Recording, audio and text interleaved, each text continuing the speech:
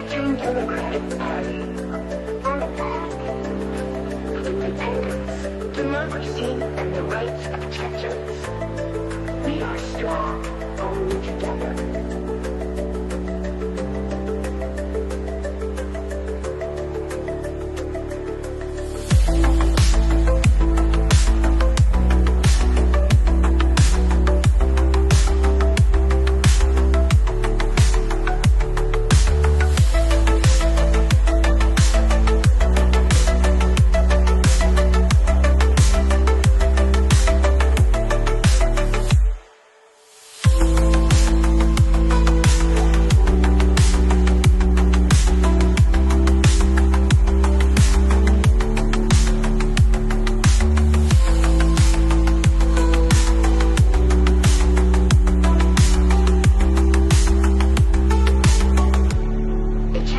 Democratic Party on the path to independence, democracy, and the rights of Chechens.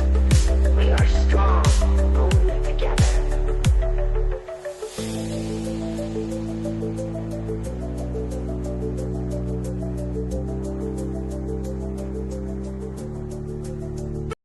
Вот этот Дадин.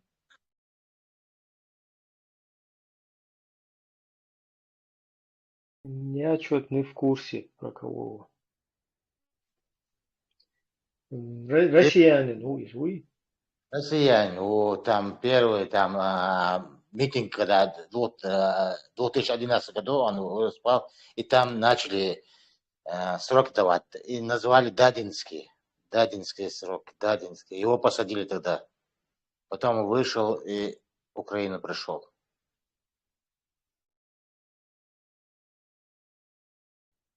В Украине он воевал или просто там как беженец находился? Воевал.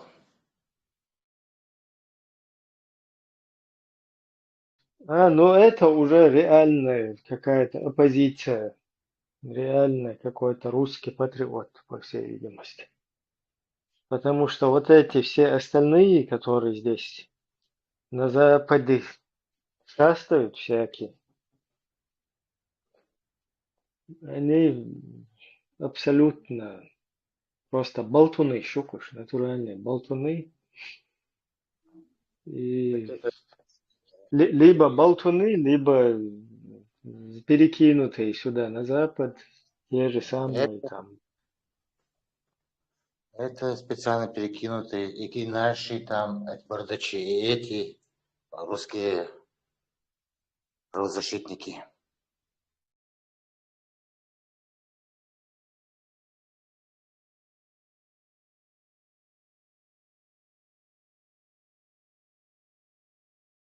Вы смотрели вот последние на днях вот это видео, где Яшкин опять из пехотинца русского, русский пехотинец Кадыров, который полностью в страхе вот так вот живет, который там, вот у него есть интервью, где он пытаются из него какую-то фигуру сделать, и он постоянно оправдывается, да?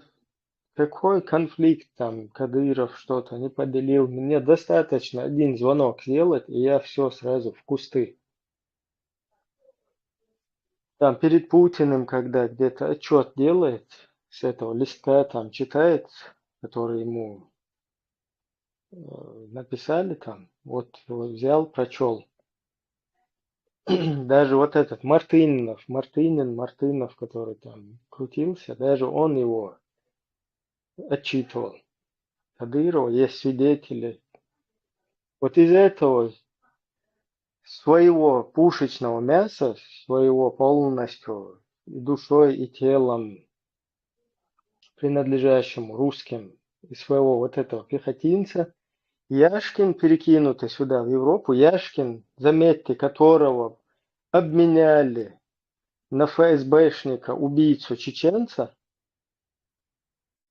то есть чеченцев, кем является Яшин, является чеченофобом, чечено-ненавистником, его меняют на убийцу чеченца, ФСБшника. вот этого Красикова, и перекидывают таким образом сюда, в Европу. И вот этот Яшин, чечено-ненавистник, чеченофоб, он потом сидит и пытается раздуть из Кадырова, сделать какую-то фигуру, персону. И еще аккуратно это все обобщает, да, что вот чеченцы, и эта банда, чеченцы, они банда, и вот это вот их во главе главарь Кадыров. Они типа победили Россию, и Россия сейчас платит там репарации, всех генералов, военных Кадыров приструнил. Кадыров, который трясется даже перед Мартыновым. Мартынов, хуй, который вот это там постоянно крутился перед камерами, такой с маленькой бородкой. Сейчас его, видимо, в другое место там направили куда-то. Вот этот, который даже его куратор, там его постоянно вот так вот может приструнить, мог и держал его как бы под своим, скажем так, командованием, да, полностью отчитывая. Вот он даже ему не может там перечить, что-то сказать. Из вот этого Кадырова Яшин делает персону, которую даже Путин, видите ли, боится, вся Россия боится. И таким образом самый бесправный чеченский народ во всем мире, один из самых, если там Северная Корея сравнивать, это подспорно, кто еще бесправнее. И вот этот вот чеченский народ, который и здесь, в Европе, вот эти расстреливают нас здесь всякие Красиковы, на которых Яшина обменяли. Он же прекрасно знает, на кого его обменяли. На того, кто расстрелял чеченца, который был неугоден русским, и которого расстреляли его русские собратья Красиковы, вот эти, они расстреляли здесь, в Европе. То есть даже здесь, везде, на Западе нас преследует этот русский мир и затыкает нам морду, то есть показывает показательные вот такие террористические точечные акты совершает. Это чисто террористический акт. Если кто не знает, террор – это именно из той области, это сама как бы вот эта система запугивания, она и называется террор на переводе. И вот этим террором они занимаются, и затерроризированные, загеноциденные вот эти чеченцы, они, Яшкин хочет нас преподнести здесь лапшоедам на Западе, которые лапшу они на уши здесь вешают, и им показывают, что есть какой-то Кадыров и чеченцы, которые якобы там приструнили русских, у них какие-то репарации берут. Чеченцы, которых за то, что он там где-то не туда плюнул, там нарушил правила движения, мобилизируют под этим видом мобилизации, там, под видом, что провинился тот же Кадыров, сам сидит и выполняя полностью приказы Яшкиных, Пашкиных, Пупкиных, Мупкиных, всех вот этих вот, даже рядового какого-то русского бича. Выполняя их приказы, сидит и говорит, если в вашем населенном пункте где-то есть те, кто сам, я не знаю, занимается какими-то там, ну, хулиганством даже, их всех приводить и закидывать в Украину. Пусть, короче, там типа учатся. То есть вот настолько задавлены, короче, загеноциденный, я не знаю, запуганный, затерроризированный чеченский народ, вот в каком положении он находится, и Яшкин пытается это полностью перевернуть все с ног на голову и преподнести, сделать какую-то персону из этой кадышки и сделать себя каким-то, вообще свою русню, показать, что они жертвы, понимаете ли. Вот кадышки и кадышка это чеченский он. Вот чеченцы вот такие. Вот это полностью до того подлая, наглая, лицемерная, по-русски чисто русская ложь. Она, я не знаю, просто из всех вот этих рамок выливается там за все пределы, за все, короче, нормы там, и уже через верх. со всех щелей, со всех дыр прет. Вот что происходит. И это не один Яшкин, этих Яшкиных, Пашкиных, всяких здесь по Европе, по напичканных. Они вот этим делом все занимаются здесь. Вот эти хорошие русские имперцы. Вот такие вот дела.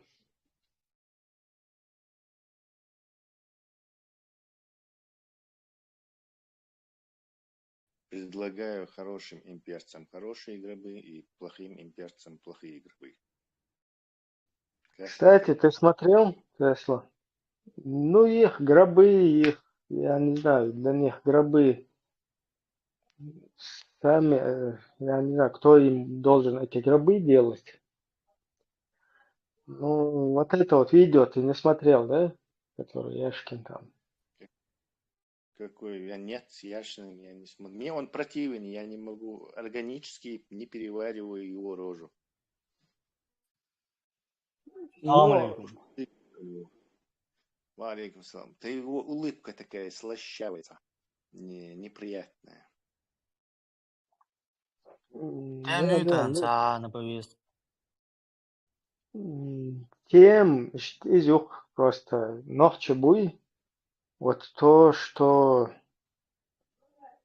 с нами пытаются, как бы то, что нам аукнется, да, вот то, что сейчас происходит в Европе, на Западе, и то, как чеченцы среди нас, которые войну Кабал-Нохчи, насколько они подыгрывают вот, вот этой вот деятельности в будущем, то, что намечается еще хуже, вот эта вся программа, вот этих всех хороших русских имперцев, плохих русских имперцев, разных, голубых, зеленых, коричневых, любых цветов. Вот эти русские имперцы, которые относятся одинаково с ненавистью, являются чеченофобами. Вот то, чем они занимаются, и то, что нам вот это аукнется должно.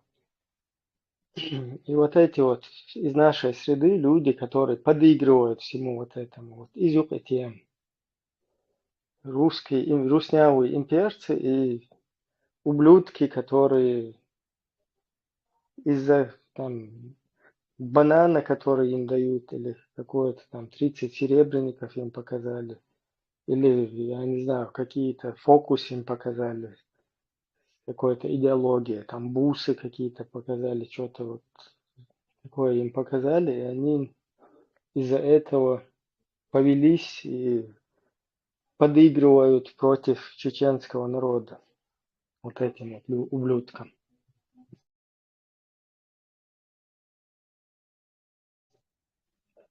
Сермак, а у тебя что-то ты хотел интересное, да? Да Какую-то не, я тему хотел задать? узнать.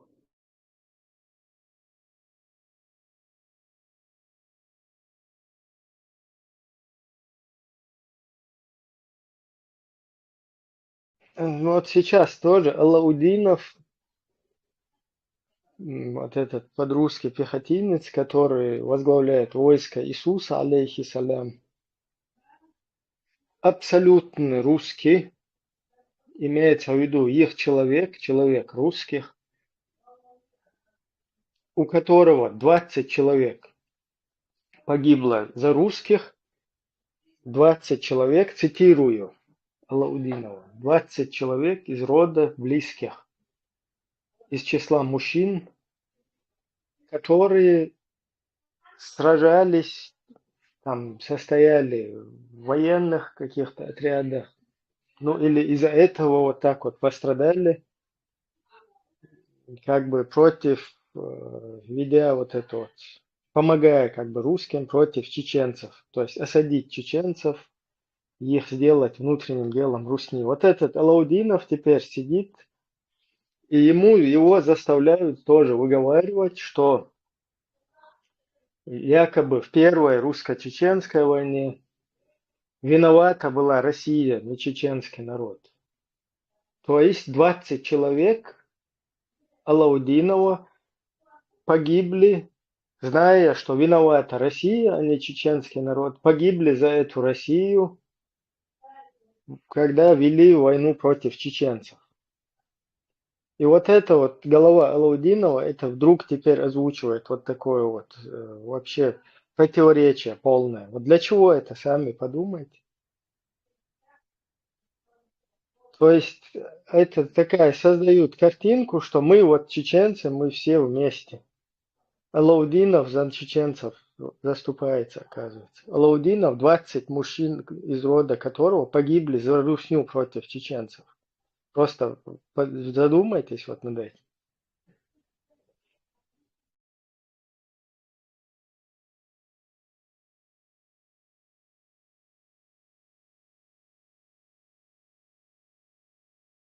К чему это? И это все, ну, как бы происходит цепочкой.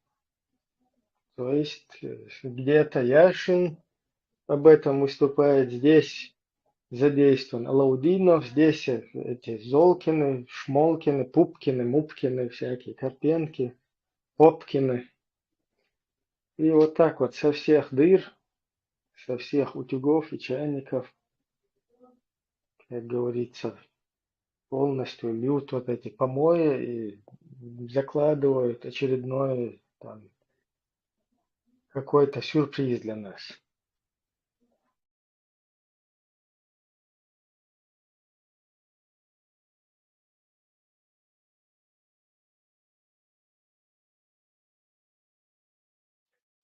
Это, по-моему, готовят его там как в пику Кадырову, типа Вуальдац, очередная из башен Кремля там, хочет его там выдвигать.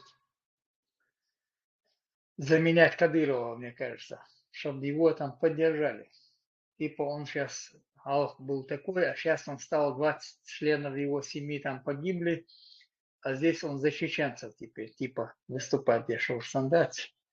Хотя там он за чеченцев не выступает, просто его, видать, довели. Этот блогер его довел до горячки, видать, он уже начал лупить.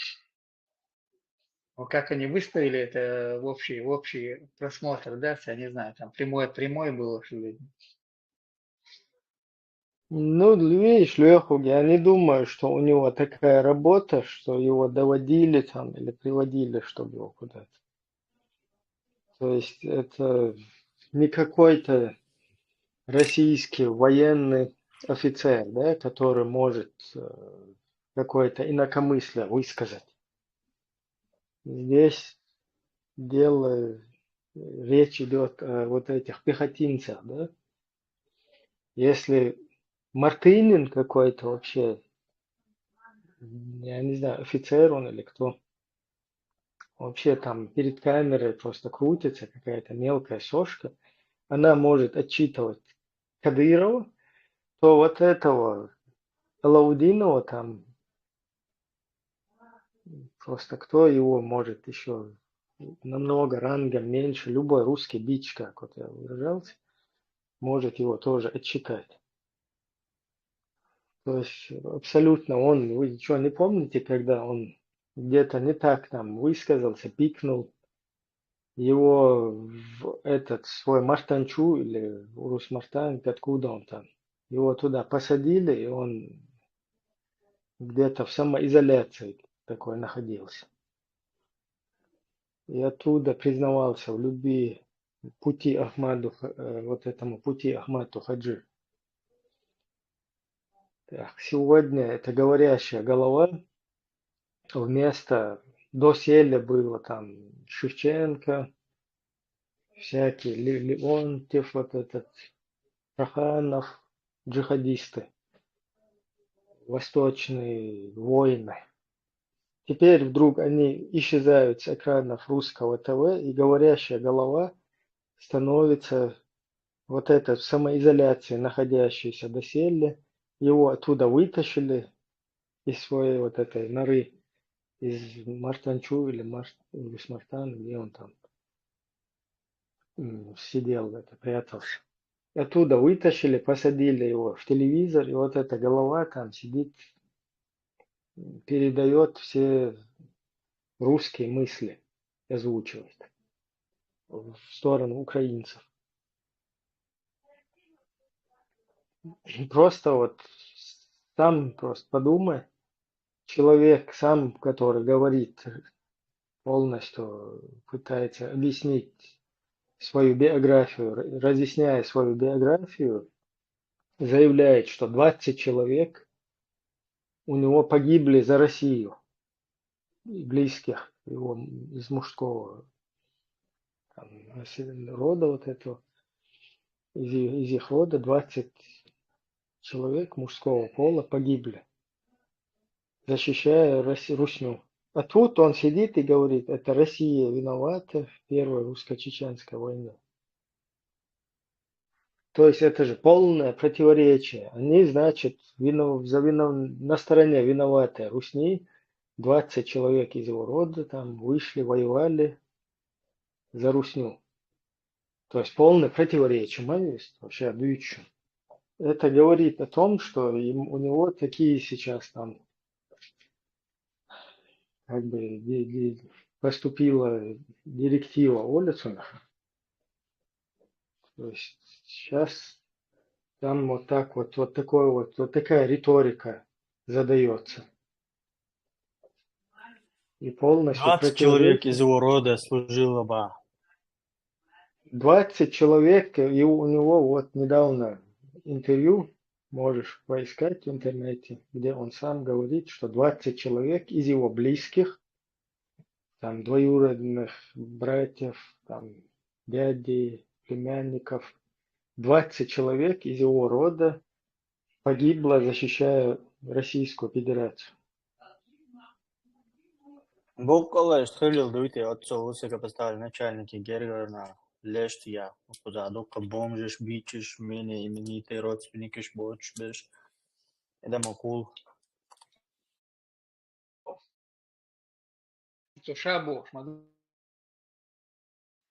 Может, он просто привирает, типа говорит, вот мы и также сражаетесь, поэтому рядовые чеченцы Ну, видите в ты войне. можешь помониторить, насколько есть информация, да, теперь хилладо даже, и садику это тигер хаюахшбеш там их, я не знаю, это конкретно его родственники были там. Но по всей видимости его родственники тоже участвовали. Ушалуич, Ресташин, Далуш, они как бы у них полностью вся вот эта их семья, они все постоянно за Россию, то есть за Россию мать. И после этого, после того, как он нас ознакомил со своей вот этой семейной их историей, да, трагической, с гибелью 20 вот этих, тут он теперь вдруг спустя небольшое время сидит и говорит, что Россия была виновата в русско-чеченской войне. Ибраим, маршал думал, можешь, я просто не успел, чуть-чуть опоздал, можешь повторить, о чьих родственниках идет речь? Апти Алаудинов, в простонародье его называют «желтые штаны». Он давал В интервью. лаптях. Ну, или по-украински лапти Алаудина. Нет, желтые штаны в лаптях, можно сказать лучше. Ну, кому как удобнее. Вот он дает интервью недавно, это можете погуглить, я если найду ссылку скину, где он полностью разъясняет русскому зрителю, что 20 человек из его близких мужского населения погибли, защищая Русь-матушку. Вот сегодня раскидывают видео на Гоэлара.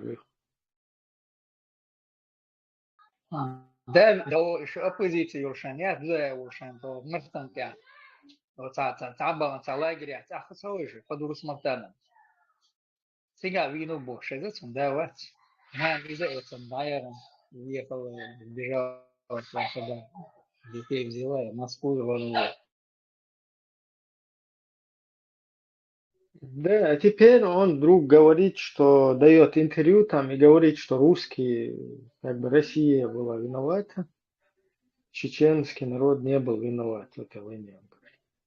То есть он полностью себе противоречит. Исходя из этого, судя по вот этой всей акции всех хороших русских, которые пытаются перекинуть всю ответственность сейчас на чеченцев в ходе вот этих своих террористических атак на Украину, там, на других. Судя по всему вот этому и вот это разговор, то есть интервью вот этого Лаудинова, желтые штаны, коричневые, не знаю, какие они.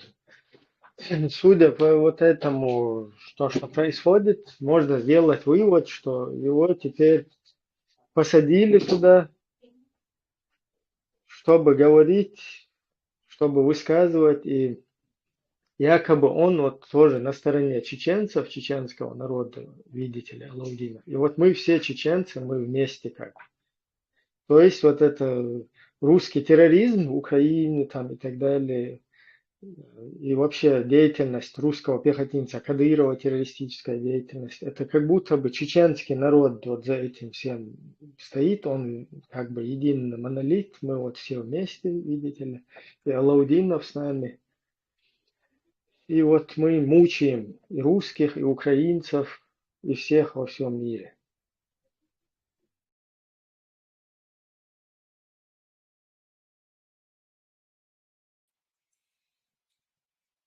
И это Конечно. А делаем. Шонгбо это месяца два назад в Зурдукете появился, он там в отпуске типа был, он ездил, Цигулан Ерша встречался с Алаудиновым, он там Мариуполя.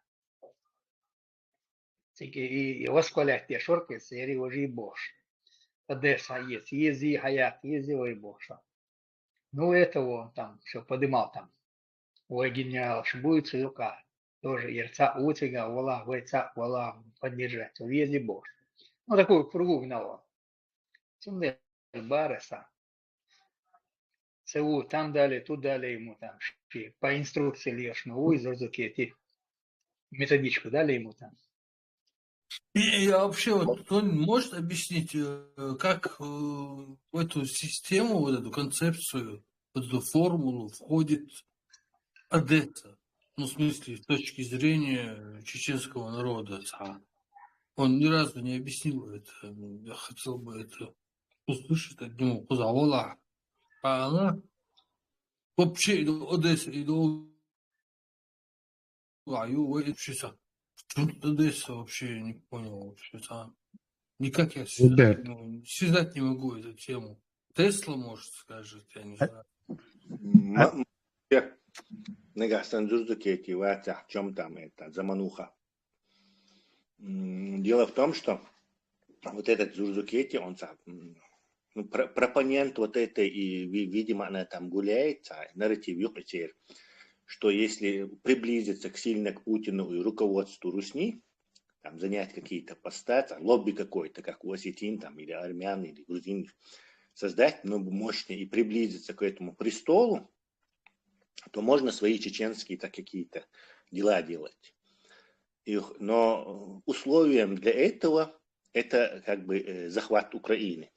Типа если Ахмад Сила поможет захватить, а самое любимое, вернее, самое, чего Путину просто жаждет захватить, это как раз-таки Одесса. То есть Киев уже не получится, понятно, но хотя бы Одесса. В том дело, если Ахмад Сила или при помощи Ахмад Силы или еще как-то под руководством Лапти Аладдинова удастся захватить Одессу, то Путин настолько пораздобреет, прям настолько поделится властью, что можно будет за такую мини-чеченскую, подрусскую территорию увеличить. Это как бы голубая мечта, довольно искренняя, скажем так, этого Зурдукети. То есть Цугуман как бы, то есть мы вам Одессу, вы нам эти чеченские земли там и все такое. Обмен. Ну, понятное дело, что это невозможный обмен, и до них уже это дошло, потому что Одесса хаях Бурятии, Зурдукети яхкина уже, видимо, доходило долго, 2 года, но дошло. Я с тобой не соглашусь насчет искренности. что он чеченские земли больше искренне дючваться. Ну, у меня просто альтернативное мнение.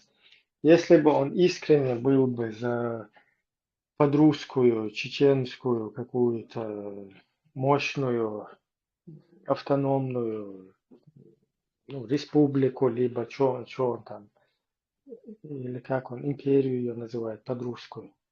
Если бы он был бы за вот это, да, и действительно как бы жаждал быть чтобы под русским, вот так вот мы находились под русскими, и чтобы мы были там мощными под русскими пехотинцами, он бы не сидел бы в России. То есть, раз ему вот это вот нравится, да, подрусскость, находиться, быть их пехотинцами, быть у них, короче, самыми лучшими псами, как бы самыми дорогими. Ибрам, ты коверкаешь. Ему не нравится это, ему это не нравится, дело не в этом. Он как бы и земли хильчан, все остальное он как бы считает второстепенным. Ну, из Мадуи, если бы он действительно за это бы болел бы, он в Русню бы не соскочил бы, и там бы не сидел бы. Почему? Как раз план и стоит в захвате влияния в Русни.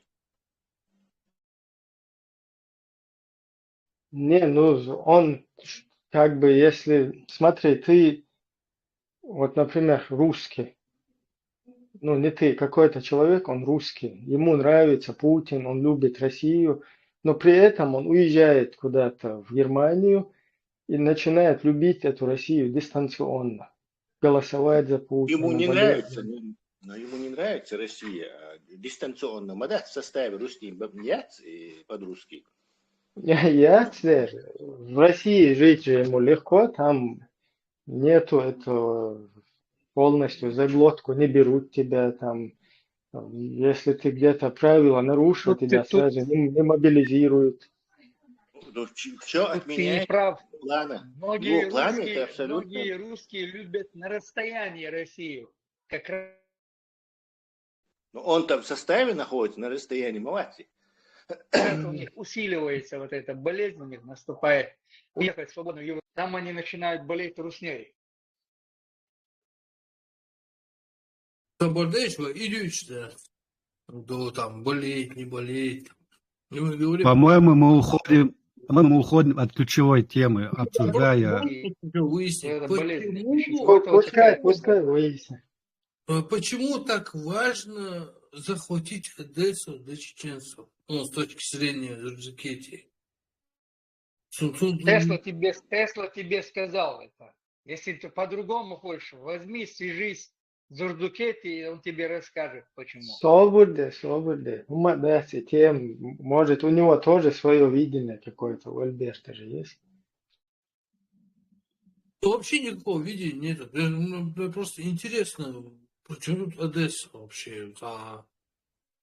У нас есть другие проблемы глобальные. Я скажу по-другому.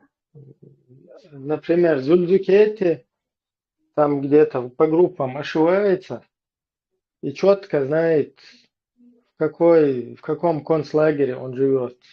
И что нет войны Украины там туда-сюда. Вот такие лозунги, они сразу его могут поставить тоже в положение, где он завтра сам с оружием в руках окажется в войске Иисуса, алейхиссалям. Поэтому ему приходится выговаривать вот эти лозунги заодесские. То есть это в целях личной собственной безопасности, но при всем при этом он это говорит в массы, он не учитывает, либо ему по барабану, либо он просто не учитывает того, что его вот эти призывы, они полностью вредят чеченскому народу. И если внешний какой-то зритель это будет слушать, он не поймет, что Зульджикети там сидит, почти на бутылке, ладно. Ибрем, можно я свое видение попробую объяснить вам? Если мыслить, скажем, мозгами военных, когда происходит крупная операция, военные, например, задумали огромную операцию.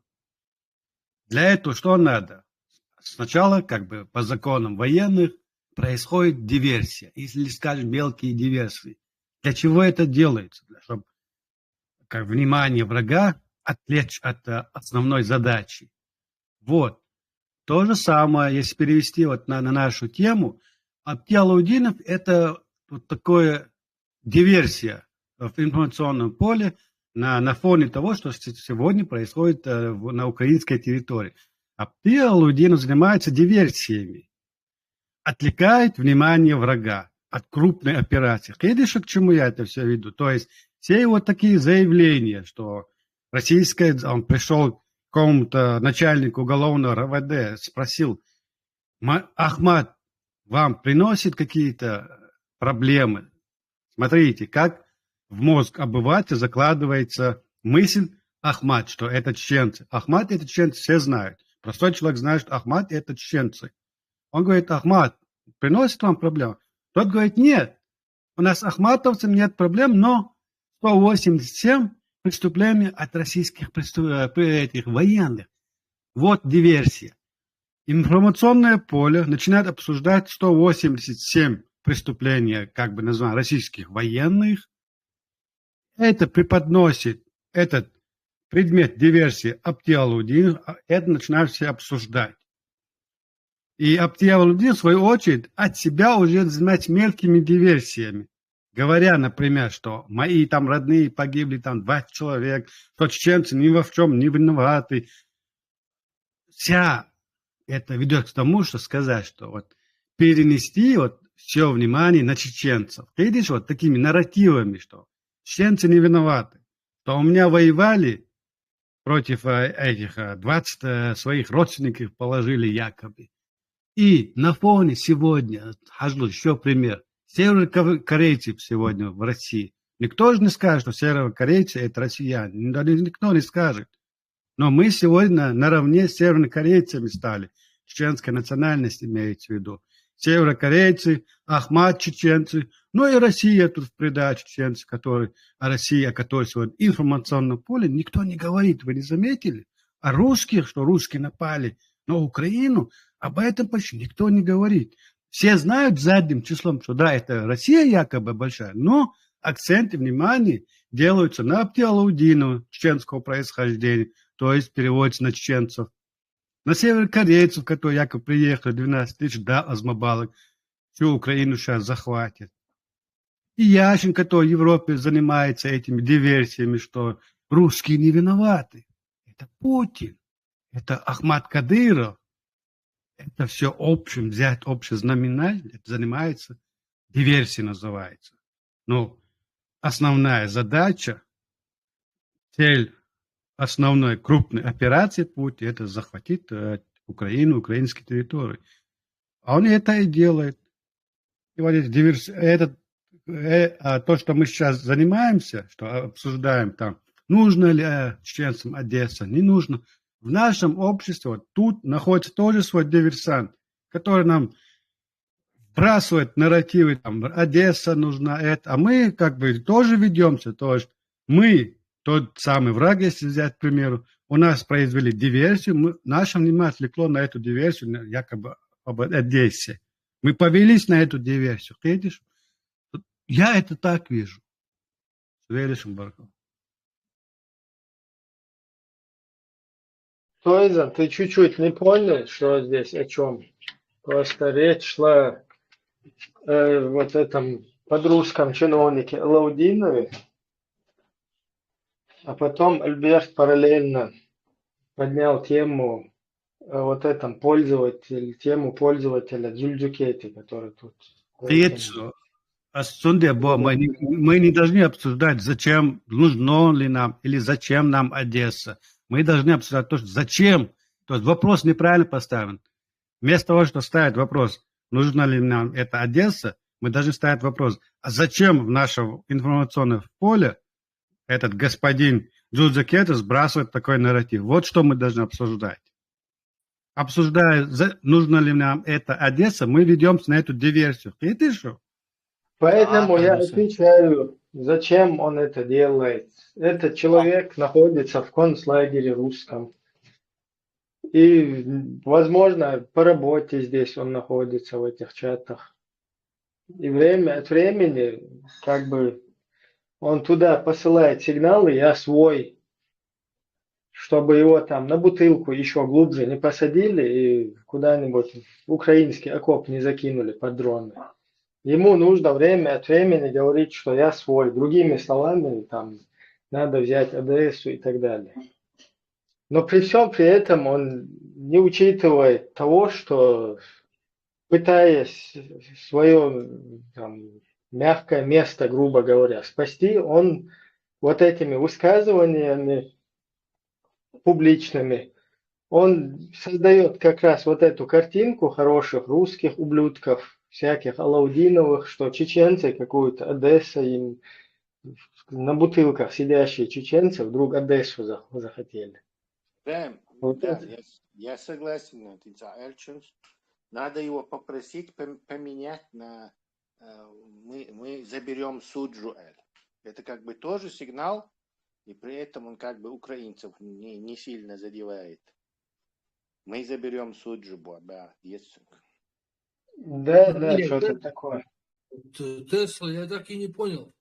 В смысле, ладно, короче, пусть он говорит, что хочет. Ну, ясно. Почему Одесса? Почему Одесса? Почему именно не Нью-Йорк, не Лос-Анджелес? Разница, Альберт, Одесса была. Ну, сказал он Одесса. Может, ему Одесса нравится. Это его субъективное вот такое мнение. Хочется ему это Одесса. Вместо Одессы мог быть другой город Украины, например. Там сакральный смысл. Одесса, русский город, там все дела. Да. Эта территория имеет... Это выход на Черное море. Это выход на Черное море. После Киева Путину то, что больше, даже больше, чем Киев, ему хотелось взять Одессу. Путину. То есть тогда давайте взять... Одесса. Сразу Крым забрали бы. Мы же не говорим, что там возьмут, не возьмут. Мы говорим, почему он этот нарратив распространял, что вы обсуждаете, короче, почему он именно... Да. И Зурзакет это просто ретранслировал то, что там ходит. То есть в этих кругах подрусских ходит, короче. Типа мы Путину Одессу, а он нам это больше власти на Кавказе, там укрупнение регионов, там уже не халиф Чечни будет, а халиф, например, не знаю, Северного Кавказа. Тесла, я попытался объяснить, по-моему, у меня это не получилось. Это всего лишь диверсия со стороны российских войск, чтобы отвлечь внимание основного врага в лице Украины, в лице мирового сообщества. И все сегодня на украинском поле все обсуждают Абтиалаудинова, чеченцев, северокорейцев, но главного своего врага, о нем никто у них там не говорит. Вот где происходит диверсия со стороны русских. Если проследить хронологию всей истории русской этой империи, у них то Ленин еврей был, понимаете? Тут идет нарратив Яшина, русский не виноват был, что Ленин еврей, Сталин грузин, или я не знаю, его Берия тоже был не русский. То есть, если проследить хронологию, у них всегда был не русский.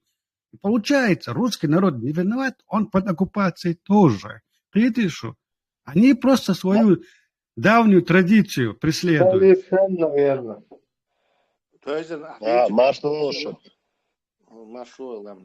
а не может ли быть такого, что просто Дзурдукети это шизофреник, шизоид, который свои шизофренические идеи распространяет? Объяснить, да, что как раз Тойзан, это как бы глобальный нарратив, а мы тут из Дзурдукети, он другах удалил, что бог, их дючь, то есть это совсем другая как бы вещь. Ты-то прав в том, что ты говоришь, но про Одессу, почему Дзурдукети упоминал Одессу, Хуачуар и Альберт Уэц, и мы пытались это разъяснить, не о том, что ты говоришь. Смотри, вот еще раз повторяю.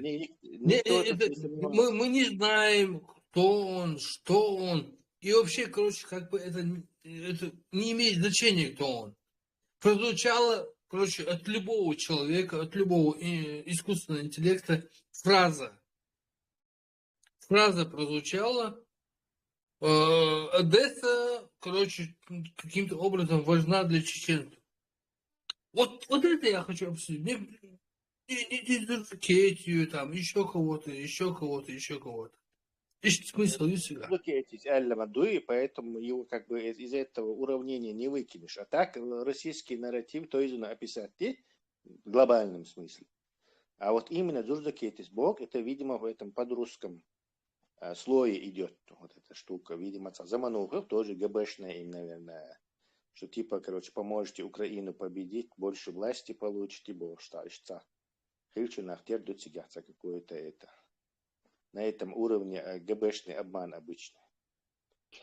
Ну, если с другой стороны, да, как бы проанализировать эту тему, то кто там вообще спрашивает у кого-то, помогут они, не помогут, то есть просто за шкирку любого берут, и там, видимо, провинился, если человек там прохулиганил где-то или какие-то правила дорожного движения нарушил, их уже туда закидывают.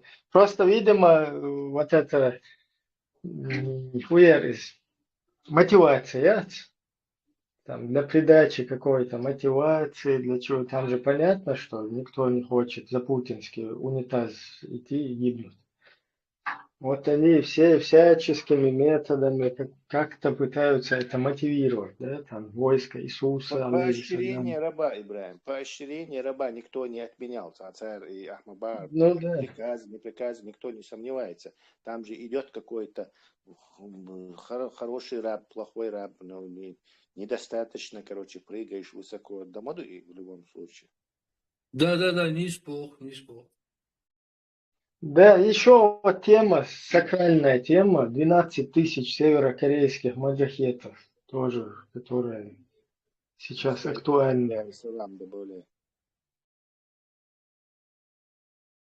Смотри, войско Иисуса, алейхиссалям, 12 тысяч северокорейских маджахетов, так совпало, да, с 12 тысячами маджахетов, которые весь мир победят. По преданиям. Муцураев даже песню про это пел. Бре, а знаешь, сам вот мой такой, ну скажем, нонсенс. Нонсенс, я вот такой для... Я вот сегодня считаю, что Северная Корея это просто рай для мусульманина. Хотите узнать почему? Что Северная Корея это просто все мусульмане, я так думаю, должны уехать в Северную Корею. Там нет никакой демократии. Представляете себе, который так ненавидит мусульмане? Там нет никакой ЛГБТ, который все мусульмане так боятся. Видишь, что? Я считаю, что живи в Северной Корее, это просто рай для тебя. Согласен. По-видимому, когда консультировались, спросили у подрусских, сколько нужно муджахедов, чтобы взять Аляску. И тот сказал 12 тысяч, короче. Поэтому, видимо, корейцев 12 тысяч. Такая саркальная цифра, бая. Есть Северная Не, я по чуть-чуть поковырялся. Там, оказывается, действительно есть хадис, и там фигурирует цифра 12 тысяч. Ну, насколько он достоверный, это уже надо антитеррору, там, солявку к ним обращаться. У меня один вопрос. Я как-то прослушал эфир антитеррора, и там был спор с одним юношей. Там также Тесла участвовал, там дискуссия была по поводу сотворения Вселенной, различные научные теории, термодинамика, прочее, десятое озвучивалось, и там антитеррор утверждал, что какой-то чеченец создал вечный двигатель, а про это хотел бы узнать. Ну, Слышал это когда-то? не по теме, ты знаешь, как-то сейчас. Да, я понимаю, не по теме. А Юэчон, зайди спросите, по-моему, там идет эфир. Да, если хочешь, после этого эфира, там, Тесла тоже туда вместе сходим и уже обсудим это дело. Ну, хотя здесь тоже можно это обсудить, просто сейчас тема у нас более такая актуальная, скажем так, да? Сегодня с первых дней, когда они решили напасть на Украину, они все просчитали. Совершаем диверсии, отвлекаем все народы, национальности, государства вот на такие диверсии. А какая диверсия может быть? Тогда самое элементарное чеченцы, они у нас всегда были под рукой, мы их всегда использовали в своих целях. И будем всегда использовать, пока есть политическая религия, ислам, в которой в догмах, идеологии есть политика и религия. Это равно Бог. Бог использовать Бешбу в лице нашего народа. И все о нас уже говорят. Босс, я сегодня рекомендую просто уехать в Северную Корею всем. Там нет ни демократии, там нет ни ЛГБТ, там нет ни плюрализма, там нет, которого вы так боитесь. Секуляризма тоже там нету, кстати, ребята. Он рай мой на земле, и мир есть у вас свой. Живи и подчиняйся. Кого еще? Коран, Суна, да, Там одна единственная проблема. Да, эмир, он должен шахадат, да, есть от своего милу из Ким Чен Ын, Ким Чен Мун, что шахадат, да, будет, короче, на это будет ссылаться, я еще сейчас подчеркну, любой будулак, потому что ты вообще-то всех туда, ну ладно, это твое мнение. Пропагандисты туда не поедут, по-любому. Им в Европе лучше. Да, но ведь Афганистан уже шахадат дали, мула амар минуте себя, мол эсел ту минуте халфуэль. Уже шахадат дали, шахадат дахватин должен тигет собош, Северная Корея. Ой, свой дауга термоуция, шашти собош. Вот смело буду. Так, Афганистане. У нас всегда найдется предложение, куда уехать. Собордеш, у правительства Ичкерии есть представительство в этом, в Северной Корее? Нету, в Афганистане должно. Создадим. Альберт, создадим. Та проблема. Сколько у нас истинных мусульманов по Европе шастаются, не знают, куда себя одеть, живут в этом тагуте, мучаются. Любой согласится быть представителем Северной Кореи. Просто предложи людям, они же уедут. Туда, куда хотят. Они же... Это надо предложить коммунистам-мусульман буквой, которые и коммунистами были, и почему-то сейчас очень мощными мусульманами прикидываются. Вот их можно как раз отправить туда, короче. Кстати, опытный, он имеет за спиной очень такой опыт работы в этом плане. Всю жизнь почти работали. Хорошая кандидатура. Бушор. Было бы место, Петя, человека мы найдем всегда. Это место пусто не бывает, босс. А он у вас. Ким Чен или Гутихуйцеревой, Халид Ин Хруи, или как скажем? Это трудный вопрос. Нужно подумать. Собордень, допустим, Путин, Иман Чувен, уже к этому все идет. Халиф. А как воспримет Ким Чен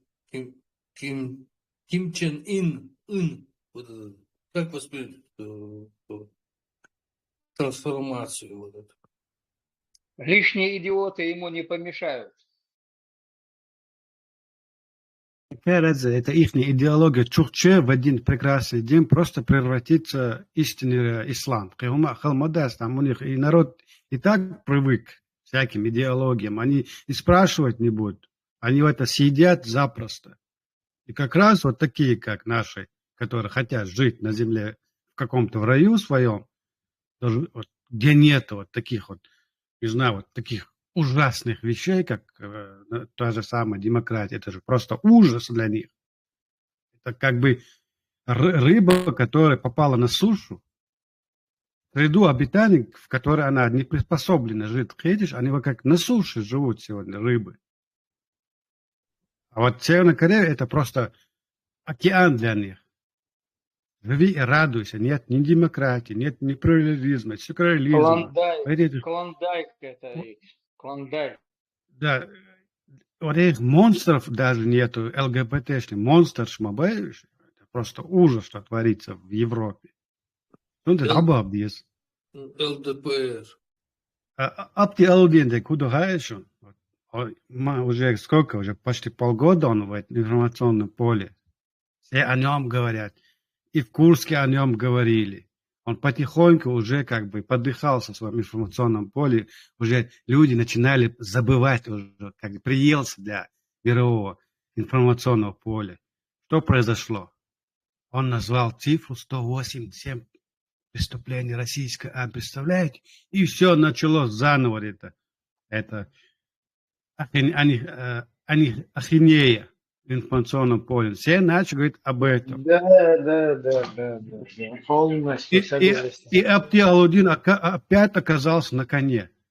Скоро это поднадоест. Вот этому мировому сообществу, Бяхма был вот, обыватель, он же как бы все съедает, что ему на стол кладут, всякие фекалии. Придумай другое что-нибудь, и опять об этом будет говорить. Ну, как проблема, что это говорит не какой-нибудь там какой-то русский генерал, да, Висаг, говорит человек чеченского национальности. Вот наша проблема в чем. Таким образом нас подставляют, таким образом о чеченцах так говорят. И две проблемы. Валхар и русский, Иштимаму и русский, Нохчубов, он жил там среди них, родился, он от корней волос русский. Но он представляется как чеченец, он представляет чеченский народ, чеченские войска какие-то, несчастные, шмиш Москву истягаешь. И в придачу северокорейцы туда воткнули сегодня. Видишь, вот за этими диверсионными операциями в информационном поле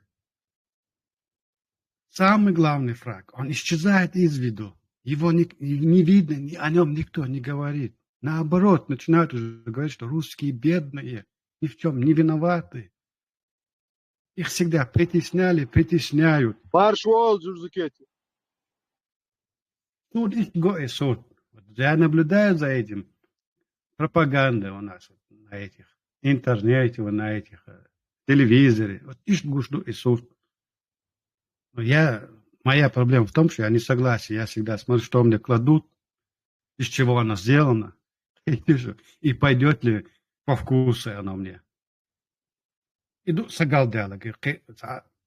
Хина шанс, вала, я тоже это съел бы и начал бы в этой массе сидеть. Чувствовать себя. Юарер, если приправы вкусные будут.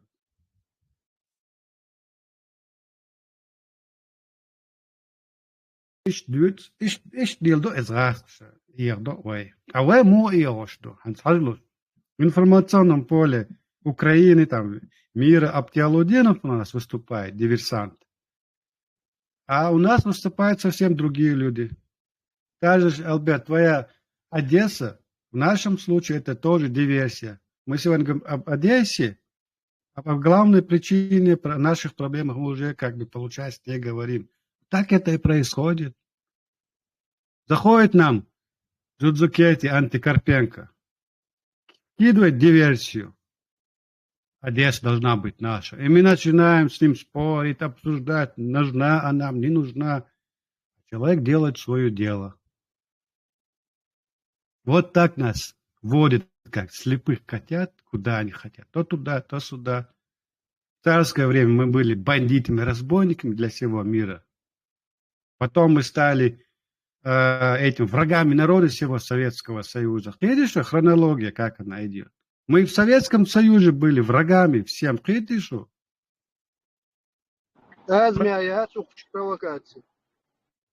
Развалился Советский Союз. Мы опять превратились в врагов уже террористами, исламскими радикалами. Асбоцунде,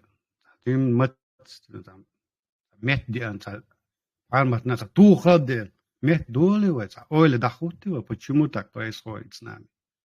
Он и до этого юга так. Почему мы готовы за кем угодно пойти? Джурзукети пришел Дзурдукети пришел, мы его послали в свободное эротическое путешествие со своей Одессой. Мы с ним это не просто здесь зашел вопрос. Здесь зашел вопрос. Соборде атьяна валам. О, это запарите на ам. Мысли давала. Вопрос поднимать задержь. Давала. Мысли давала. Атьем валам отдыхай.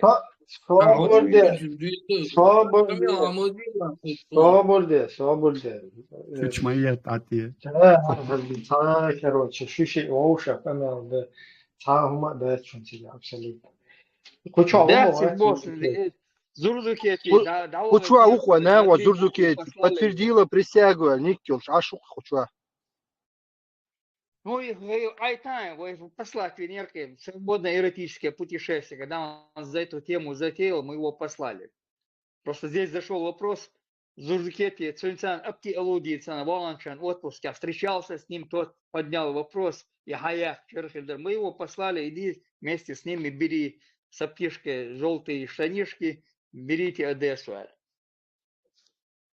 Ша уруш мавати Зурзукети, ша гелгар саготар уршват. Ему сказали в лицо это. Альберт, ты тут заявлял, сидел, что мы незаконно вышли из советского, из России незаконно вышли. Альберт, война пластует. Я понял, война пластует, но он заявлял здесь. Вот, он наоборот, незаконно вышли из Советского Союза, Бог. Альберт, объясни, где что ты имел в виду, это сложно говорить. Что именно объяснить надо? И по совку, там, где-то ты высказал, это воспринял, как будто бы ты троллишь вообще создание чеченского государства, его построение. Что ты имел там в виду? Объясни. Ну, мне надо полностью понять, что там имеется в виду. Наше государство четко прошло все этапы самосознания и объявления этого свободы и независимости. А проблема есть? В чем проблема? Ты заявлял, что мы незаконно вышли из советского, да, из России вышли незаконно. Что согласно закону ООН мы, оказывается, виноваты были. Мы незаконно вышли. А вы вообще входили? А мы туда не входили, мы вышли даже по их законам, мы вышли, законно вышли оттуда. Лучше раньше всех союзных республик, кроме Прибалтики, мы законно вышли. Даже эти офицеры, которые у нас служили, им выдали по $5000, и они уехали в Москве, купили квартиры себе все. И все рванули они. Деньги взяли и рванули они. Но это уже другая ситуация. Я никогда не говорил... По закону, по тем законам, которые были в Советском Союзе, мы законно вышли из этой России. Советский Союз.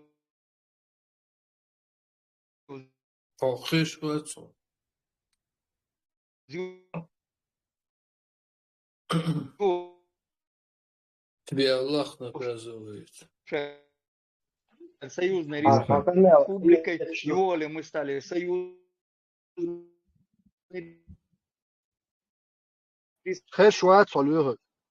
республикой. По закону. Называется Хез. У него пинг сейчас играет. Давайте пока другую тему, когда он включится, мы обсудим этот вопрос. Просто по этой теме я бы дополнил. Мы в эту русню, в Россию, в русню вообще туда никогда не входили. Мы единственная, по их мнению, автономная республика была, которая была включена. То есть, если... Советского Союза. То есть, если все... республики распадались, мы вышли из России. Не, я чуть-чуть прокомментирую просто. Мы вообще никогда не входили в русню. Мы были включены как бы насильно. А потом, когда уже руснявые попытались сделать такие всему миру, облапошить, как бы преобразоваться в демократическую империю, то там они сами полностью все свои законы подогнали к вот этому, что якобы у них демократия, и каждая там республика, автономия имеет право на выбор, на суверенитет, берите независимость сколько хотите и так далее. И вот это вот без нашего даже спроса они сами приняли законы в 89-90 году, которые полностью уравняли нас с союзными республиками, дали нам полностью вот эти права. И делалось это, чтобы потом их шнырь Завгаев объявил суверенитет, а потом дал заднюю и пошел под русню. И на этот раз уже официально мы вошли бы в русню, заигравшись вот в это вот в эту игру, да, демократию русскую. Но там не получилось у них. И мы взяли курс на независимость. Завгаева вытурили, вышвырнули. Русского Завгаева. То есть, и все законы, они были соблюдены. Даже несмотря на то, что мы были насильно затащены в эту русню, по их законам они сами нас оттуда выдавили. Ой, как это хорошо. Я не думаю, что Завгаев там прям вот так вот поступил. Он просто исполнял закон с Кремля. Там вообще, короче, Завгаева вообще претензий нету, в смысле, как чиновнику. Что Хосбулатов, Завгаев, там еще до этого были люди, до этого другие люди были, там и сейчас есть. Они исполняли просто, приказы исполняли в соответствии с законами и все такое. Там модерцика, там уже сложно модерцика. Да, русские чиновники выполняли приказы, которые сверху давали.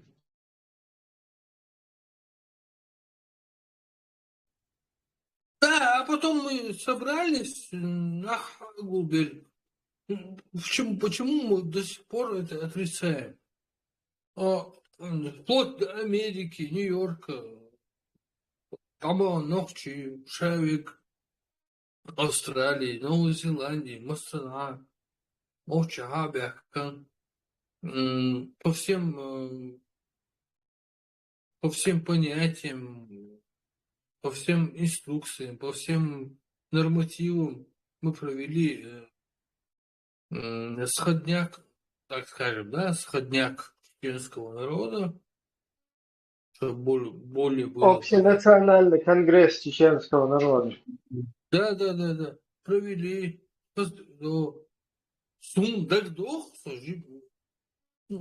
скажем, жимырса, да, Татайпанаха, Векалбин, короче, хови так, Татайпанах да бар, Хаюрта да бар, Вожюрта да бар, Вожюрта, со всех сел собрались.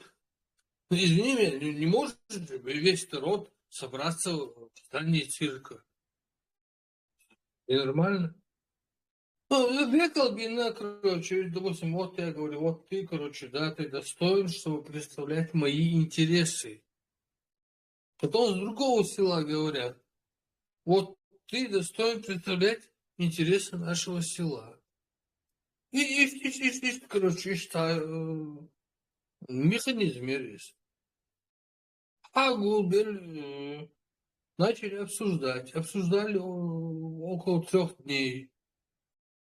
Обсудили, решили, что давайте мы будем, короче, теперь независимым государством. О чем мечтали наши деды, прадеды, варида. В чем проблема? Я не могу понять, почему мы ставим под сомнение то, что решил сам народ. Мы сейчас задним путем, мы что говорим? Короче, Дуда, Гантиби, Гарамилуй, Бата, Гендерби, да при чем тут имена? При чем тут имена? Имена не имеют никакого значения. Это просто ушел, пришел. У нас есть факт, что пришли все люди, представители всех людей чеченского народа и сказали, да, мы хотим независимость. А там, да, кто-то там что-то говорит, там, что-то это же неадекватное движение, шмыешь. Если кто-то хочет обвинить, я не знаю даже кого, я даже не знаю, кого-то в том, что произошло Первая война, Вторая война, ваххабизация там и все такое, что я что вообще кричу вас. Вы хотите сейчас что? Предъявить чеченскому народу, то есть своим родственникам, то, что они сделали неправильный выбор? Или что? Давайте логически рассуждать. Твои мои родственники собрались и сказали, он большой есть.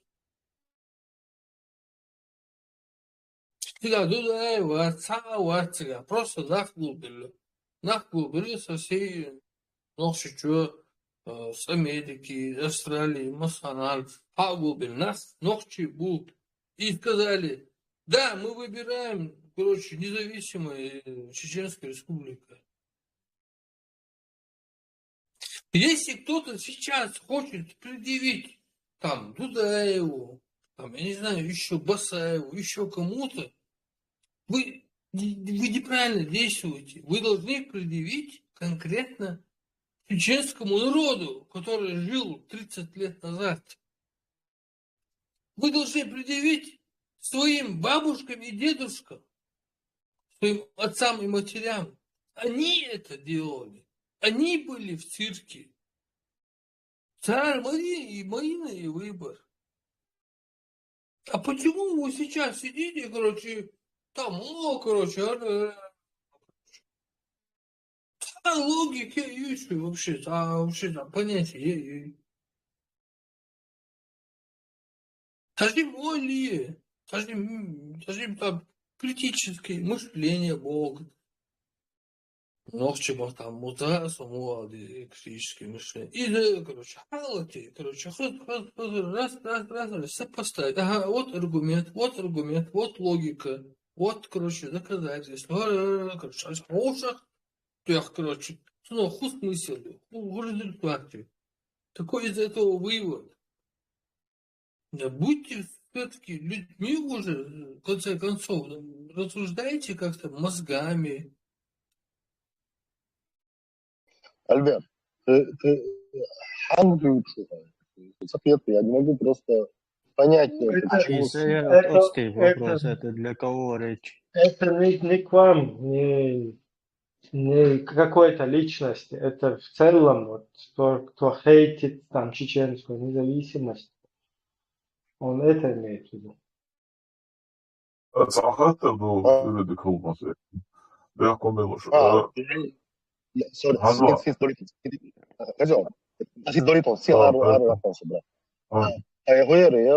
Тот, кто их обвиняет, Альберт, у меня аналогичный вопрос возникает.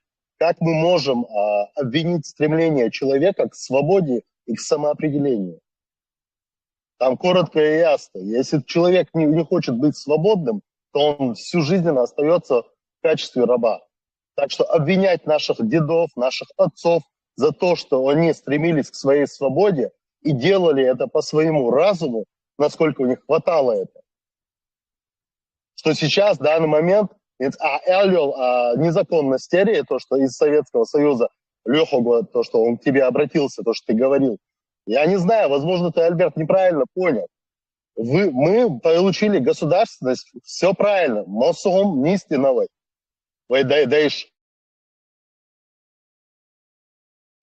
Практически неправильно было. Юридические документы были неправильны.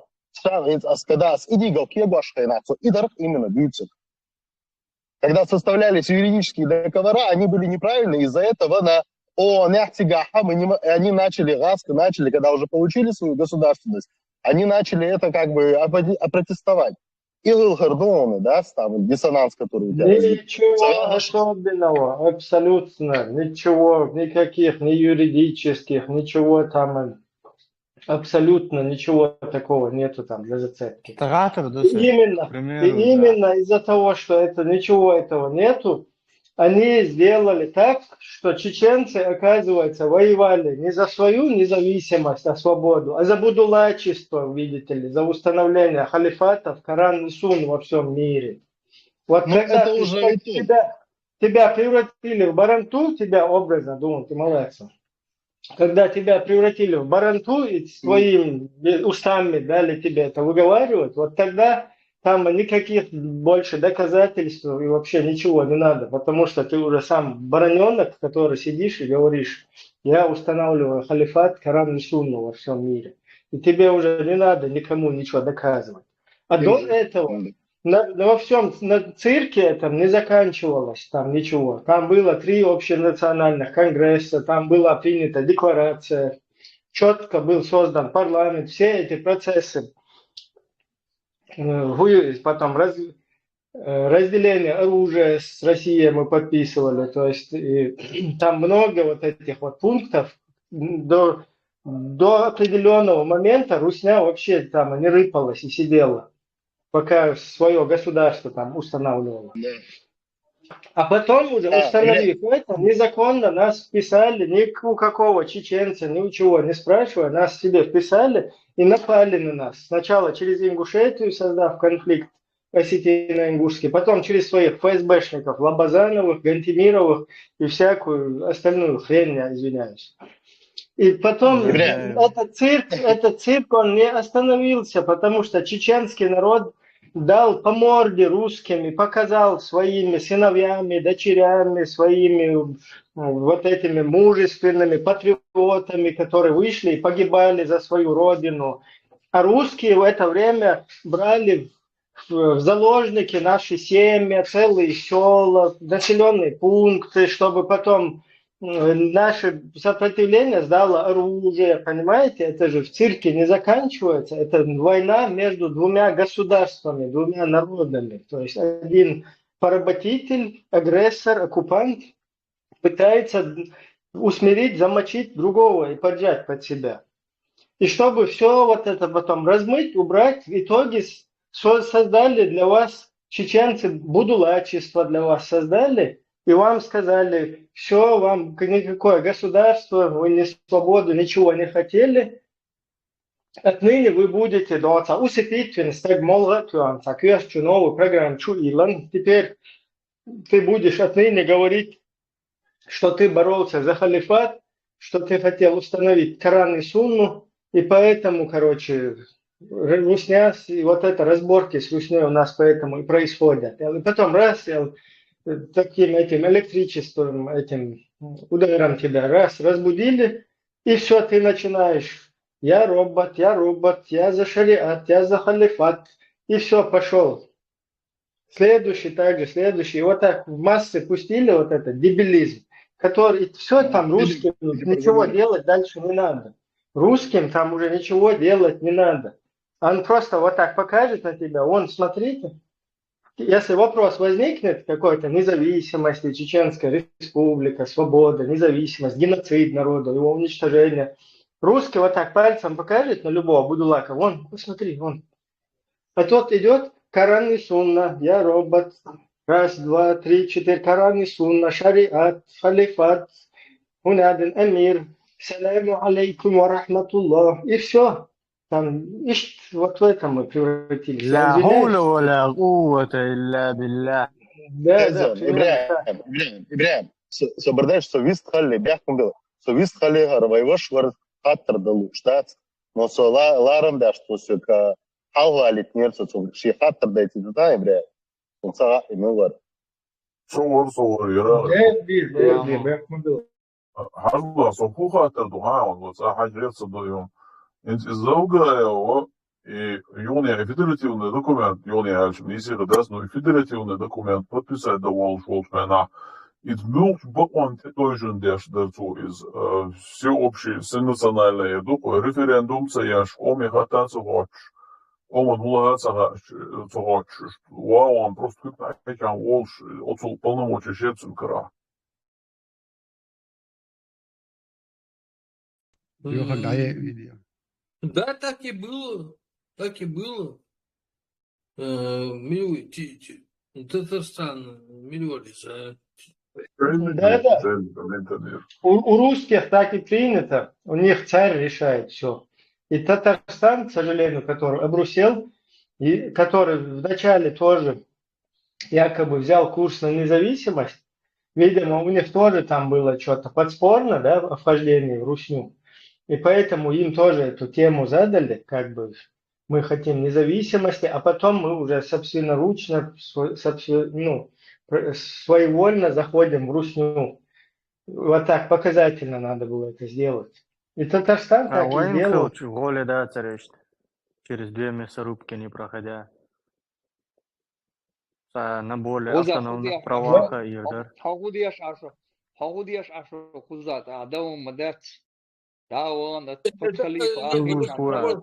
хороший вопрос. Это хороший вопрос. Ты тоже вместе с ним можешь хорошо пойти. И его надо разобрать. Свободы неадекватно дискуссии.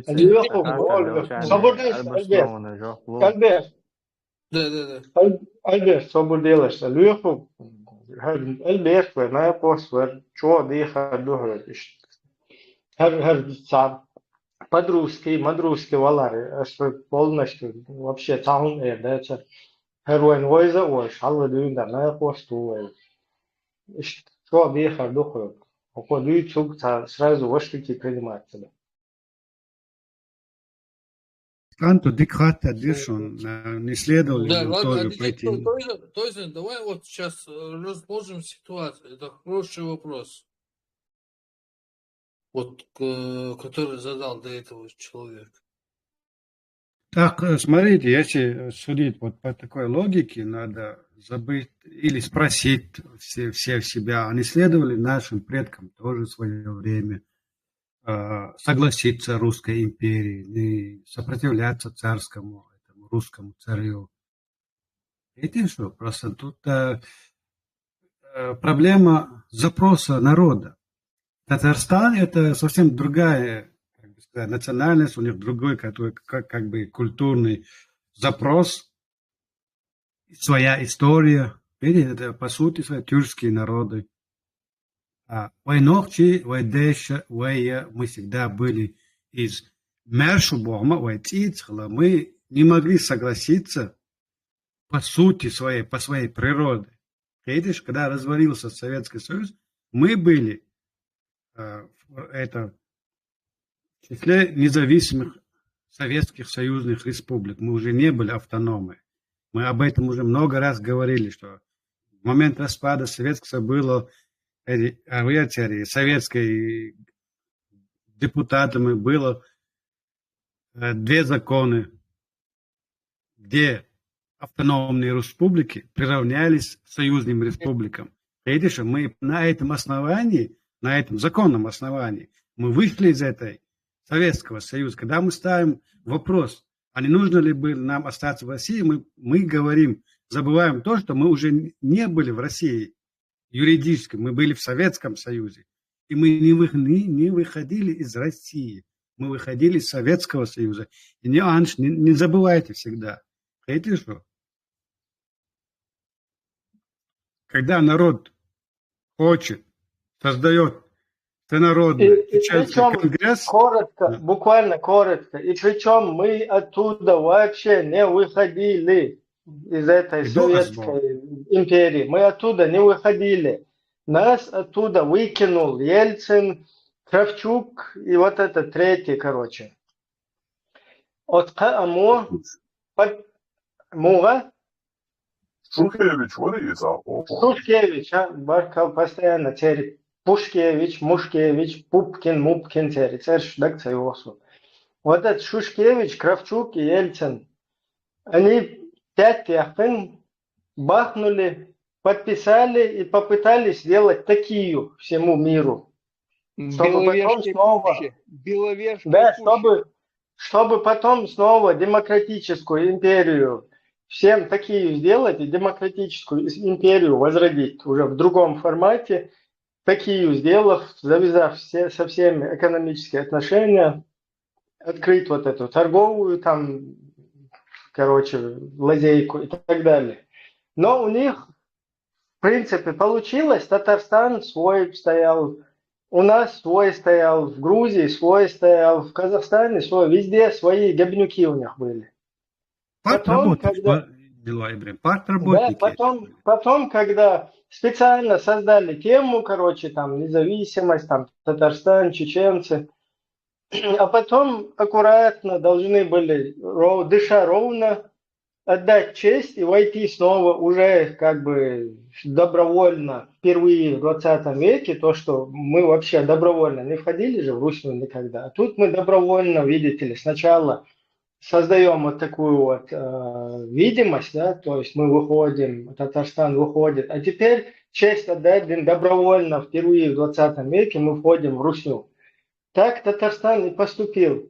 А чеченцы, когда Заугаев начал туда-назад нас тянуть, вышвырнули этого Заугаева, шел вон отсюда, иди зонтик держи вон своим русским. Мы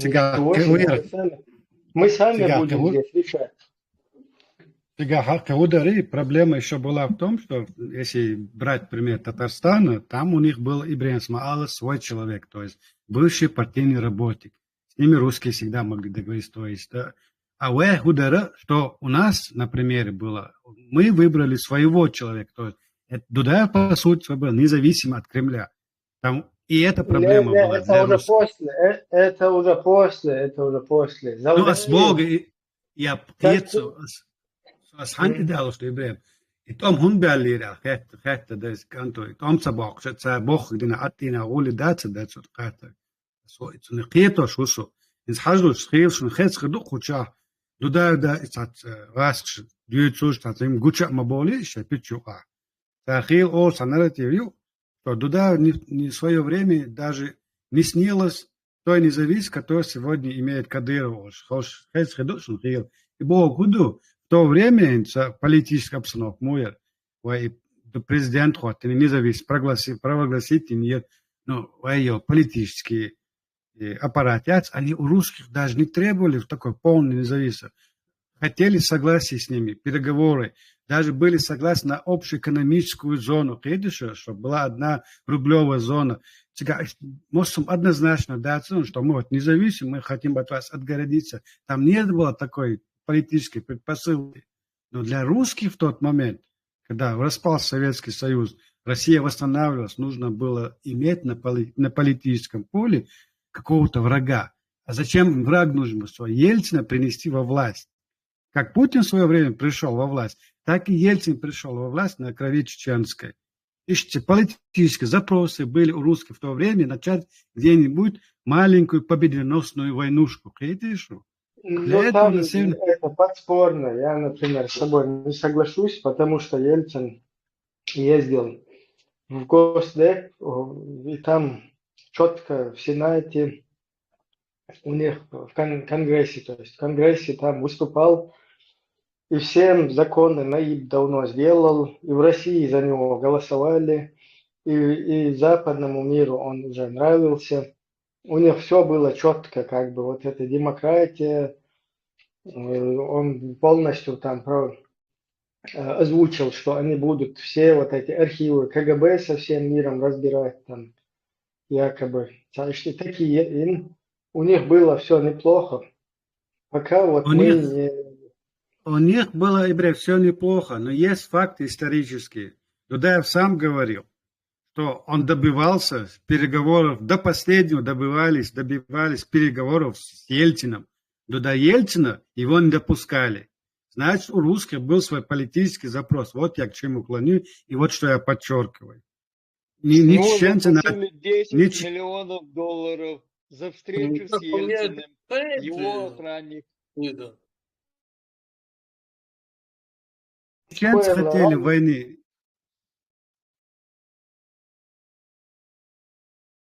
Чеченцы войну не начинали и не хотели. Когда они запрос Алматы сделали, что Ингушетия выходит и развалит, с Ингушетии дали уйти. Нормально, все спокойно. Мы не стали там ни воевать, ни цепляться. Захотели они, захотели, да, богатырюш. Хотя могли бы так провести, сказать, что там это незаконно, должны у всего народа спросить, да? Мы это не сделали, мы законно вышли. Ингушетия захотела выйти из состава Чечено-Ингушетии, им дали выйти, присоединиться к России. Тогда они попытались устроить войнушку в Ингушетию, зайти, пригородный район Хабалабин, Сыкашник, Шейгалга, Хабалабин, Агушкин. Они там устроили бучу. Когда вот это вот войска пошли, они схватили свои чемоданчики и обратно рванули в Москву. А тут какой-то генерал приезжал и говорил Мелуэза Хилвол Аушеву, ты где покажешь поставить границу, там мы поставим границу. Хочешь, в Грозном поставим границу, Бог, Ингушетии. Это все есть. Лёха, ты точно здесь прав. Потому что сам Джохар Вась, он рассказывал, это было по телевизору, сейчас запись сохранится, нет, я не знаю, он сам говорил, я подъехал к этой границе, и там на БТРе, не БТРе, танки, короче, там стоят, короче, у границы Чеченской Республики и Ичкерии. И он, короче, говорит, я говорит, за шкирку вытаскивал ингушей барству. И он говорит, что хуярство, чё? Вы какого черта здесь делались вообще? Это же факт. Менты там сидели, ингушские, дорогу показывали. Коллаборанты. Ну, это военнослужащие такие же есть. Они сидели, дорогу показывали там. Милиция, белого. Esam hochesh watson, тут я микрофон. И том собрали Джохар с Кукшей Карцига. Он до конца, до последнего пытался переговорщина. Как союзная республика готовы были подписать договор, но Россия не хотела никаких договоров. Им нужны были просто пешки, которые будут подписывать любые бумаги. Они не хотели союзнических отношений. Неужели у Джохара не было связи с Ельциным? Откуда? 10 миллионов долларов на тот момент. Квартира в Москве стоила, двухкомнатная квартира стоила $5000. С него за встречу охранник Ельцина запросил, фамилия, Лысый Уршигяцев, 10 миллионов долларов. Вот посчитай, сколько пол Москвы можно было купить. Запросил денег с него. Ждать доллар только появляться начал. Да нет, ну, и там какие-то Ельцин, мелочи, мы по сравнению с государственным. Сам Ельцин, он, Альберт, тоже сыковать, где шорится, Джохарец встреча, потому что Джохар на его фоне выглядел намного интеллигентнее, намного богомост, чулчок, я просто алкаш-майер, я в тем. Там тоже, это тоже играло очень большую роль. Сразу Камилец. Да, Камилец, он его задавил бы, а потом на выборах, может быть, союзница, договор подписать. На выборах он мог бы стать президентом. И сейчас они сами сидят, когда слушают, что на речь сейчас пишут, да, Ельцин, президента выбрали бы, мы жили бы как сыр в масле Бош. Раз, сейчас зачем он насчет Дудаева, да? Да. Поэтому я утверждаю, что у русских на тот момент был политический запрос маленькой победоносной войны где-нибудь. Дудаев Шаала, я до конца добивался встречи с переговорами с Ельциным. Я мог бы эту войну остановить, боссу. Мадуется Шардина вочно. Я ему до последнего дня звонил, но до Ельцина ему не дали добраться. Вот что я утверждаю. Что круг Ельцина, так называемая ельцинская команда, у них был свои планы насчет нас. И этому подтверждение переговоры с Боровым до конца, хан даяла с Боровой переговоры шмалела и так и том сацбагэч. Он не просто же хотел сацбайтан, значит, у него были свои компромиссы с этими русскими. Он хотел остановить это, он, как сегодня Зеленский пытается остановить. Ищи давала том сацбагэч дел такое. Ну царь говорит, царь сацу юж бацари том царь вир царь и так просто. Тавях кацаши новар. Я утверждаю, что бы мы там ни хотели, как бы на уступки мы не шли бы с этим русскими, у них была задача начать свою войнушку. И они этого добились. Этот Шархай тоже немалую роль сыграл, это его замотал. Сасковец, Шахрай, да, там целая команда, есть там их целая команда, которые были сторонниками войны, которые думали там за 3 дня захватить все тут, Чечню захватить, и всем показать, что мы там, а потом эти союзные республики потихоньку думали также обратно загнать стоило. Это их не план. Они загнали стоило. Вот идмадеизм, когда распал Советский Союз, российский царь, потом у них что пришлось сделать? Политически заново создать Российскую Федерацию. Для этого нужно было, чтобы эти бывшие автономные республики подписали с Россией федеративный договор. Видишь, в Татарстане были такие волнения, там, независимость, в Башкортостане независимость, волнения, а для этого нужно было создать образ врага, его как бы короткий срок подавить, таким образом другим народностям показать, если не будете слушаться, мы вас вот так задавим. И они это добились. Татарстан сразу же подписал эти так называемые федеративные договоры. И другие республики подписали как миленькие эти договора. И там, еще до этого, до войны подписали. Но это последствия, Бог причин, для чего это делалось. Конечно, это до было. Как это могло быть? Не до. В любом случае, вот эта война, она им по рыбу заехала. И все вот это, то, что они намечали, свою вот эту вот игру, да, свой сценарий, который они наметили по преобразованию русской социалистической империи в российскую демократическую империю. Оно им полностью вылилось боком именно из-за нас. И сегодня, вот где мы даже находимся, вот в этих европейских странах, Восточной, Западной Европы, сегодня, если бы не мы, вот тогда, в то время, и никакие балтийские страны не ушли бы, в любом случае, там конкретно кровь пролилась бы, если бы мы бы этот удар на себя не взяли. Ни Украина бы сейчас не рыпалась бы, ни Австрия, там, где я живу, здесь уже бы Мухосранск был бы, Нижний Тагил, Мухосранск, и еще хуже, потому что у них были огромные планы на это все.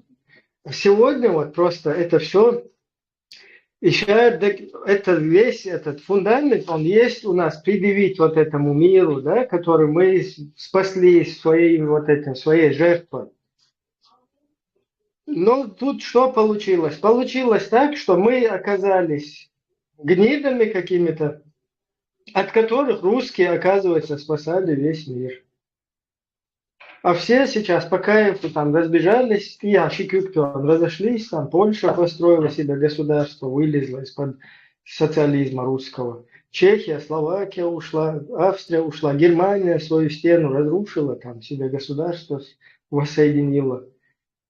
И все остальные, сейчас все живут и забыли про чеченцев и вспоминают о них как о говнюках, я извиняюсь, каких-то, которые там не знают даже, что сами хотят. Давали Это не есть, это неправильно, это не есть действительность. И все это обратное, вот это вот правильный сценарий, да, его мы должны его доносить и им по морде всем бить. Но тут из-за вот этого будулайчества оно происходит вот такое вот дело, что мы, вот баранка, оказывается, мы не знаем, эти русские там нас усмиряют, как бы, да делайте с ними там что хотите, там Кадыров их какие-то, эти цари, там, Мелшкурыш.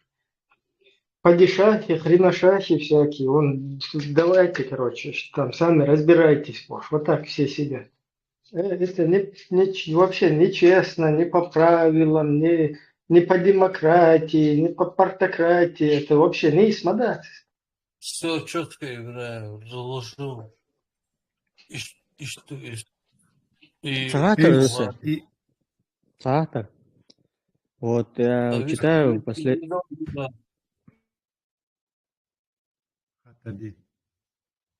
Я читаю последнюю неделю ваш канал, там, Вена, Веди, антитеррор, и там вот у вас нарратив такой, что вот радикальный ислам... Ваши ли ваши, наши, а наши ли ваши? Если ты хорошо, о каких-то каналах говоришь, Хорошо, скажи, я вот понял. такой Ну вот, канал есть, а там хорошо, почему? вы поддерживаете нарратив о том, что вот этот радикальный ислам в Чечню в 90-х, русское, это было вливание там русских спецслужбистов, чтобы разделить чеченскую общественность, там, на суфистов, Мы не ваххабистов, поддерживаем, создать а раздор.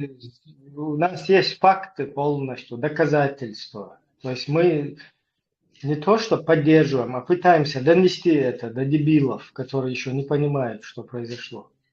На весь мир трубим. Хорошо, вот тогда вот тогда у меня другой Сармак, вопрос, следующий.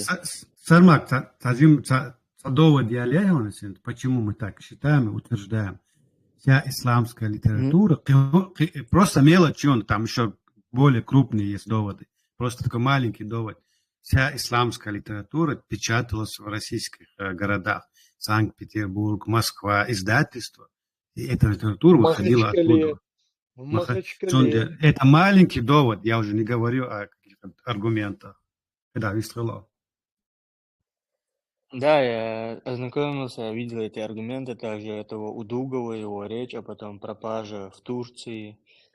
Там, все это я видел, там также этого Дугина, российского идеолога,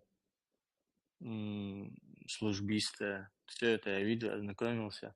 Вот тогда у меня следующий вопрос. Если это все делала Россия, там развивала ваххабизм в Чечне, Россия, то почему там после Второй войны и даже в самом начале там 2000-х с ваххабизмом шла жесткая борьба, и Кадыров с ваххабизмом боролся, и вторая семья там этих Ямадаевых боролась с ваххабитами, и по сегодняшний день в Чечне борются с ваххабизмом, и ваххабизм не закона. Потому что русские потому что русские не просто в Чечне, а по всему миру сами создают проблему, потом и сами с этой проблемой и борются. Они всегда так работали. Это русская такая политика везде. Разделяй власть Божию. Сами создали проблему в лице ваххабитов, а потом сами пришли и стали с ними бороться. Зачем это им надо? В своих политических потребностях. Чтобы создавать внутри врага, чтобы создавать... Чтобы показать, что это дикари. Всех мало по одному объяснять, да, я тоже тут молчу.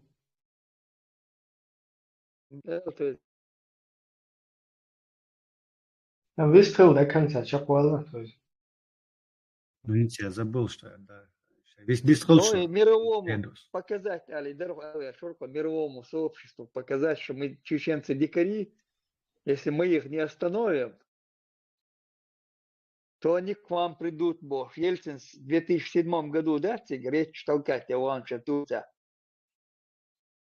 Вот вы посмотрите, Бог, да, YouTube тявори, мечавори там, речь толкал там, европейцам. Если вы там на саммите, вон чантига. Если вот мы их не остановим, они к вам придут, Бог. Путин в 2007 году, да, Путин там речь толкал. Да, Мюнхенский армяне или до этого. Брюссельский, 2000, второй год в Брюссель, Путин едет на конференцию, пресс-конференцию, и там разъясняет о ваххабизме, в том ваххабизме, в котором я принимаю участие на этот момент. То есть я в 2002 году принимаю участие в партизанском движении, где орудует как бы идеология вот этого ваххабизма в джамаатах. И то, о чем Путин там говорит, то... Подожди, и то, о чем Путин там говорит в 2002 году, я вообще знать не знаю, что это такое, то, что он там говорит. У меня вообще понятия нету. То есть у меня вообще другие взгляды, мной движет абсолютно другое. А то, что Путин там рассказывает, вот эту идеологию, какой-то от моря до моря, халифат, мы вас кефир, вы друг Америки, вы в опасности. Вы Гунядинок, если вы уж хотите совсем мусульманином стать, мы проведем вам эту операцию, Гунядин, таким образом, Боже. Что тебя идут, что гумныш, ни я, ни люди, которые со мной рядом там в этом движении участвуют, у них вообще понятия нету, нами вообще не это движет. Да, там есть какие-то идеологи, которые там эту тему пропихивали. Но их вообще засмеивали там, короче, болтуны шварк сидят, я то буйнец, я дюйнал просто болтологи шешкаш. А сегодня вот эта болтология, о которой Путин в 2002 году там говорил, я вот здесь четко вижу по Европе вот эти таблих, которые здесь с бородами ходят, болтуны. Вот они о том же, что Путин там говорил, они говорят. Вот сейчас я полностью вижу вот эту идеологию путинскую. И проводник идеологии Удугов напомнит мне, его никто не ищет, никто не разыскивает его. Да, и ты не поймал вот этот момент, да, когда у нас в Чеченской Республике устраивали разборки. Вот я в мечеть иду на Рузбан, на Джумуа, который сейчас круто так называют. Джумуа, иншаллах. Раньше просто Рузб, Рузбный выдаж. И вот на Рузб это на чем я таду и альбом таду. Да, ну нахчиш Рузб олар сюна. Рузб олар, Дейл Моклах олар, Дейл олар, Хинца, что вообще крутой чер. Джумуа и Ахи, короче, разные. Иншаллах, ну иншаллах, уже сухайна долу шер. И вот ты идешь на Рузбан, и там приходят какие-то старики и паникуют. Сейчас шунады, там между разборка, сигар хадеет, кенду куз Рузбда. Иш экюк шалла идеш, вахабиш, бук отсламазан там. То есть какие-то люди, которые вот так руки поднимают во время молитвы, намаза, ногу вот так ставят. Эти четкие не крутят там. Вот такие бороды у них бородатые, усы побритые. Из-за этого у них разборки происходят. Сегодня посмотри на подрусскую пехотинскую среду. Зачем это вообще эти разборки устраивали? Зачем нас сталкивали лбами? Зачем нас называли шайтанов, людей с бородами без усов? Зачем нас истребили? Зачем у нас полностью вот эту вот кровь пролили, чтобы теперь вот это будулачество вот так установить, там руки стоит, поднимают и кадырка, и все на намазах, и ногу там зажимают и так далее. То есть вот эта вот игрушка, да, русских, хорошего, плохого полицейского, который они с Дугиным, с вот этим сыграли, она лишила нас государства, она лишила чеченский народ свободы. Она создала такую ситуацию, что русским нас можно мочить во всем мире. И мы вот в этой ситуации сейчас пребываем. И еще оно не стоит на месте, оно постоянно прогрессирует. И всякие Алаудиновы с войском Иисуса, алейхиссалям, представь, на джихаде Алаудинов с войском Иисуса, алейхиссалям. За риторику, за вот такую риторику они тебя تجمع هوتير تجمع هماج اشتياخ يلي وتيا партизанские движения волшебно هي абсолютно тебя можешь ли лучше تعبر ده ты что будешь волна будет а темло будет туда-сюда во время партизанского движения это вообще болтовня юшон просто там лесные люди которые там в горах возле президента там все видео, которые я видел, к примеру, с боевиками, они все бородатые, длинные, обросшие, да, это в волосы основном длинные. лесные братья, которые в лесу просто как бы пытаются вот это сопротивление сохранить, да. Условий нету. Партизанское движение, оно вообще бородатым не было. То есть ни один партизан, он просто физически никак не может быть бородатым. Ему потому что приходится с населением днем, короче, передвигаться, там проверять, где техника там передвигается русская, где у них что стоит, там вести работу с местным населением, гражданским. Ну, это другая тема. Я сейчас просто что хочу сказать. За маломальское какое-то похождение, там, с какой-то бородой, без уса, руки на намазе, если поднимаешь, тебя просто без вести теряли. Шайтный что. Сейчас сюда в группы, в телеграм-каналы заходят какие-то люди. Вот вчера на радио Машу был один персонаж, который говорит, этот человек в ЦР связывает. И он говорит, бывает сажим рассуждение, шуларизм туда-сюда. Да видите, я не знаю, был. Просто маломальски о царях Терлиев шубош, Шейтлубош. Галак Мабинаца нас полностью уничтожили. Наших ребят, даже вот сюда убош, да, Терлиев, что да, мочить вошла. Этот под-русский какой-то офицер, теперь уже находясь под русским флагом, им нормально. Ничего, там, вахабиты, короче, или кто, все нормально. Мы все братья во Христе, православные россияне.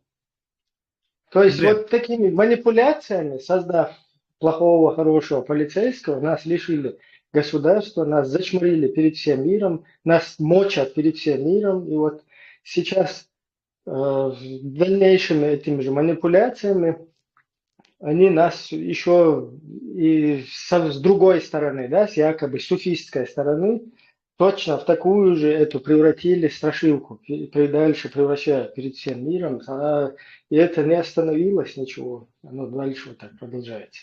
Ибрahim insan düçte подытожить теша параллель шалесен вот тахан хулштал сурту ва ну ахватна ва нохчи чахучтег и ровно хал хиллак душун просто люди мило жукона просто люди другие на сцене просто другие актеры, скажем, да, утрировая. Аж das hand idealo что. Алха ва вахабиш дубоша чубях kan згаш швей дей ва нохчи ам халагица ар вах нохчи ам вахабиш ватитош хажа цахаш они всех убивали. Ах что де гуду Путин цаму хал мудуется те политик муер хал Путин захватил власть в Чечне, Путин Дудаев захватил власть в Чечне, Дудаев Дудаев, вот Савичек. Но по факту они пришли не Дудаева свергать, видите, по факту пришли нас убивать. Так они поступили. Они всех убивали.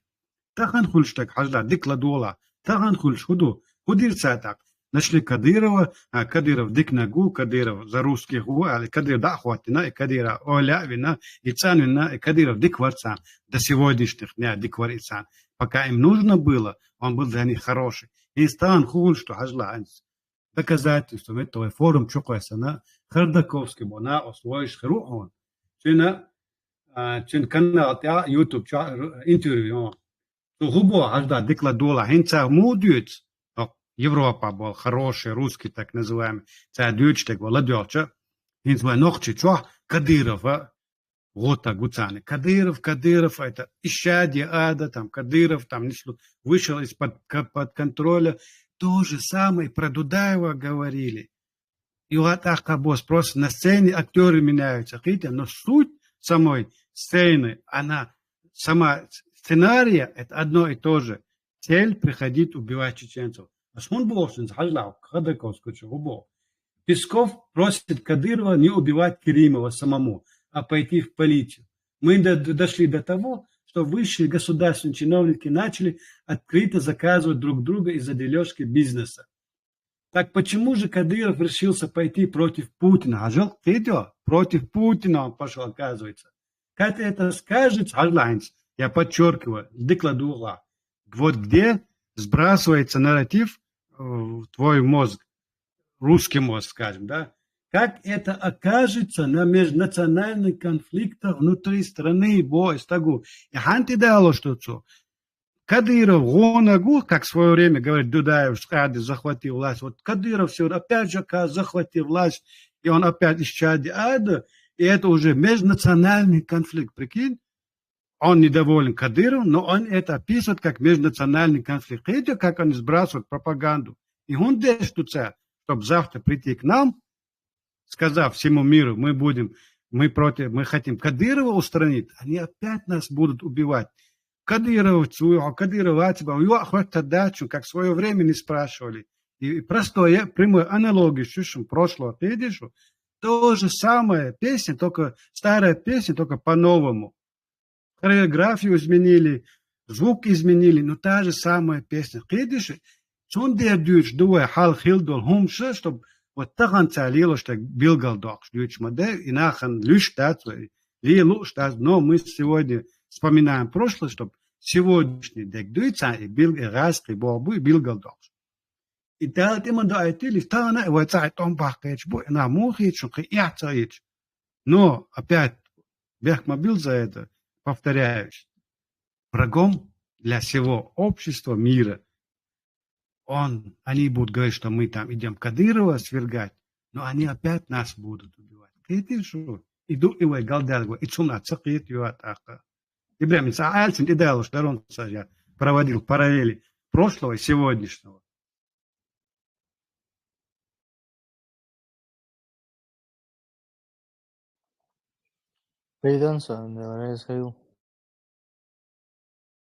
إذا تحقق لوش تحقق ليتنا تحقق دول همشتون ويتصل ناس هم ناس همشون أول سوى نا عبارة عن شان سألي أو تأخذ تدعوا وتن أو это пропасть всех нас гонит. Вот в древние времена, так дон, когда охотой люди занимались, мамонтов обрыву краят, и их в обрыв кидали. И что мду, это алилось, утрируя ее атака. И что мду? Алха, и что это политик, яс? Гашан, вешал политик проводить, ешь. И завгавицын группою полностью. Юхи боль, как всегда, и цюли мол наш бу. И целыйся вегват. Ночью убош, он юха, ишь, вегват, целого убош. Это мол убош, ватсон. Он, по-моему, им управляет всем. Джамбоксом целуюсь, милость. Ну, вот такая юха вегват, мол убош. Зачем юха? Айлам паш вечеру. Айлам паш. Это и цюлишь, и молю, как всегда, юха. Ишь. Когда что-то нужно развалить, царю мощно будешь, получается. Всегда Россия направляет их. Салам маршал душу. Степ by step. Рейсер ватфон леху. Маршрут степ by step. Сала, реза махилис и мол цер. Цер мол, айлам паш. Так, Вистол Мегердери как раз.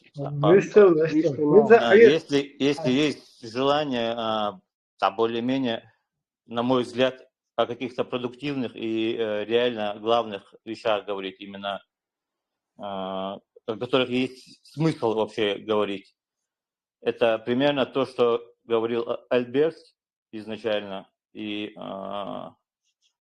начиная что 30 лет назад примерно, когда наш народ, самая вот основная вещь, самая главная вещь, которая должна на повестке стоять, то, что выбрал свой путь, определил свою жизнь и фундамент, на котором он хочет строить свое государство, а именно независимость и свободу. И вот эту свободу есть, я примерно думаю, что есть смысл именно обсуждать. потому что именно эта свобода всегда была главной темой, вокруг которой все происходило. И вот это недоумение и непонимание Альберта, почему, вот, несмотря на то, что наш народ вот определил вот такой свой путь, вот такую свою жизнь, и вот этот фундамент, на котором он хочет строить свое государство, и то, что несмотря на все попытки десятилетиями русских, сколько они пытались и тратили своих сил и средств, чтобы именно не дать этому фундаменту, этой цели свершиться, тем не менее всегда оставалось какое-то количество людей, какая-то сила, какие-то представители чеченцев, которые все равно продолжали и пытались эту цель достичь. И именно вот это и есть основной темой и основной точкой, основным моментом, который вокруг чего все и говорится. И его непонимание Альберта, почему ЧДП, Чеченская демократическая партия, вот этот попытки людей, которые все-таки ищут и пытаются найти возможности, чтобы вернуть свободу и достичь этой цели, все-таки ЧДП этой цели противостоит. В данном случае основная вот эта, ладно, цель, да, проблема возникла, вот можно которую обсудить, а именно, что халифат, Имарат Кавказ, вот этот проект как-то возник, и именно который мог навредить реально и попытался навредить, чтобы поменять нашу цель чеченцев вместо независимого государства, чтобы борьба велась за Имарат, Кавказ и так далее. Вот этот момент, да, имел место быть, и его реально можно анализировать и пытаться понять. Но почему-то, и даже не просто почему-то, я просто удивляюсь, насколько, несмотря на то, что есть постоянно говорится о том, что нужно правду говорить, и вот, что правда – это очень главная вещь, что именно вот этот халифат, и именно попытку изменить нашу историю и направление, кто остановил именно вот этот поезд, локомотив, который это пытался достичь, кто именно против этого пошел и не дал этому совершиться. В прошлом эфире я услышал, что человек, который не дал этому совершиться и, по сути, именно остановил этот проект, он вроде бы в это время, оказывается, уехал куда-то, сбежал и в Турции. Вот это я услышал в прошлом эфире. Это то, что тот, который человек этому препятствовал, оказывается, он как бы испугался и сбежал.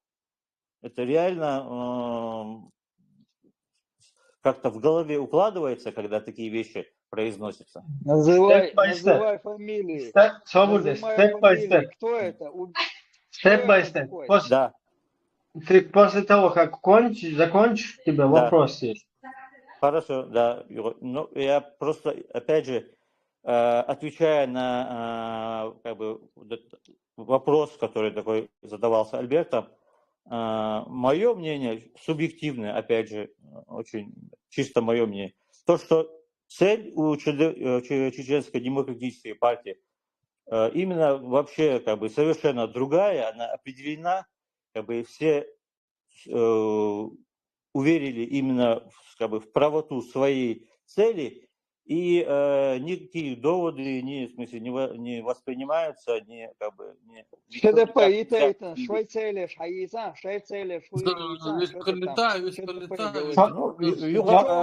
за ЧДП говорить. Ты говори, за кого ты пришел выступать.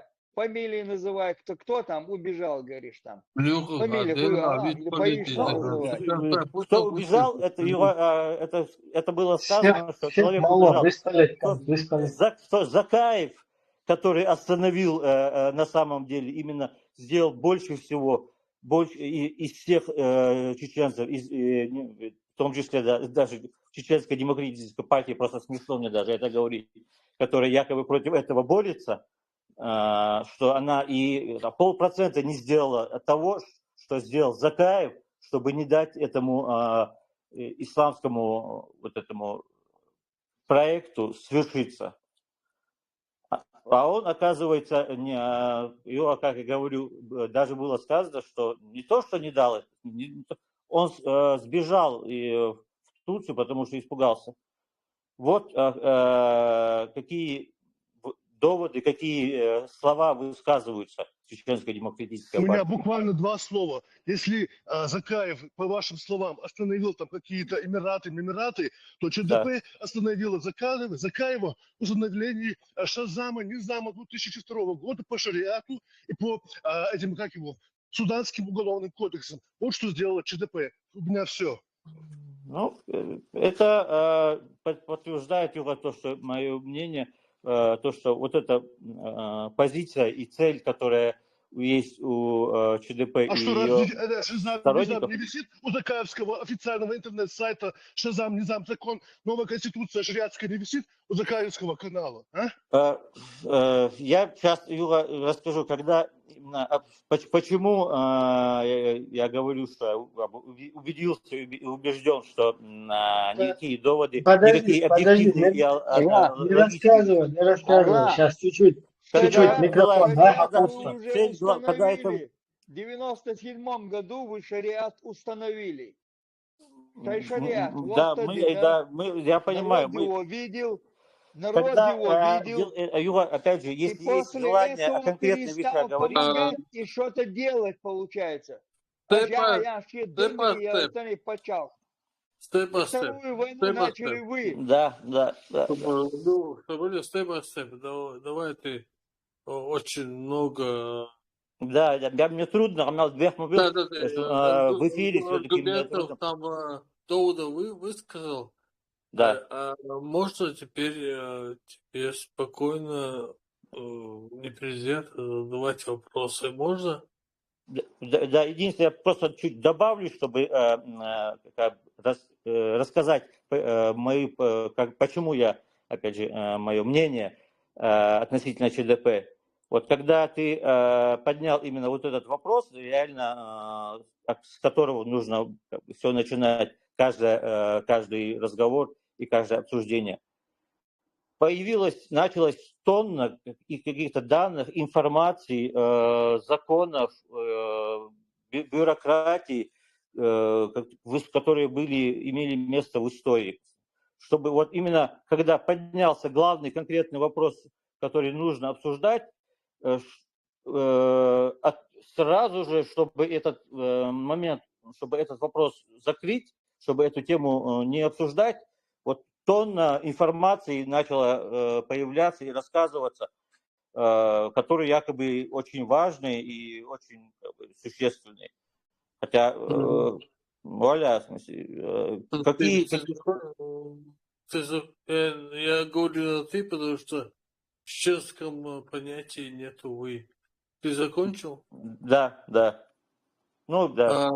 Да, давай сейчас вот вечер Ибраим задаст вопрос.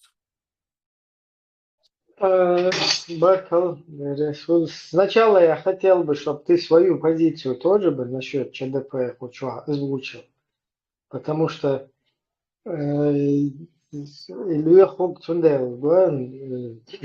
как бы цун прохлять, таги хахер, таги твое отношение к ЧДП неправильно как-то поняли. Просто коротко, буквально свою позицию насчет ЧДП озвучил. Это мне вопрос или Альберт? Не, Альберт. Я не понял, Ибраим. Почему ко мне вопрос? ЧДП Я могу ответить за него, если что. Свободе. Подожди. Как ты вообще, каким боком ты относишься к ЧДП? Разъясни. Ну, ЧДП это я практически один из основателей этого ЧДП. И Все просто и Дерсун важно, чтобы там вот эти не думали.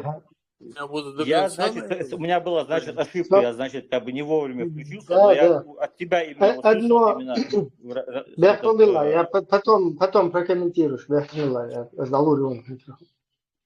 Вот это одно, что надо было тоже прояснить, потому что такие там бартига. А второе, это как раз момент, что я хочу сейчас прокомментировать, это то, о чем вот этот чел сейчас говорит, наш гость, степ-бай-степ. То есть на все остальное плюньте, нам главное вот это, то, что мы за независимость хотели там в начале Бекдошин, когда мы о декларации, об вот этом говорили, я вот этот момент подчеркивал, что это очень важно, важно не декларация, независимость там, что важно на основе, на какой основе наш народ изначально это принимал. То есть наша конституция, она важна, какое государство, к какому государству чеченцы стремились на этот период. Вот что было важно.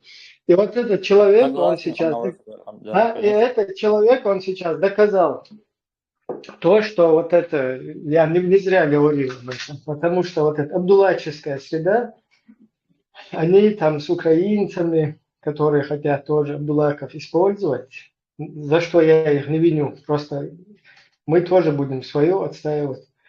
Они там совместно где-то хотят по декларации и вожду и больше. И вопрос, Эйден, и что размылить вот эту тему Конституции, чтобы мы туда не лезли, и на вот этой основе каких-то деклараций там пехотинцев поставляли.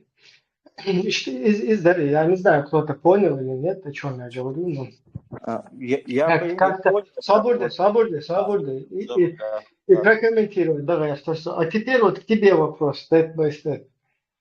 Ты говоришь, что Закаев якобы не дал установиться Эмирату Кавказ, победил государство, это Эмират Кавказ.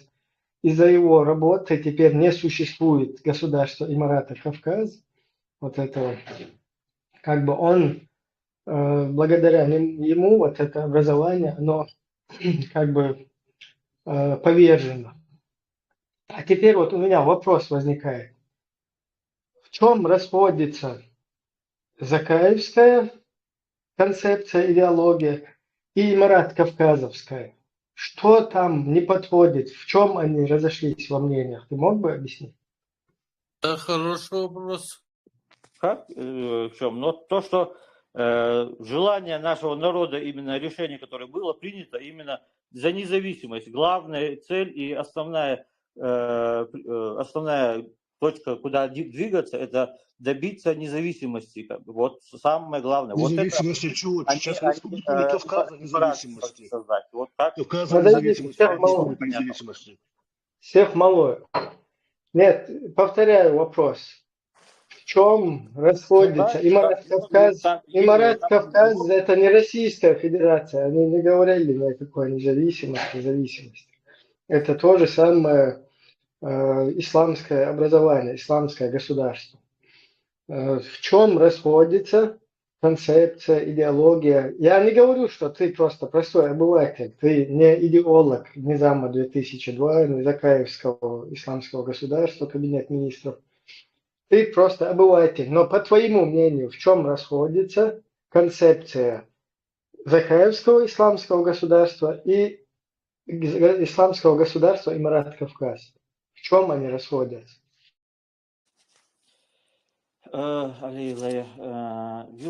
Добиться, основная цель, добиться свободы своему государству, именно жить как свободный народ на своей земле. А не установить Эмират Кавказ и не создать международный исламский халифат.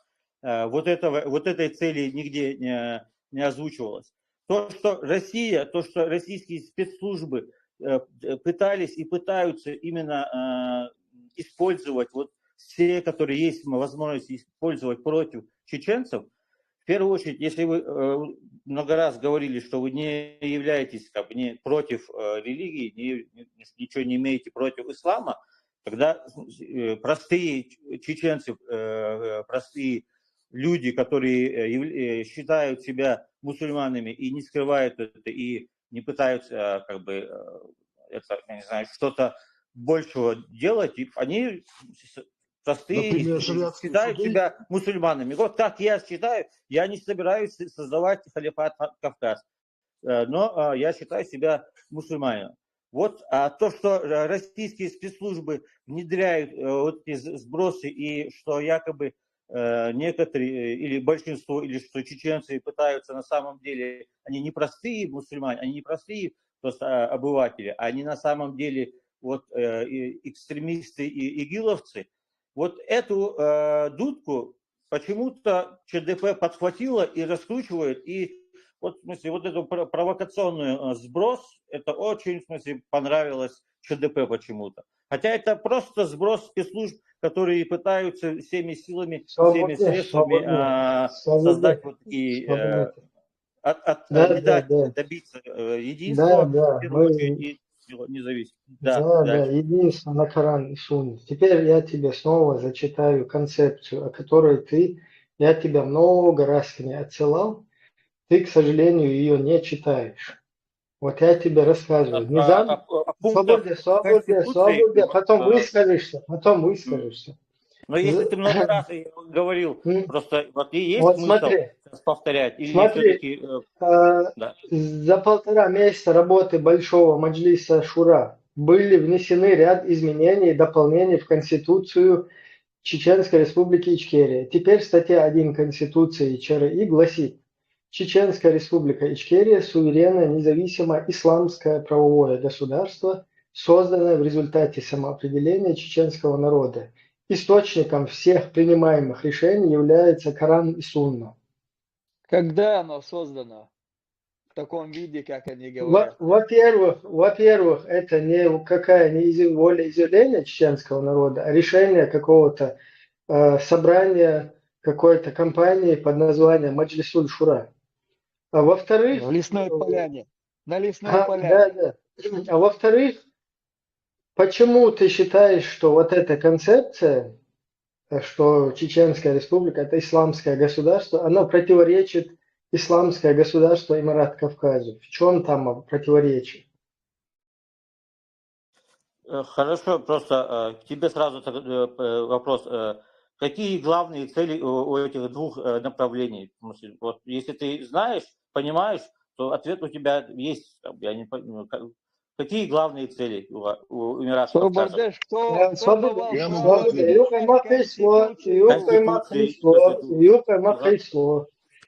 У этих обоих образований... Микрофон, дай. Вот то, что я говорю, что Закаев все-таки сделал больше всего, чтобы это остановить. Микрофон выключи. Именно высказывал. Именно. Сейчас я тебе скажу. Сначала на твой вопрос отвечу. Да. Который ты задал.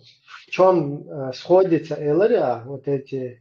Нет, в чем, да, какие главные цели у каждого из этих... Эмират Кавказ и Низам 2002 сходятся на том, что они оба навязывают чеченскому народу следовать полностью шариату, Корану и Сунне.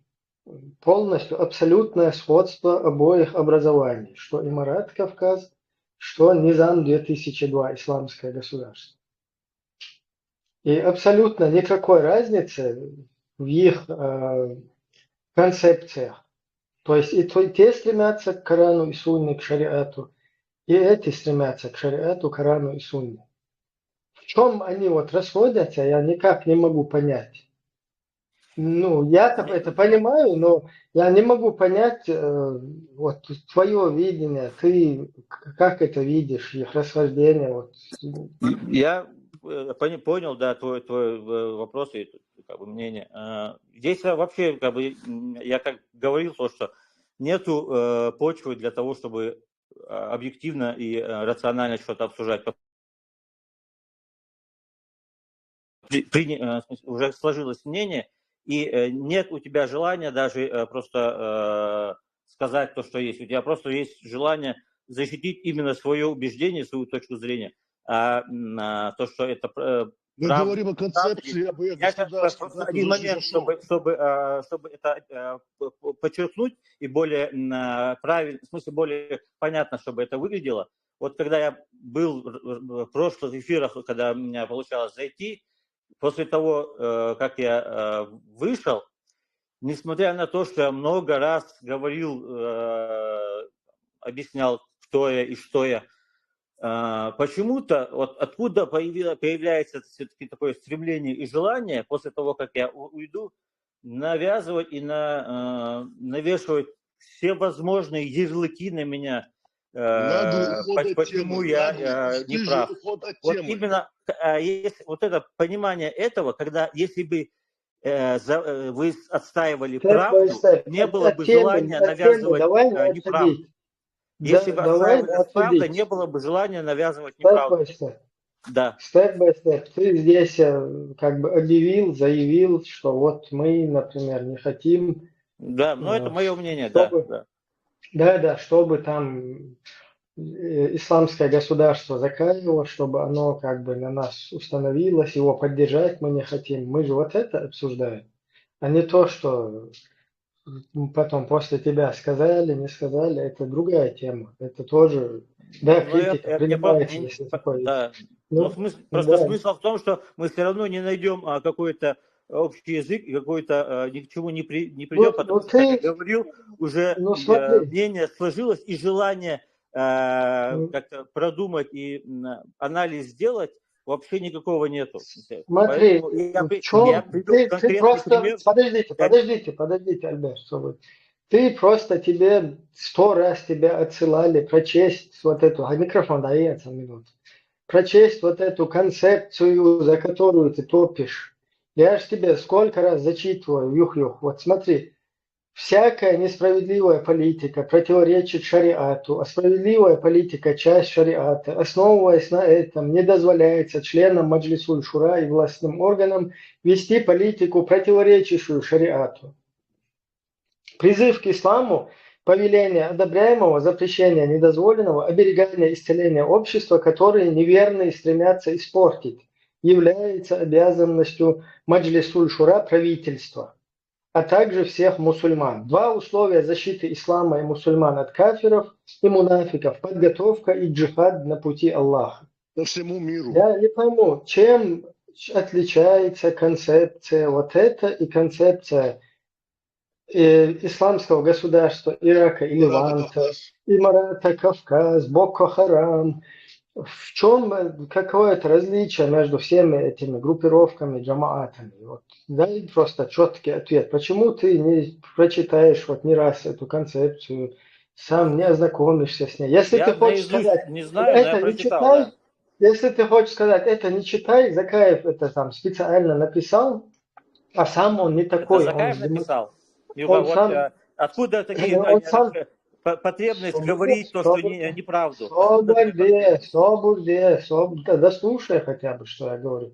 Если ты хочешь сказать, что это вообще Закаев этому не следует, это он не сам вообще, это не он писал, это вообще не его, он хочет просто использовать джамаатчиков туда-сюда. Если ты меня это хочешь, на этом меня убедить, то я не могу в этом убедиться, потому что все его действия, как бы то, что он за кулисами говорит, или где-то там тебе что-то сказал, потом у другого ты когда спрашиваешь, там другой говорит, что ему так сказали, пятый говорит, что ему так сказали. Мы не можем понять, чем движет вот этим движением, что движет. Мы же не ясновидящие здесь, не можем мысли читать. Мы видим деятельность, мы видим, что вот эти люди сидят и выговаривают, что устанавливают Коран и Сунну.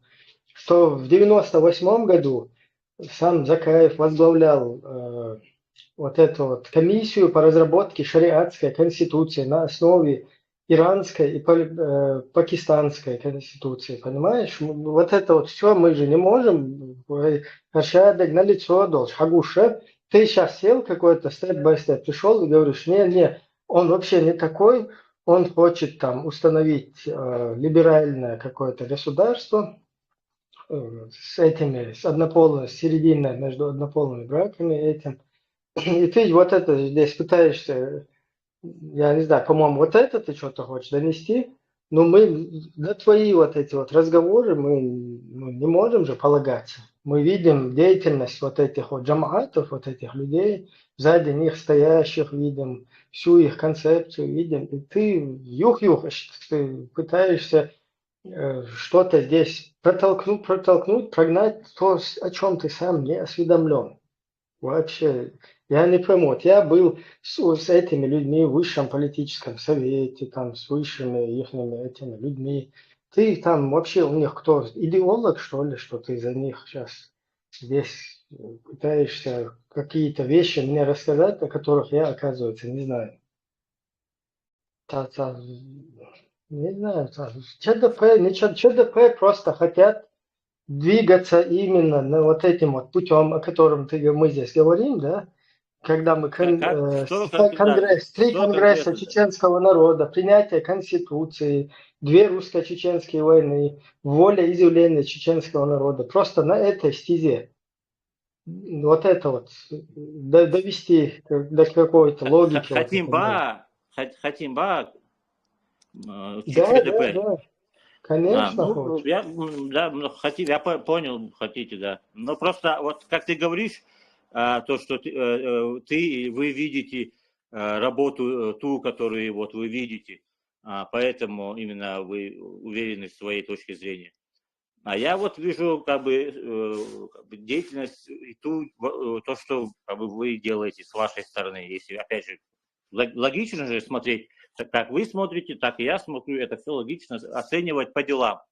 И вот дела, которые я вижу и замечаю, которые делаются ЧДП, какому-то именно какой-то цели, которая бы достигала именно то, о чем мы говорим, я абсолютно не вижу. Какие дела, какие действия были сделаны и хоть какую-то поддержку именно, хоть что-то, чтобы шаг в сторону того, чтобы мы добились Противодействие исламскому террористическому государству. Ну вот как тебе здесь озвучивали, сейчас не даем полностью зеленого хода вот этому исламскому государству, Закаева, например. Вот это вот мы тормозим. Потом ведем просветительскую работу. То есть вот эти люди, которые забили полностью чеченцы на все шариаты, на все ваши вот эти вот исламские государства, во всех их проявлениях, во всех их форматах, короче, и так далее. Вот эти люди, которые сами, они по сути чеченцы, любят свой народ, хотят для него светлого будущего, мы им тоже хотим открыть глаза, что вот это вот всякие эмираты, мимараты, вот эта ерунда, вот это мусор весь, который выбрасывается, там исламское государство, шариат, это вообще не то. Это не есть то, на чем наш народ стоял. Кто это защищает и кто это проталкивает? Я в смысле, это вы добились, и это вы... Да. Мы, наоборот, пытаемся просветить наших соотечественников, что это вообще, то, чем вот эти занимаются, ваши исламисты, это вообще не есть воля чеченского. Не с этого вообще мы начинали, не за это мы там столько гибли, короче, и вот это дело, как бы до сюда вот вели, как бы, да, наш народ. То есть не за это мы жертвовали.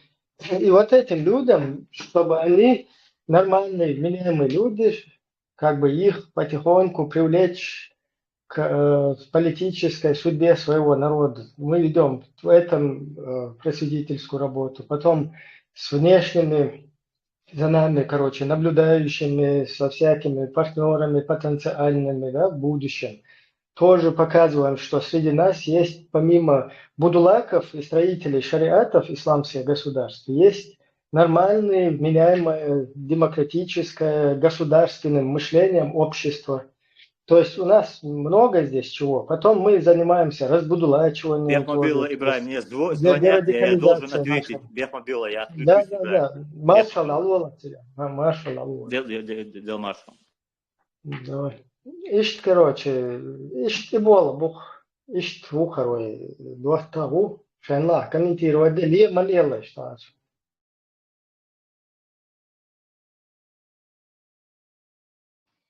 По факту жвап должен хач уходу тебя и просто элементарный вопрос. Ну, дить и чу их надо обезьяне гадалами гадош, скорее всего, цуниз рапор должен. Хубашкали üç оверкел конституцийна и до док схватенел имарата на юка эш, короче. Соцевьешен, что сон ледах, что там оған бовто, хабар и хуб ваштек хабарду и вообще, да, со хич ватсу не И манипуляцию ламаху, чтобы не ответить на вопрос. Ты сразу переходишь на личность и Я-то упрекаешь знаю людей. свою разницу. Я просто ему хочу, как бы, этому человеку, который там ходит, тоже и еще хочу добавить, инцинс. Уже хокун инцинс, а им что дить мадалла кузав. Че таки переживать день, выплюнуть день уже там по 10 раз. Но куда-то запотесть день, резко, короче. Кюрчо, внеди ноги, забусудин дахуату, дуй шат дахуату, дуй внеди, дуй херхамиевш. Там что-то возомнил тоже у себя. Сейчас заживем, бог, знаете. Просто чтобы он тоже там извилинами подвигал там, и другие слушатели там. А так, Хайрли Луксун прекрасно, хамахай. Кузашайл разногласия, хую. Хакер просто как бы концепция из-за неживучую. Эмират Кавказ, надо отдать должное, эта концепция, она не жизнедеятельная, не жизнеспособная. Поэтому она закончилась. У меня есть другая концепция, где можно там такие сделать. И видите, я же говорил, это неправильная концепция, видите, мы же говорили, у нас есть другой вариант, который такая фиш бин, его действительно Горские республики, Эмират, Кавказ, я сразу лергахиеты, короче, кефиршин, Горские республики, это нормально, там не один, уертер, кавказских народов, уертер. Ассоциация Ярихуерис. Ага, Каецабу.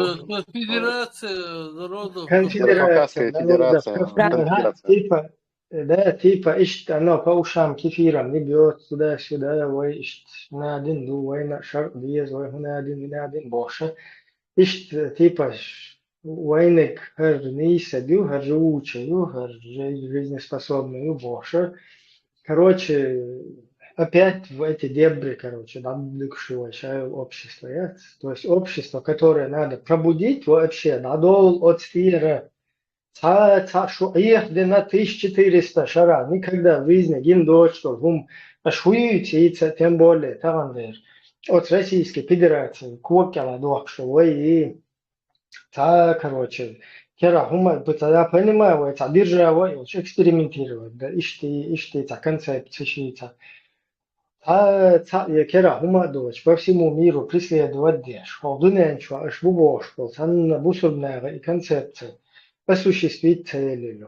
Дадол, макиебе, павгар, яхлоил, шумдат. Дадол цу идеологии шукрияр. И политический ислам из-за полностью трубаю это идеологию, это государство, цахули чумдуэс.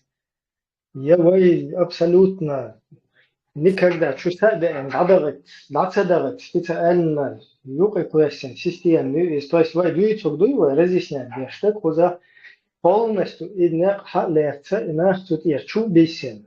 Вы общество вразумить не с русла чудах есть еще хакер самуня динаги мышли. До чоба, короче, у вас есть шанс после войны Украины окончательно как бы выдвинут на повестку дня чеченский вопрос, но только приемлемом для всего мира, короче, в таком вот формате. Эльча, ага, вы не знаете истинный шариат. У нас есть истинный шариат. То, что у нас в 97 году было, это пародия на шариат было. А у нас есть отдел по религии вот здесь. Там Алим Паша, там другие. И все этих, короче, связанные там из Турции, Египте, там Аравии, свои братья. У нас есть здесь правильный шариат. Туда-сюда. Богша, это просто цвюкер. Халаца Болич из одного вот этого болота в другое перекидывать без хоклины янчова хум дацадавы, хум дугар. И я не знаю, честно вам говоря, эти люди делают, Сколько времени, эти если люди, наш эти народ... люди это делают умышленно, пытаясь путинский заказ в 2002 году, цодиц, нади, шадек и как бы му Эрдоган обслужить, да, умышленно, либо они действительно там подсели на это через 20-30 лет после всего этого. Вот волна этой подсесть, им бокола, короче, это самое не из шариат, да, лорду. Да, тига не из кигдуах шарду, не из корт буах шарду, туда-сюда. Что им духа, конечно. Дикцион садохш. Хирург хавален, мату это, так как дохнуш, да? Иштек, царь боштек. Вообще, так идея госигюха, он сам получается. Эти геохака, экономить сообразил, от печки надо плясать. Конституция 92 года, как ее поменяли, на каких законных основаниях ее поменяли, статьи. Юйте, бух-буйте, бац, пошли вон, что все незаконные, аж вот шариат, дартига, незаконный. И говорит, ешишь, а оказывается, лоуза ешишь. Ибраим, Когда покажи, хавали, иди хавал, ахау, и уйчук ахиллак, яндербио, мат. Мельдепутат, может список, а говорит, сколько там человек было, кто голосовал за вот эти изменения, имели ли право они голосовать за изменение статей. Тут я задул дальдатис. Не имели они права. У народа спрашивали, не спрашивали. Пошли вон. Тут юдах не ждать, тут должны вернуться назад на эту конституцию.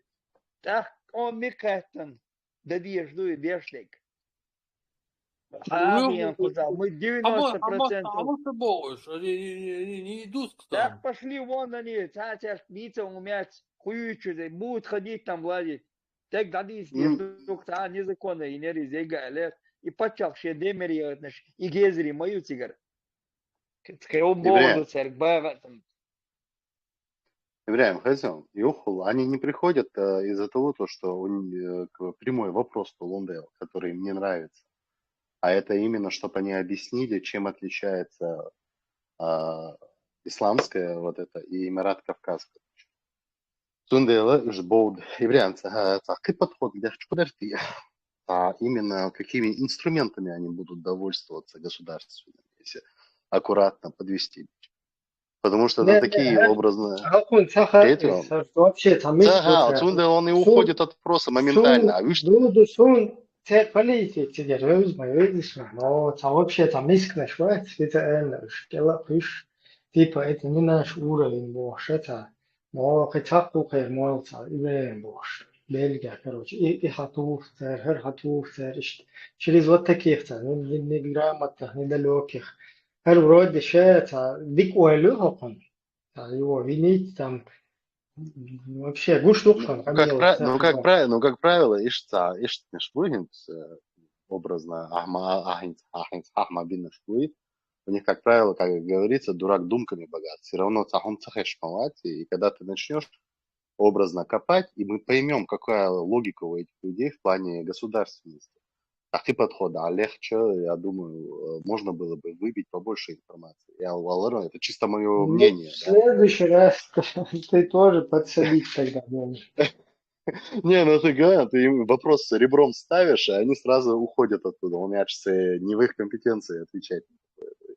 Я охуеть солнцем, бля. Может быть, я и не прав.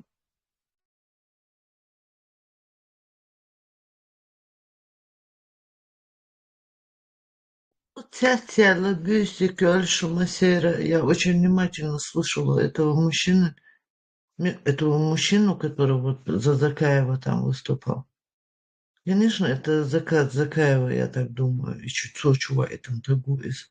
Каким образом Закаев, интересно, боролся против всего этого? Фокал и повязкших кончи, и лопты, халавер, и варц. Как ни одного, вот я сейчас вот... Рух барай не зюхиянт, мы шаргвасти, что вы бог, ахен, инак и вац. 97-й год, да? Ибах он никак, никоим образом не противился этому, наоборот, они втянули эту нашу республику в этот шариат и в эти расстрелы на улицах. Он сегодня, Степан Ильич, вот если учесть, сколько осталось тогда, которые были немножко хотя бы у руля людей, он, можно сказать, их на пальцах пересчитать, он один из них. Фактически он несет ответственность за то, что тогда творилось. Вот с него надо и спрашивать. А он сегодня, каким образом, интересно, он мешал? Вот мне это интересно узнать. Вот целуят, а морцахылыр. Ма тамамс олыр. Юат, а мыр батсуну. Я дочь, что олырсы. Бог доказ. Социальное положение вообще даду.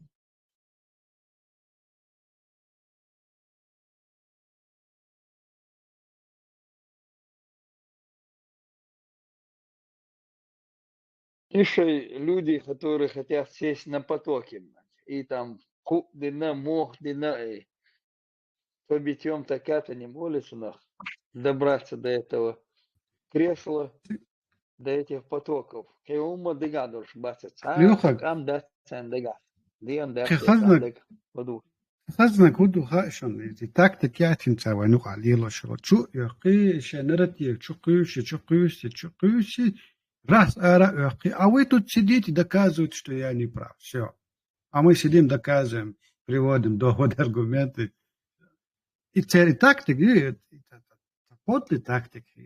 Вот так чего вели, если принес что-то, хочешь доказать, привести доводы, оставайся до конца и доказывай свою правоту.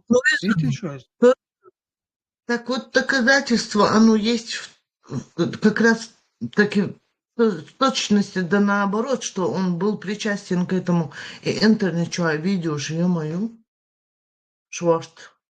Интересно, где хотя бы есть одно его выступление, где он против этого шариата. Пускай они покажут его хотя бы. Ладно, может быть, нету нигде, где он за него, но хотя бы так, чтобы он против этого. Каким образом они сегодня могут нам доказать, что он был против этого? Он был тогда при власти, значит, он был с ними вместе заодно. Хадешу Хадалла, у него есть высказывание против Эмирата Кавказ, против ИГИЛа и против ваххабизма. Но дело в том, что Хакайра, официально Хакайр и государственный отдел по религии, там у них официальная религия – это хабашизм. То есть она как бы стоит в конфликте с ваххабизмом. Ну вот до войны в Украине что-то там поменялось у них, что-то пошло не так, вот непонятное произошло, и они как бы теперь пытаются объединить этот хабашизм и ваххабизм. И хабашизм это то же самое, далеко не ушло оттуда. Та же самая идеология, просто они более хитро подходят к этому. Самоут Мадия Шаца Олцер, Зюкуш Мадия и слишком, слишком, как говорится, уже это слишком высобина. А Молт Ешеров там, типа Молт Еша Мегарду из-за наук, я сюда бошта. Ищ подходит, а ваххабисты сразу рубят, что Молт Маеш, Зюкуш Мадия туда-сюда. Эти как бы Ибраим, ты хочешь сказать, что эти выступления против были тогда во времена шариата, вот когда его устанавливали, Цухайнаин выступление, чуешь, и против ИГИЛа я не удивлена, что он выступил. Так вот, о чем и речь?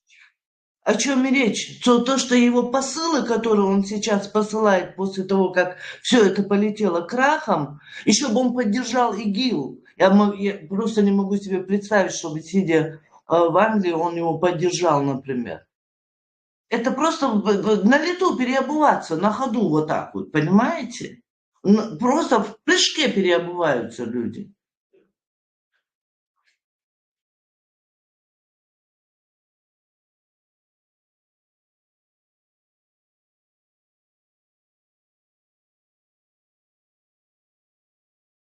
Короче, Вай Бартолич боится Джамаатши.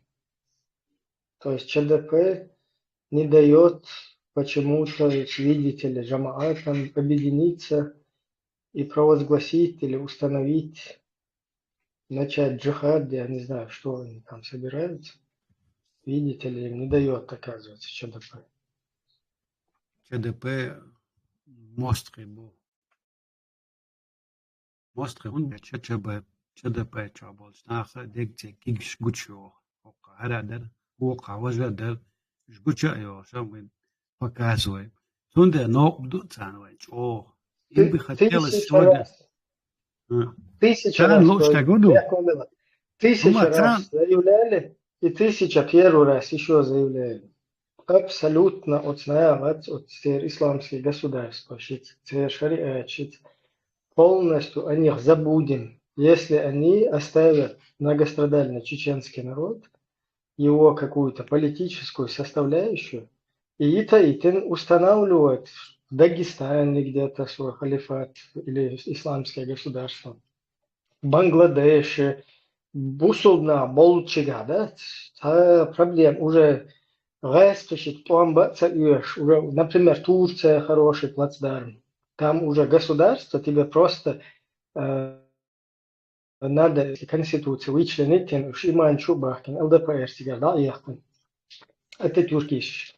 Короче, выдавить, значит, тебя, да, личан, и юкцан плацдарм для халифата. Турция ЛДПР.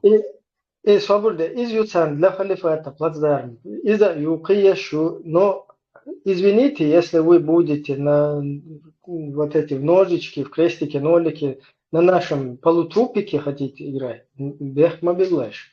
Мы не хотим, чтобы вы играли на нашем дактер или полудактер. Да? То есть нам придется за себя как-то будет защищаться и так далее. Цунделла, что мы будем немного как бы в конфликт вступать. Если вы не хотите этого конфликтов, зачем нам лишние конфликты, какие-то эти воуша, науклончи, это сдадан. И одунен чадел, хаделлах, что вусудна абу. И дахват дай. Аллаху это бойлахшу. Полностью. Шундуа дидер, дахваттин, тигер халифат, байрахша, халатюан.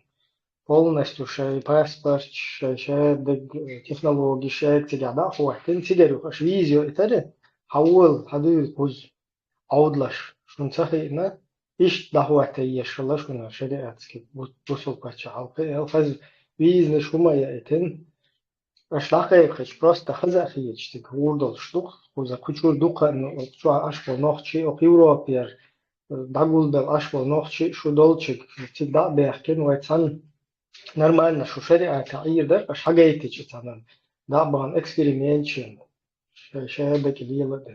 А пока вы будете на нас, да, вот многострадальном чеченском, который и так мир битен, шемахка, лахка, кино запреследовать, даже хороший русский шатыхахет. Самый первый такой деталь, самый первый объект нападков России, Россию, которую никто всем миром не могут смирить, в их вот этой цепочке, в их всех вот этих потенциальных жертвах, самый первый механизм ночью будет давить даже по всему миру. Центр моей тренировки, шариачит, и бах, шуншайн, дикмаду, идите в Бангладеше готовом, там где-то устанавливайте, Непал, Юха. Духа, такие диан, какие больше, духа нахбу, их много, там можете вместе с ним. Иштиба, короче, вот, пожалуйста, дал это больше, Аллаха это больше. Амма, Ошнохчи политический, рул плюит шохкуза. Просто баркша дет, шубага хвиш. Ин вариант моя. Ашу дит. Аши гуш бьюч, аш тацарата. И хум нешли елуш, шари аячи, мари аячи. Чтобы нас здесь потом полностью удунян чуаз. Хую цаху уген полный. Дис наш зачмарит ден. Цугаста куок алла дехандат. إبراهيم это возродиться либо в силе, надо нет, что это снова лозунг, да, Ибраим Бяхмабилла, можно я скажу? Первый раз на ЧДП выступаю. Для меня, вот как для новичка и для чайника, да, во всей этой системе, да, ЧДП, вот это вот закаевских каких-то движений. Сегодня ваш разговор поставил точки конкретно над «и». Я считаю, что этот разговор давно должен был произойти. Для таких, как я, кто не знает, какая идеология идет у ЧДП, какая идеология идет у других каналов и людей.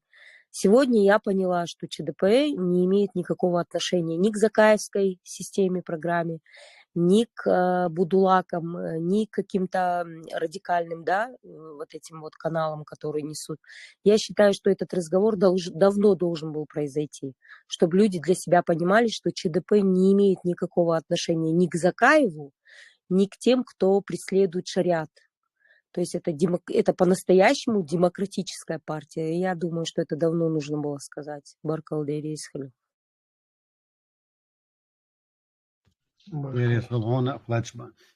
Dutchman, قهول غايشن إن سو إس إيديولوجي دعال هونو إلش قدوكما إيش تاتش كاتش أويلنا الشيش كوارت حير باقة سون قوش تجا إي ديكتاتور يتصاني وين يوغا حيالوشك وين نوخش قام بسوي بريود ميرش قام مداوي تار ديكتاتور هون يال مو يالوش تار تاتش أو تاينت نوخش ما تاي دوش كرات تدوش من подлость тятот.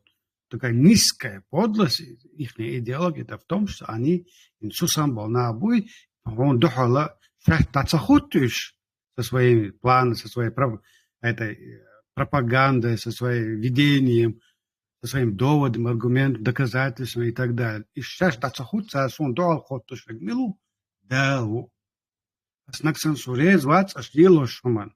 И не снял бат аж, مو بس عدال دعالو أولي قيت شو يتعطى نيسكا سياسة ليلوش وين يقع إتنا وتحير وولسي تسمان دال دعالو أولي إبهت كبيرون سابابو سامي برياتشو за этим Аллахом.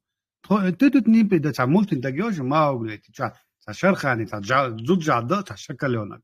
Итна адатерло ина. Шархан и адало, чи мы пойдем на все. Итна будешь. Он бу. Дех цадис бош.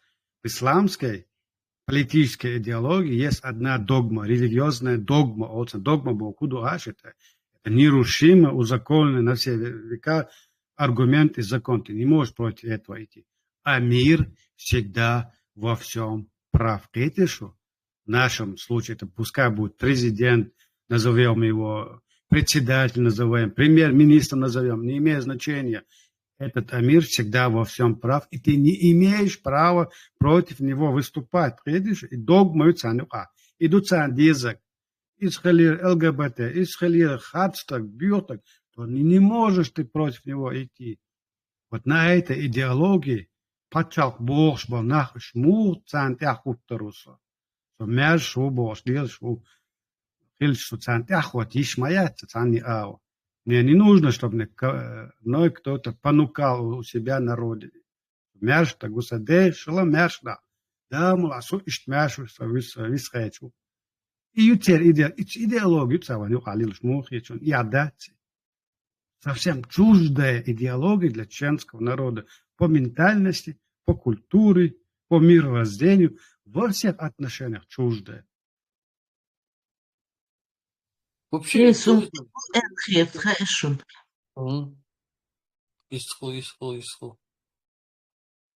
Альберт, я после тебя скажу. Я просто дополнить хотел. Там вообще-то яхид халцамик. Ну, явно нас разводят как лохов. Тажим яхид тажим Дай Сахач, да. Ага, короче, вот здесь нас разводят. Вот здесь нас хотят куда-то завести. Там, Ойли, Хейкл, там, мудро. Куда наша делась наша мудрость? Куда делась наша какой-то... Вы всегда гордились, да, вот там, мудрые старики, что тогда придешь, это вот мудрые старики, вот они сейчас сделают вывод, сделают анализ и вынесут решение. И где это? Где они? Где решение? Мы не видим этого решения. Куда это все делалось? Поэтому мы как-то должны собраться и есть оказывается, потому что мы уже летим в пропасть. Исполнить. Интересно.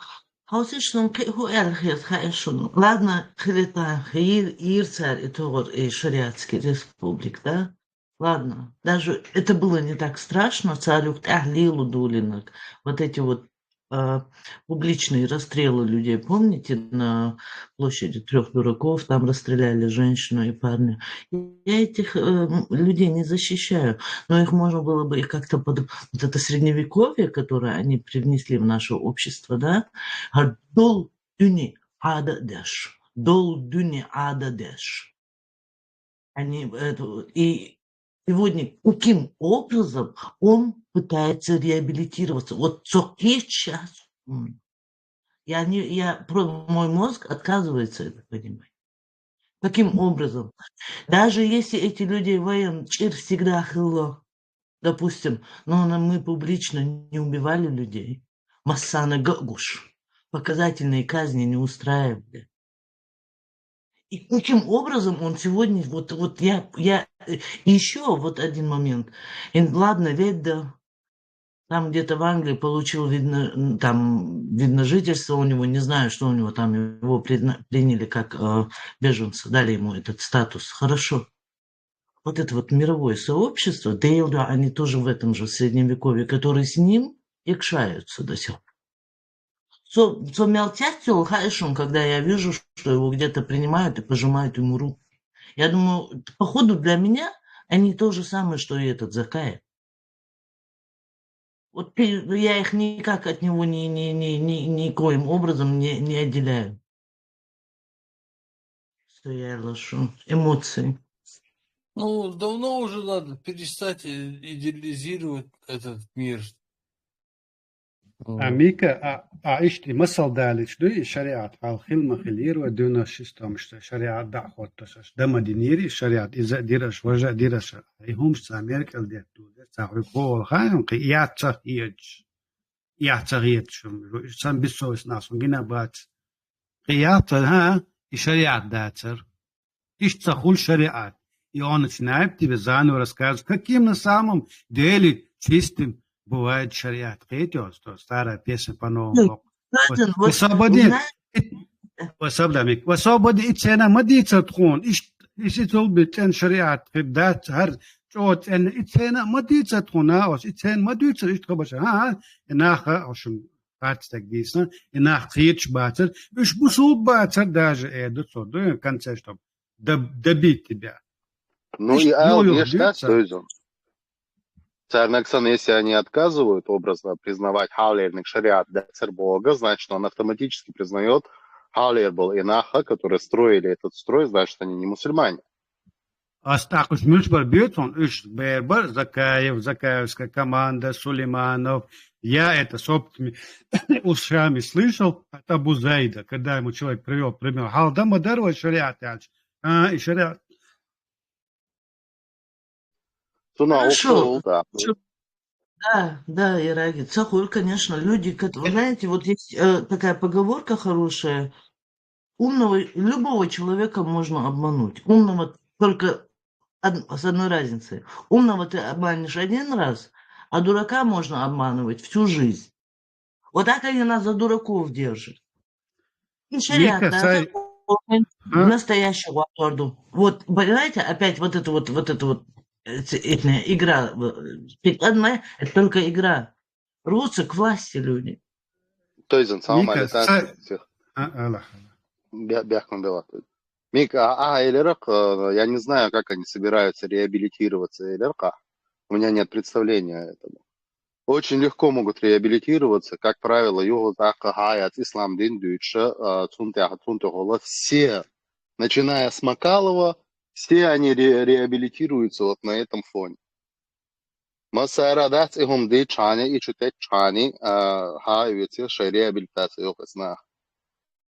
Милуа докла инструмент на реабилитацию милнагива гаишма, и мы должны не просто видеть, а обозначить, вслух об этом сказать. Это исламский политический, это идеология.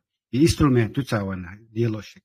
Вот когда мы поймем, что нас бьют по голове не дубиной, а молотком, называть это молоток, а не пластмассовая дубина, а молоток исламский политическая идеология, которая рвется к власти. Сега дють побачмадати. Сай леркшн хезасун, когда человек спрашивает, «Вахал дама дарис и шариат тервая хиллак хаун важа», когда начал приводить, и ахтар фабу зайдубу, и шариат датер, он исцакетта, салинак шариат датер, бацук и ахтар, и нахтун юхабун, и олчи схен, и нах мабуцун гунда, и шариат дахот и схеншка, и дахотин бол, и нах инца дин мабу. Это свои противоречия. То есть рассчитан на лоха, просто на лоха. Но Бяхмабил, я не лох. Да я тоже, да. Никогда в жизни я больше в этот шариат не поверю. Мне хватило этого один раз. И вот это вот... Он ахсухуал я вчера. Ой, вылетело из головы. Багдад, где свободные. Не, хабарду, я ценс, сон сцене учен, что когда отстал я чтина цархалер, шариат, да царбохи, нам тогда надо образно бить потому, что значит айнах бусол цагалабох. Если из этих людей, которые строили это государство шариатское, они присутствуют и живы до сих пор, тогда нужно их вызывать на связь образно и говорить то, что я цашу бусол дац бог. Сунца хутезис хрюет сумонтол халерник шарх дацер хинслерник шарх паттурдувай.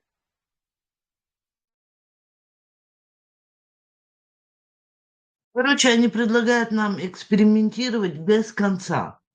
Хинзель, ажа хар шариата нисца лахуек, ажа. Мы построим другой шариат. Вот и так до бесконечности. Что, такой вариант нас должен устраивать, так получается? Мика, идем цаду, вот еще другой довод. Они нам предлагают вариант, по сути, вариант, который в мире нигде не работает и нигде не существует. Если он даже существует, то в виде того шариат, который они нам в 96-2000 годах построили, например, Афганистана. Но еще хуже, лайт вариант, то есть они предлагают систему государства, где в мире на планете нету экспериментальный кролик, шумда, опыт. А мы вот, люди сидят адекватно, предлагаем систему государственного образования, где работает и прекрасно работает, где люди живут хорошо, и туда приезжают сами мусульмане жить до отца. Мы предлагаем ту систему государства, куда они сами больше жизни хотят жить. Ради Аллаха сюда приезжают. Абу Зайд, ты же не поехал в Афганистан справедливости искать, просить помощи. Ты приехал на Запад искать справедливость. Помощь попросил у Запада. Уже динчер арви Аллаху духвахак. Ты не мусульманин, ты не тагут ты ано. Ты уже нарушил первый постулат своей религии. И адоч на абу, сундебо, я призываю, нохчи аудал махил. Нохчи, сейчас аудал, сейчас, мадейти сейчас, снарек. Абу Зейд, вообще работник спецслужб, Нахчевати, Татарин, Уз, Казанский. Оттуда всегда засылали. Сын, что его слушать? Иди отпускай свои дороги в Татарстан и там строит шенла, строит не шенлоги, да и та церцига. Люха, Шариат Юга строит, что хотят. подчеркнул Далудесу, дело не в личности самого этого Абу Зейда. Он метнул к Абу Хилмек Шмавари, но в данном случае он, мы о нем и говорим. На нем месте мог быть что угодно с этой же идеологией. Любой мол, дин чудетегуй, и спецслужбам болбешук. И дин чудетегуй, мяша, молу, чугоша, интернет, чудетеш, будет цей спецслужб, белой букуш. Изам гасом. Шей удостоверение, списан бляхкан. Там зарплату получают, и здесь еще получают. Нас работают как бы двойными агентами, душаш бож, хотя они агенты России.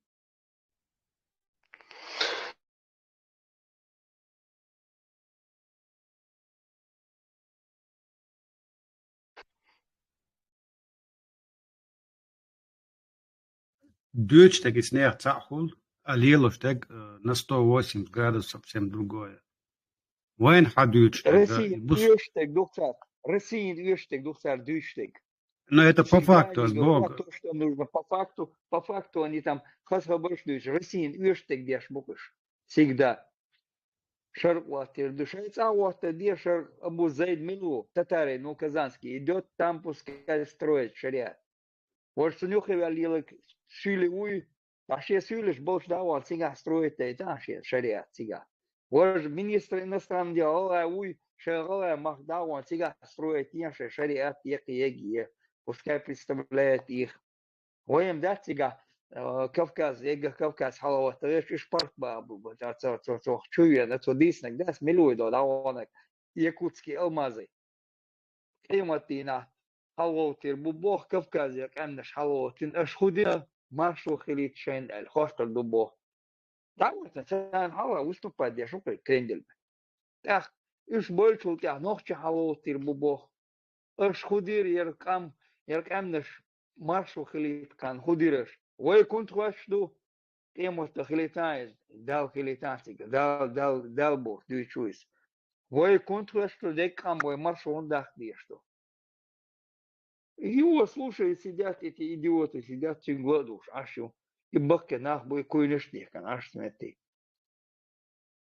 То хуют, сладуш, бац. Это им в карман сунули по 500 евро, они там собрались, провели собрание там типа, и разбежались.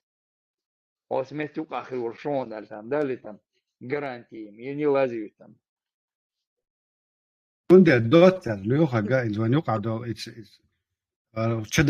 ЧДП чабал наха предлагают вот душун элду дагоич. Бол без душун. Вот видите, вот она работает, вот видите, вот они живут, вот видите, вот у них как все хорошо. И системе предлагают, да, гоич, да, что, а что и системе, нам взамен предлагается несуществующую систему, которая уже 1500 лет прошло, не работала никогда, что да, харш. За 1500 лет, если не работает эта система, почему думаете, что именно чеченцы это сделают? Доказано историей арабского мира, что это не работает. А я араб, добавить бешу одним концом, добавить бешу, шейдин цены, добавить беш. Халацаем прибалтийский государств, дух конец, вой маршу лучше, и требовать, мой маршу, йок, шайна, иш эрбуль, бух, мы где-то на одном уровне находились с ними.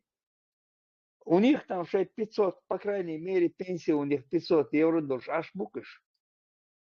Почему мы не можем выйти нефть, у нас хотя бы нефть есть, труба через нас проходит. Почему мы не можем сделать, у себя сделать то же самое? 500 евро на сегодняшний день 500 евро это нормальные деньги. Цан кредит, согласен, шапачак, шей заработать день чудя. Аж букаш. Чем мы не можем то же самое у себя сделать, что ли? Хаспарт, нормально, цель, оценивается ландсбергис, ваша конституция намного лучше многих европейских стран конституции. Что я хундачу бог, закаиваю. Ага, мы будем строить шариат. Да пошел он со своим шариатом, куда свободное эротическое путешествие. Закая и зудри кот и цаэльч ата швачник цаэльч. Зудри кот чуан змети тезе туартюк зудри шука ахай дигер и кот чуан еддян ешул трубал. Суамети вайт нори асувайт нири сувайт нири бош. Хейвоцевич просидел там, штаны протер там в Англии, там отсон Милуац и секретарь Совета Безопасности Хейлоц, у него там просидел там в Англии. Ёшки, ахшасати, что-то сожжется, вот делал вид, что виношаэль, веллошаэль, повесится диналь, и виден Курбина в ухо, ёшки, арца больше. Самым Алиш,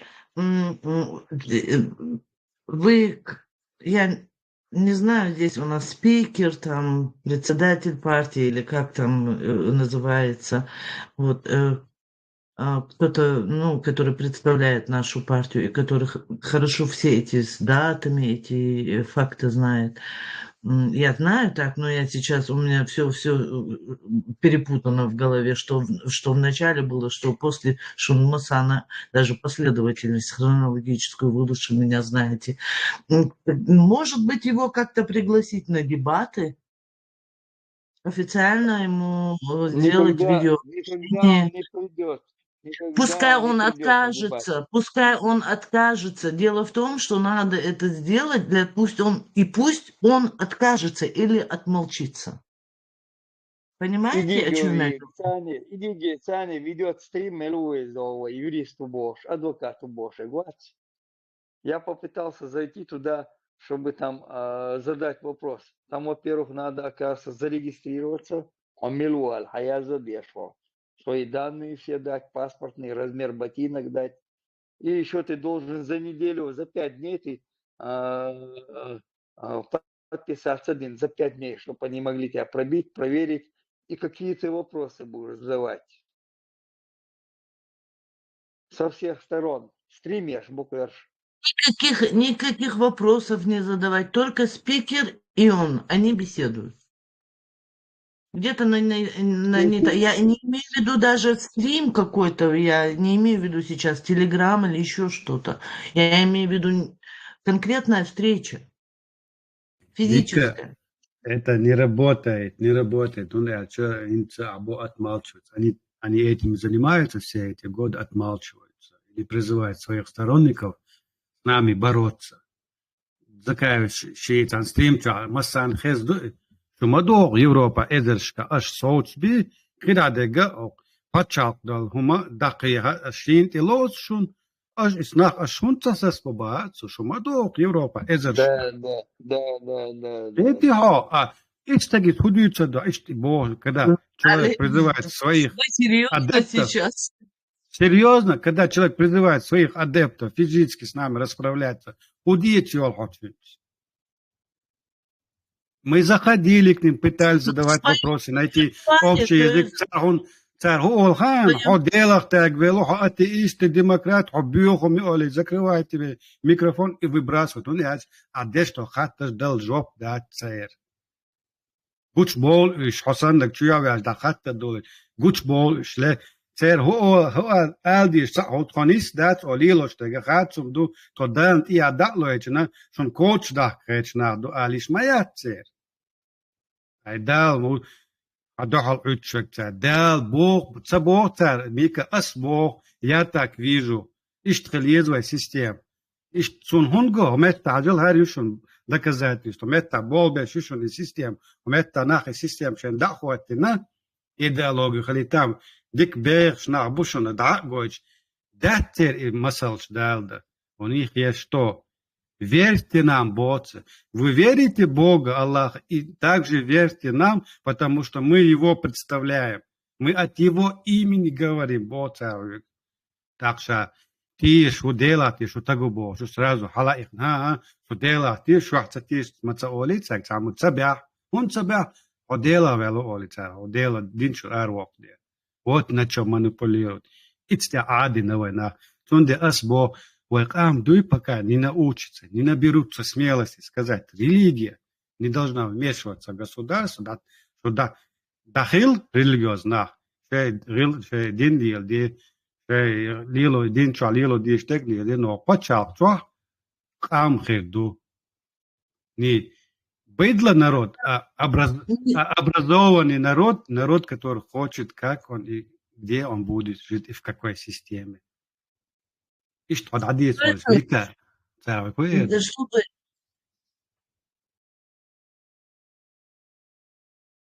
Да, можно сказать, да. Тойден, чтобы им не верить, и для этого много смелости не надо. Можно просто не верить и помалкивать в тряпочку. У нас народ просто какой-то, я не знаю, мне тяжело это признавать, но мы настолько недалекие. Или мы прямо... Как это еще объяснить это все? Недалеким, да, церве, какие-то, шуман сихтях, что талантный, дуэ, по сути, но динс кирина, it's нах. И дин, чуар, вакка, бош, и кира, дин, is dient tajim wen kha do din michalilo diza michalilo diza itsumanta wen tajim sakort mawqat sahiq al khwadakh dakhita do no ama is dient sat wa manipulировать дечь wadakita wa это qolat omkhir bushbo четвертый omkhir bushbo 200 лет уже длится, когда мы поймем. На этой религии у нас все всегда срывалось. Национальный хомти до доллары уже дадут духа 20 лет назад доказательства. Доказательства в войнах. Можно же сопоставить все, прийти к выводу, вот оно последствия, а вот оно причина. Так, признаться в этом, что религия, идеология, ислам нам всегда мешала. Всегда мешала идеология, ислам почему-то.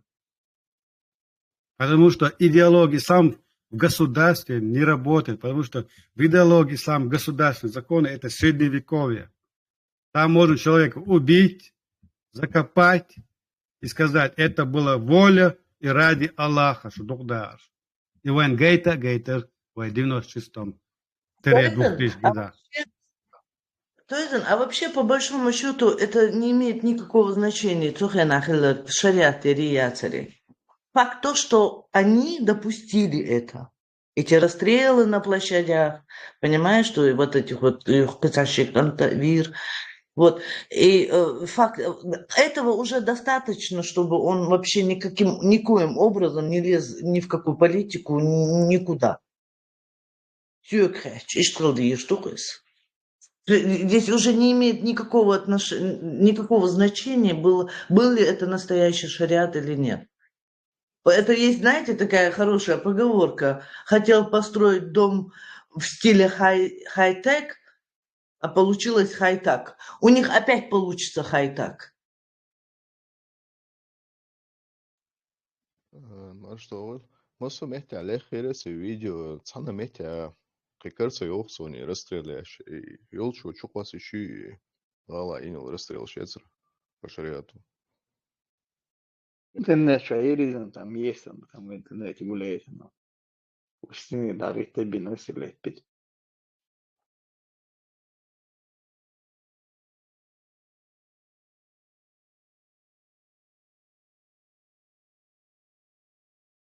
Худеешь что? Около и до куча они юбаются, расстреливают на площади 3 дураков.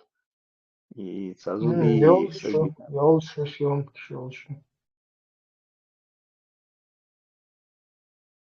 Сазуды канты расстрелять, и ноги Да. Вообще канты расстрелять, и ноги. В интернете специально расписали в Ютубе.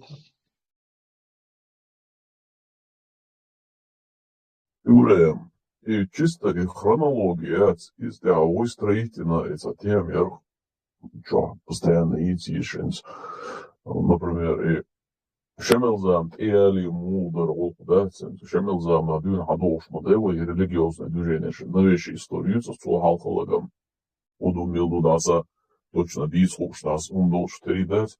Вот, Библодзам, да, например, расстрелш, и помнишь, noch чоуши, а там шбеш, на почве религии, дюч, хездаться, а опецхла бош. Вот он noch die Schuhe, wo noch die Schuhe бош, noch чоуши бош. Умшрил, что да, твой проблем, на самом деле, раз в сил, да, цинцини, церцини, да, анис да рерч. А я политику и улзам, джо. Вот и я, да, я хочу дюна, религиозные почвы, да, его лиловый чуаха, именно, шемел, цинцполы, нахабекна, цера, отцул раз, что халкуч досут раз, что отцул зани тихлават, и шемел внутри вот чуть-чуть сильнее, да, он и новши, и ярче гоши, и шабов, не те берзу ярч, язычество, аяк и ярч, он дочкляхтан, что новчтя, юлт ака, и so in auch short bei wo ich jo da ras schnack da glelo at model was de он бизнес ваке гохолдац иш дорас сел короче да процентов 70 hadis населения ейна wo es ras schon geld ist so wird он mit seiner ware also will da alles so einer ist ga юлт ах so да духанеле даже полвека не прошло да я намаяли Россия пошел в Советский Союз да его Ют, и в этом промежутке его независимости аккуратно нахуй. Так его и узом хажвала, чисто вот на религиозной почве, короче, и горские республики Ламу-Илаца, он все-таки сам хлоп, он признавать яш. Из юга, да, это не Советский Союз, Гелтисен, Ютах ишт и Сибирях дорогой Казахстан, Олсун, короче, и Шабеги скоро олчак дойл, Халкук и Хучана, и Советский Союз, юх, да, я юг, короче, веш машу, я квартиру, югу на религиозной почве, ошах летуч, оши гамдина, хотя сатвам выиграть, жолудам выиграть, потому что шансы я сорваю с таким расколом внутри. Ишт на религиозной почве, что демери догайти царвая, ишт и хронология, более грамотно сандон, а топор нацию, более грамотно, ишт, где четвертый судья.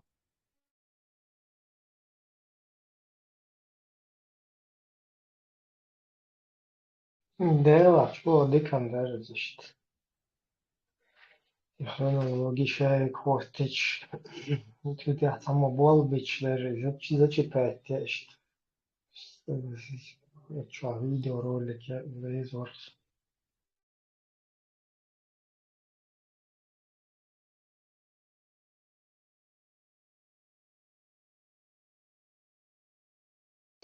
Ибраим, TikTok что, эфир вот не хок интересно вещей. Пока TikTok что-то YouTube что. YouTube хорошо эфир на TikTok что пока. Не, я имею в виду онлайн идет на ТикТоке или на Ютубе? На Ютубе я в это обычно. Ой, черный пост.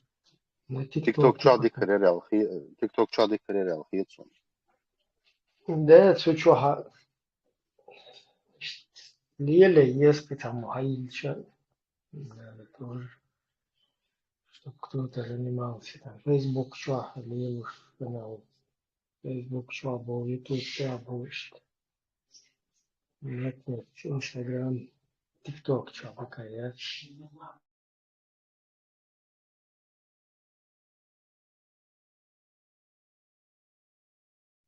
А Сундару, тебя, по-моему, 1000 подписчиков, а был еще тебя эфирщик мало, так образно, ты еще, когда ты будешь образно онлайн он вести, так что TikTok что листать, аж цена интерес хермает, потому что листала чубахка, все равно тут болчан лили мацахай, ну, телефон, что он сейчас сразу программ.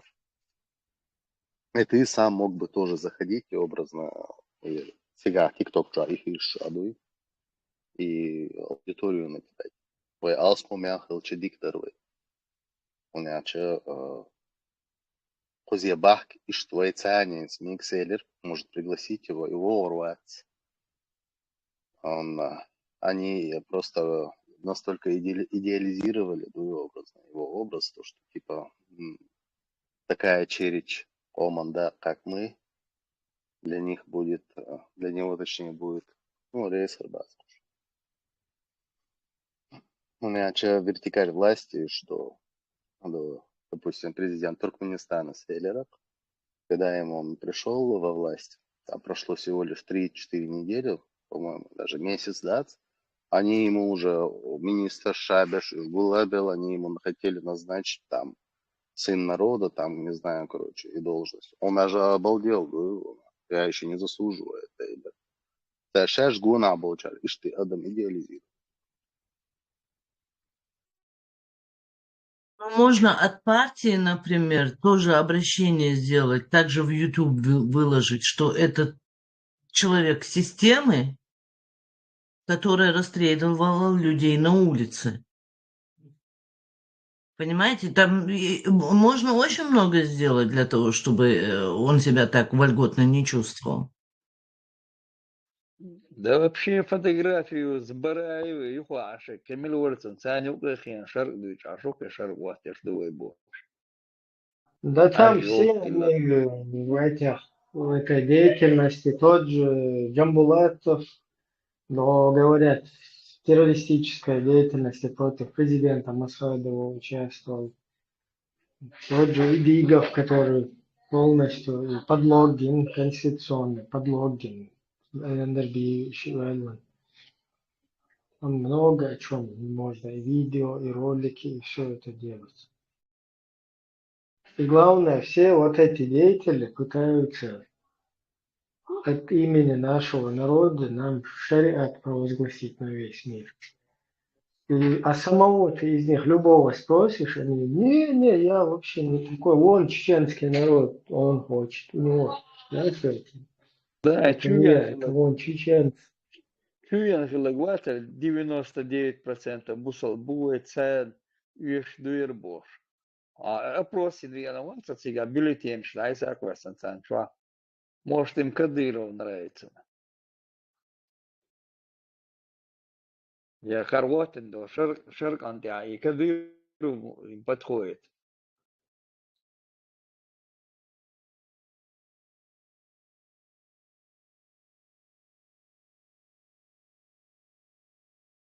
Шарки шабу и там верили шарк и марк и там. Какой шарк? Что юстиц? А вот это до шарку за. Это европейская часть мира. Вот это саму вот почал вот это дать. Эти бомжевати иду на хабяки, то халма хиллер. Первый он дальше бол бать сума я цазар плач да сума дать. Что мог кабдах. И школа, что преподаватель, что наш подал дах. Социальные службы, как вы собираетесь там, и откуда деньги брать. Опять вот это ездить, но ты вяльчик, машин ты рашнаш дохш, и палки годахки шо. Опять вот это копать ямы и хуюзе конденсат вытаскивать. К этому приведут они. Потом наш лечу булурбу, а я дикашу, я воду вес бош. Сабох, Леха, ответ целила, что Казахстан, Запада, хороший русский шмабуцер, напа, цац хаша борт, пен халсан, из России, говорит, Сабох, киома да Сабохком. Сунде мой контакт, цац, на каких-то форумах народов России выступают, дают интервью хорошим русским. Встречаться, дешь. Ходорков встречаться. Хороший русский бац, хороший русский, массу букаш работают под ФСБ. Ломаев не вылезает из этого канала Хардаковского, лайв-канал, что Айрвол, Швац. И ты что? Что такое целило, что ломан? Война, бусул день дюет, свое делает. Контакт налаживайте. Якутские алмазы, бошек, юха, ишу. Ой, климаты на хвастерду. Ашхудин кулкамнашан маршуил. Уасхун был ешу цан маршу шанцан вирсагалчис. Если с хорошими русскими... Перед этим. Israel, väl bättre än så. Väldigt det sant ispol dog dat vet niet. Diesel dat. Kafkaziak annes kwarter du as khudir marsho yakshин.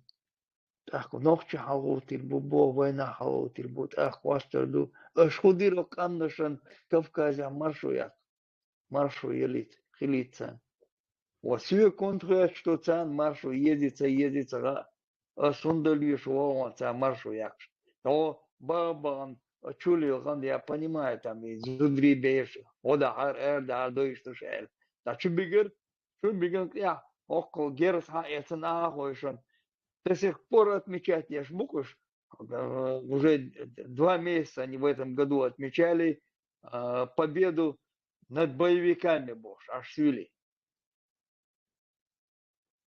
туда саумадин туда праздник день лишь мукуш оуша медаль шуш инца В унисон с хорошим русским строить новую прекрасную Россию будущего. Я такой. Але ты ж масал души юата. я хуерся Ходорковский шавёт сингра Отаба я такой шпекба. попрошайки Да был украинский журналист Алхавахов считают, что в унисон русским они рассказывают, какой плохой Кадыров. Кадыров это, Кадыров то, Закаевна во главе всего этого. Цабо Закаев, Кадыров и Штару, но у нас совсем другие проблемы. Цадюц, ногче камца бьются, вайхиллак цадюц, он рассказывает, что Кадыров, и то им же сам занимается хороший русский. Яшин здесь, Хардаковский, так, теперь хабар цадо, ой, моя, инах, цан буле бацоли, ой, моя, айцуман. Или это совпадение? Нет, не верю. Он дереше, барч беш. Хар пачак, шухерю, хар республик, шухерю. Ну, сообща будем строить новую Россию прекрасного будущего. Идут цавен, дохдек.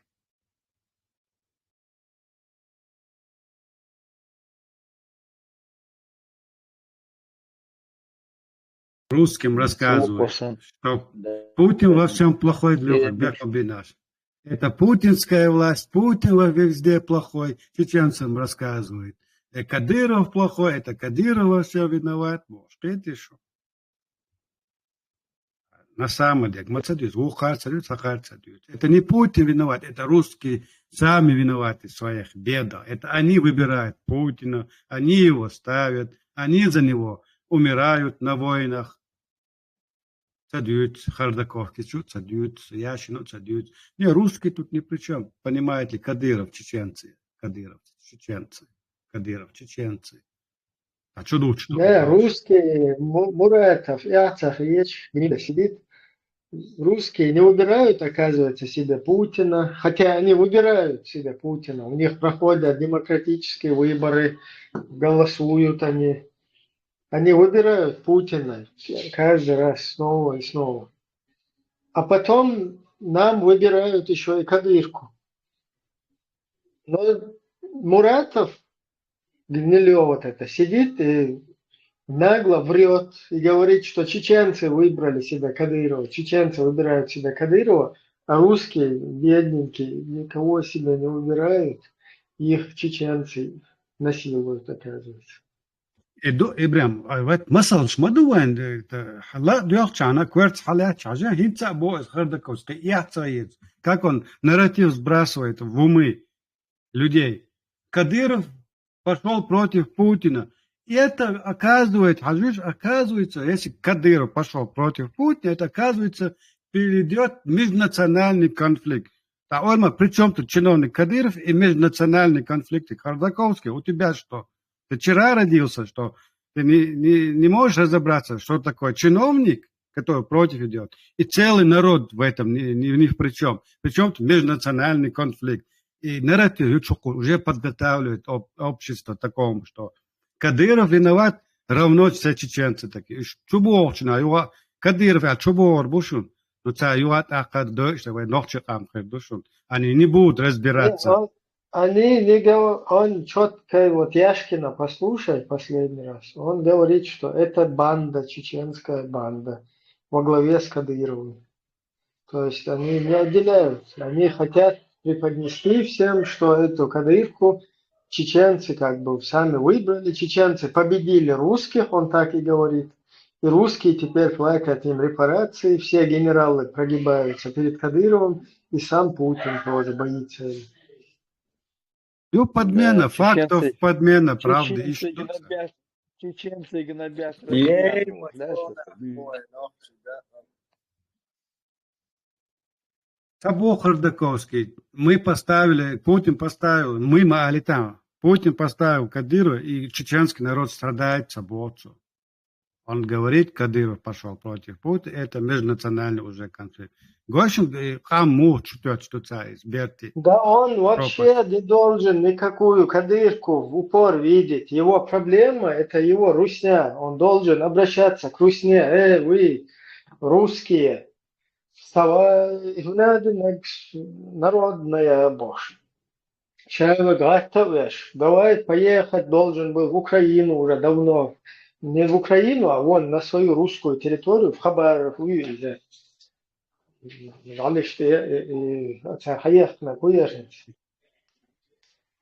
Мариуполь, Бахмут. Золотое кольцо. Золотое кольцо. Я Курск махал Олышев. Курске, да, он, это же Россия уже. Он, когда приехал сюда, всплакнул аж. Что я здесь теперь буду делать в Европе? Как я могу вести борьбу политическую? Поезжай в Курск. Надень каску, надень бронежилет, 2 штуки. Надень, короче, кирзовые сапоги. Возьми там с собой воинов своих отсюда. Ну, что ж, Карамурзу, Муратова, Ходорковского, который грозился, пойду на войну в Кавказ. Боже. Возьми его, берите. Вы что, ПБ, болтуны здесь сидите, сказки рассказывать. Я пойду с оружием на Кавказ. Иди на Курск сейчас. Шнырь, блин. Что ты здесь сидишь? Давай, собирай Ходорковских, собирайтесь вместе. Вставай, Гунядина, идет война народная. Вы должны туда поехать в этот Курск, собрать там, полностью проводить агитацию там русского населения, уже освобожденного. Создавать там батальон, как мы говорили, там имени шейха Алеши Поповича и так далее. Вот этим они должны заниматься. Эти здесь сидят, буду лайк, что Гунядин, у нас батальон, Гунядин, мы возрождаем армию, Гунядин, бог, сидят. И Куркегу, шош бух, как раз райста шлюйцур, да? Райста, что был, сюек яхцах вещь. Хороший русский убож, казалось. Связи, контакт, луж, там, через Хусейн, это двадцать бож. Все, яхцах вещь, вы должны в Украину ехать и создавать батальоны освободительные. Это что? Райска, ведь, вот, яхцах вещь. Ее сын, они должны учиться, работать в Украине, там где-то, да, развиваться. А мы должны своих детей, как дебилы, освобождать, идти в Россию, матушку, батальоны, понимаете, создавать, а эти будут нам лайки ставить и говорить там, вот чурки, короче, нам помогают освобождаться, бог там, собираются сидеть. Поэтому, порядок перевернуть Духуза с ног на голову. Вот это Яшкины, Пашкины уже давно должны быть в Курске, там проводить агитационную работу. Он всплакнул, иди теперь, езжай туда. Оружие российское ему отдать должны украинцы, там 7,62 или 5,45, пускай на выбор, ихнее русское. Русский бронежилет, русские кирзовые сапоги, русскую каску, шапку-ушанку, ватник вот этот, надеть его полностью, зарядить, он там должен стоять. Что они здесь делают? Кадыров наш, Кадыров, сейчас там Путина всех, короче, их приструнил, наших генералов, боже. Здесь сидят, ноют, приехали и создают вот эту видимость, да, такие богатырьки. И что-то. Все здесь с ног на голову переворачивают, ноют, ходят здесь западникам, чечены их насилуют, понимаете. Ходорковский стоит где-то, ноет, Сагунявина. Люди, выходите, молитесь Богу. Путин грозится напасть на Киев, Кадыров угрожает ядерным оружием. Ходорковский стоит. не берет автомат, не идет защищать. Вон, видели, он там сидел, грозился. Я не знаю, вы видели или нет, цитирую его слова. Нет на земле не завоеванных земель. Кавказ завоевали мои предки. Пойду ли я на Кавказ? Пойду. С оружием в руках? С оружием в руках. Вуаля! Сейчас есть вариант с оружием в руках свою землю освобождать от Путина, от всех вот этих. Вы же говорите, оккупировал Путин русских там. Идите, От освобождайте. кооператива озера. От кооператива озера. И он бамбу, мечаву хочу, а бамбу тоже себе этим полковым мулой можете нанять. Он согласится. Ибраим, со связи. Можно мне вопрос спросить? Реально интересно на самом деле. Задать вопрос можно? Ну, тебе сейчас опять позвонят там. Ну, возможно, я не знаю, все может быть. Но пока не позвонили, Лейла. И мне реально интересно самому вопросы задавать. А то, что сейчас уже даже приписали мне вещи, смешно их оправдывать, как-то не оправдывать, короче, Конституция 92 года, насколько я понимаю, это одна из главных задач, целей, чтобы установить Конституцию 92 года у партии. Не установить, она законная конституция. А то, что вы там в кустах делали, это незаконное. Понятно, да. Вот я не оправдываю. В смысле говорить, что кто мы, я сейчас, это уже смешно мне будет делать это. Так, чтобы установить или вернуть, или как, где, что, куда ее вставить, как она, где и работать должна. Как структурно, логически и просто понять по-простому, куда, где и... Ты в свободном мире живешь? Посмотри, как эти конституции у них работают. Куда вставлять надо, там тоже увидишь. Ну, понятно. Те народы государства, которые имеют свою землю и свое государство, там они работают, понятно. Сейчас у нас другая ситуация, поэтому я вот интересуюсь, как в этой ситуации вы пришли к такому решению. Вообще нормально, что, да, это на всему миру показали бы, что мы хотим. Они говорили бы, рассказывали, шариат, не про шариат рассказывали, входили бы вы тут. Вам Европа помогла бы. Как помогла Грузии. В такой ситуации, в данный момент, в данной ситуации, как его... То, что данная ситуация была то, что у нас нету, то, что мы не на своей родине, у нас нету земли, не на своей земле сейчас. Да.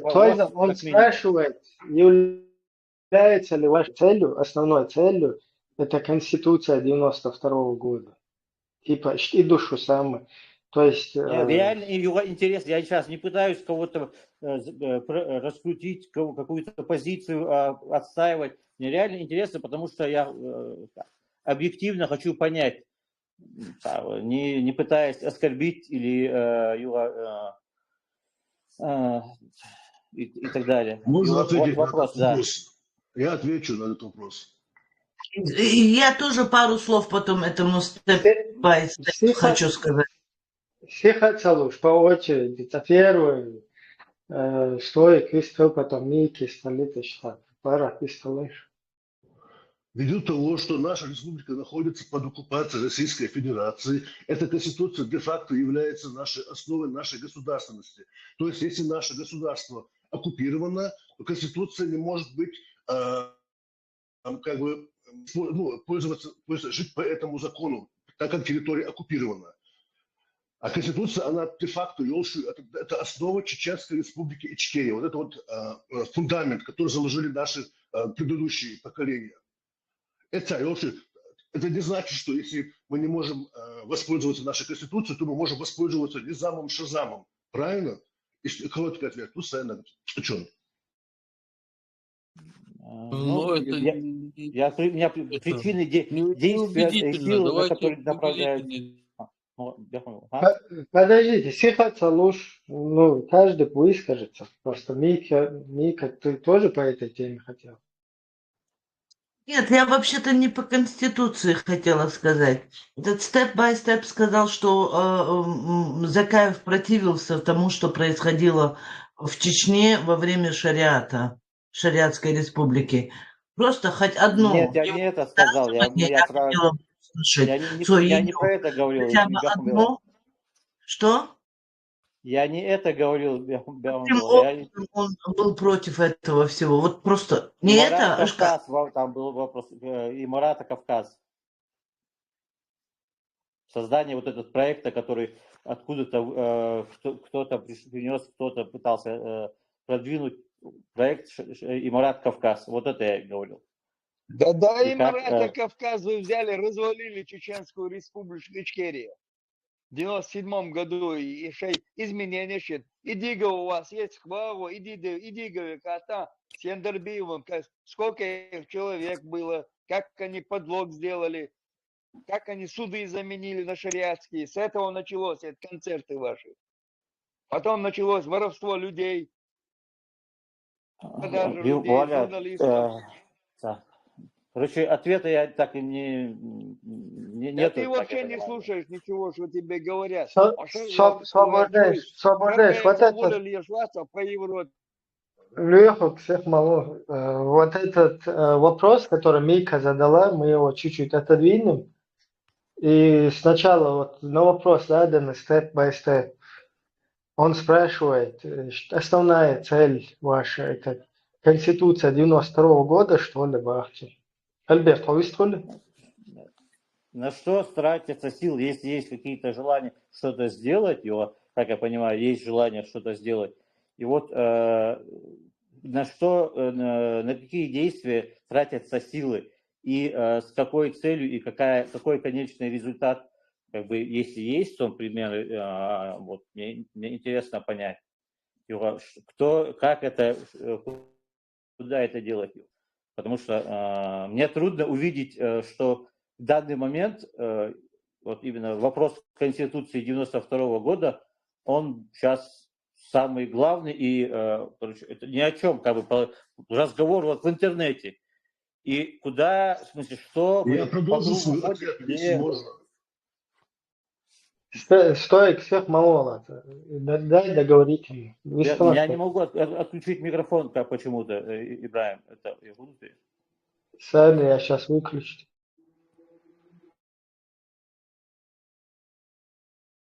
Видимо, у тебя запотело там дисплей, что-то такое. Можно я тоже выскажусь? Да, могу сказать, что... Дело в том, что степ-бай-степ, вот и чеченское общество, чеченский народ, и мировая общественность, они все запутаны. Все думают, что мы чеченцы, начиная свою борьбу с 91 года, не борьбу, а просто проявляя вот это волеизъявление. Когда нас выкинули из Советского Союза русские, мы сформировались как государство, взяли курс на независимость. И вот этот весь путь, который мы прошли со всеми жертвами, то есть у людей, как и у нас, так и у мировой общественности, русские сложили вот такую вот видимость, как бы, что оказывается вся наша борьба это не за свой самобыт, не за самоопределение, не за воля к свободному государству жить в нем, цивилизованном вот таком государстве, обществе, в котором соблюдаются все законы, как бы соблюдаются все права и так далее. А оказывается, мы чеченцы. Свободе. Это важно договорить, да. Оказывается, мы с самого начала не понимали, что мы хотим. Мы сначала мучили русских сепаратизмом, там всякими захватывали где-то в Моздоке вертолет, потом в Турции самолет захватили, потом какими-то террористическими методами. Потом у нас появились Гантемировы с самолетами и танками российскими, которые пошли против нашей государственности. Потом Лобазановы, ФСБшники у нас появились, которые за шариат топили с самого начала. Потом вот это вот друг с другом мы, короче, и друг друга мочили, оказывается, и народ мочили. И потом хотели всем руки отрубать и расстреливать, и шариат проводить. И в итоге, короче, всемирный халифат установить. Вот это в Сирии показали 4000 маджахетов чеченских, которые туда отправились. И вот эта вся картинка, Имарат, Кавказ, то, что Путин говорил, от моря до моря, они халифат построят. То есть всеми вот этими, на всех этапах, всеми вот этими вбросами, всей вот этой дезинформацией Русня показала как нашим чеченцам самим, так и мировой общественности. Оказывается, мы вот даже не знаем, что хотим, мы хотим шариат и халифат. И сегодня вот это вот, как бы программу всю, вот этот сценарий русского мира, мы, кто вменяемый еще остался среди чеченцев, мы не можем допустить, чтобы это действительно вот так вот как бы дальше продолжалось, пропагандировалось, расходилось в массы.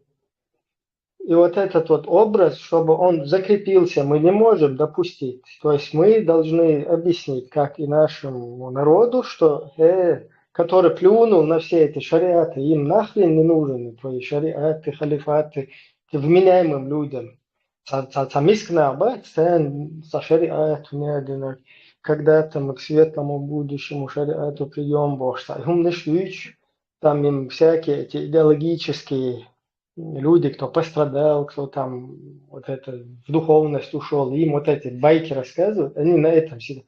Эта вменяемая часть общества, она забила, грубо говоря, они плюнули на все вот эти шариатские движения. То есть они даже, многие не понимают, что наш народ абсолютно, как это и подобает, шаг за шагом, абсолютно по международному праву, по любому вот этому понятию, я не знаю, по всему, что угодно, по логике, все правильно начал свой путь и шел по нему, пока его не начали вот сейчас с панталыги сбивать.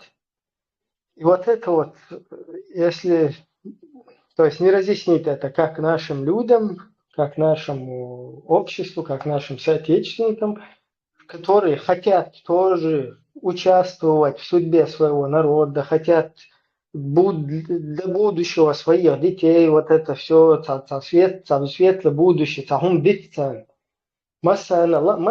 но твои шариаты вот этих людей, твоих там друзей, тех, за кого ты там заступаешь, их вот это вот муть, вот эта идеология, они сбивают с толку, и люди плюют на это все, и международная общественность плюет на это все.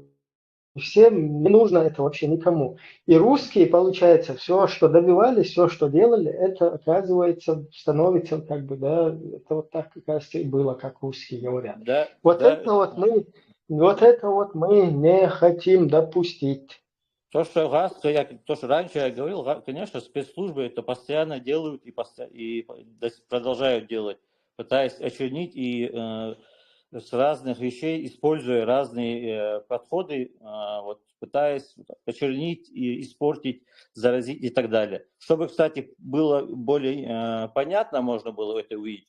То же самое сейчас как бы в Украине они что делают? То, что там нацисты, националисты и так далее, что Украина это не настоящее государство. Step by step. Они это то же самое делают. А теперь представь украинцы, которые действительно будут на себе свастики рисовать и говорить, да, мы нацисты, будем всех мочить, будем устанавливать нацизм во всем мире, Боже, и умнишь лить.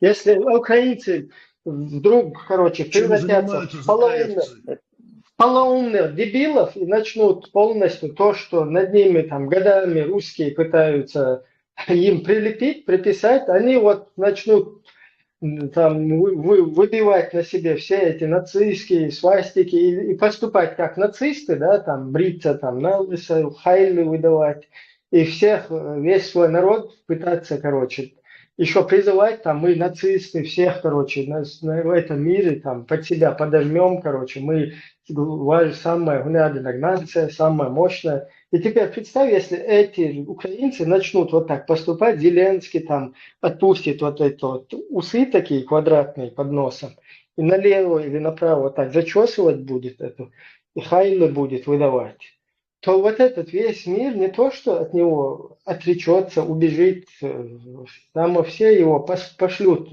куда подальше, и весь этот украинский народ. Ищите психологию, вы не понимаете Я вот человечество? как раз думаю, что такие примерно каналы и там чат и каналы в YouTube и Телеграме есть, которые вот примерно то же самое Нет риторику ведут. никаких. Вот Смотри, риторика такая же, примерно, и вот имеет место быть. твоя как раз риторика твоих этих шариатчиков, она такая и есть. Просто вы такие, вы хотите, знаете, что делать? Вот все, что я сейчас описала, украинцах. Представь, украинцы, хайлы там воздают, мы нация, это превыше всего, туда-сюда. При всем этом движении, при всем вот этом движении, среди украинцев появляется вменяемая какая-то группа, микрофон выключи на секундочку, появляется вменяемая какая-то сторона, да, которые не за этот нацизм, которые не против государства, которые не поддерживают их. А вот эти нацисты им говорят, почему вы хотите, чтобы о нас думали как о нацистах?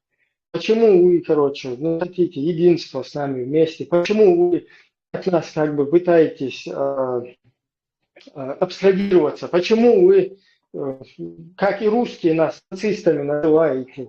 То есть недовольство начинает эти нацисты проявлять. Вот точно этим же ты сейчас занимаешься, вот таким чем-то, понимаешь? Не абстрагируйтесь от нас, не называйте нас такими, мы не такие, как вы думаете. Если вы не такие, вам и говорят, слезьте с этого дерьма, слезь с этого русского дерьма, который тебе это наклеивает. Быть вот этим шариатчиком, быть дебилом, радикалом, установителем Коранов, суннов, установителем халифатов. Теперь чуваса, если ты хочешь за чеченский народ, если ты хочешь, чтобы мы тебя поддержали, чтобы мы вместе, там какое-то у нас согласие было, единство, ты должен слезть с вот этого дерьма, который тебе русские наклеивают. Вот теперь чуваса, ты хочешь нас, наоборот, поставить туда под русский вот этот нарратив, чтобы мы под этот подписались собственноручно и стали под вот этот вот, ярлык, который нам они наклеивают. Нет, мы туда не полезем. Либо ты оттуда вылезай, либо ты нацист. То есть в нашем случае, либо ты шариатчик, халифатчик. То, что ты вот называешь русской, вот это, как, так называемое дерьмо, как ты называешь, результат вот этого, что они вливают дерьмо и создали дерьмо и так далее, это, насколько я вижу, вот это вот здесь, в интернете, вот такие чаты, которые рассказывают про такое, что вот такое есть дерьмо. И это увеличивают и все больше и больше об этом говорят. Вот результат работы русских спецслужб. Именно что... видишь, ты хочешь быть нацистом, да, грубо говоря. Что я делаю для русской пользы. Образно, ты какой-то украинский нацист, о котором русские говорят, и ты стал им наконец-то. Ну, из-за того, что вот они создали ты не хочешь перестать быть, ты не хочешь переставать быть нацистом, ты не хочешь переставать быть нацистом, а хочешь миру сказать, что я хороший нацист, у меня самый правильный нацизм. У меня самый правильный нацизм, и ты хочешь тем, кто тебя потом критикует, от тебя абстрагируется, как от нацистов, сказать, Нет, это видите, это вы нас называете плохими нацистами. А наш нацизм, он хороший, он самый правильный, он самый по-шариатовски, короче. Розовый шариат. Да, да. А А так можно мы не наводящий будем вопрос? это играть, нам неинтересно, понимаешь? Или Нет. ты отказываешься от нацизма, и тогда, конечно, мы в одной лодке, одни друзья, мы понимаем друг друга, за что мы вместе, короче, стоим, отстаиваем. А так, если ты какой-то нацизм, чужую русскую идеологию хочешь, и на этом посидеть, на русской идеологии, и нас еще туда затащить, то там ты извиняй. Наводящий вопрос можно человеку?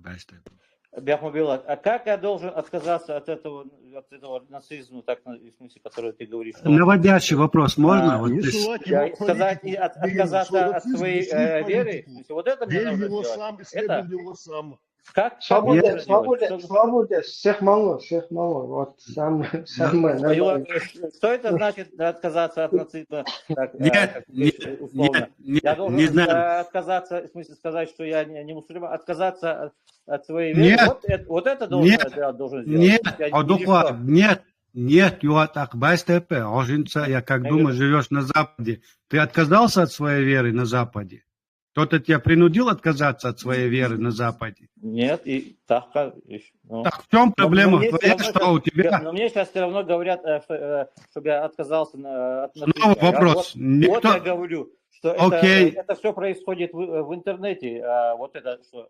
Тебе говорят отказаться от нацизма, потому что это плохо. Это есть пример тому, что это плохо. Пример реалити освободения. Плохо то, что в Германии Хилек-Хамахаман, они за эту нацизм пострадали. Во всем мире их угнетали, репарации платили. Мы это все знаем. Сундия Боб, тебе пример просто утрированный привели с нацизмом. Прямо дать. Но от этого никто не отказывается. Есть факт, что это плохо. Закончил.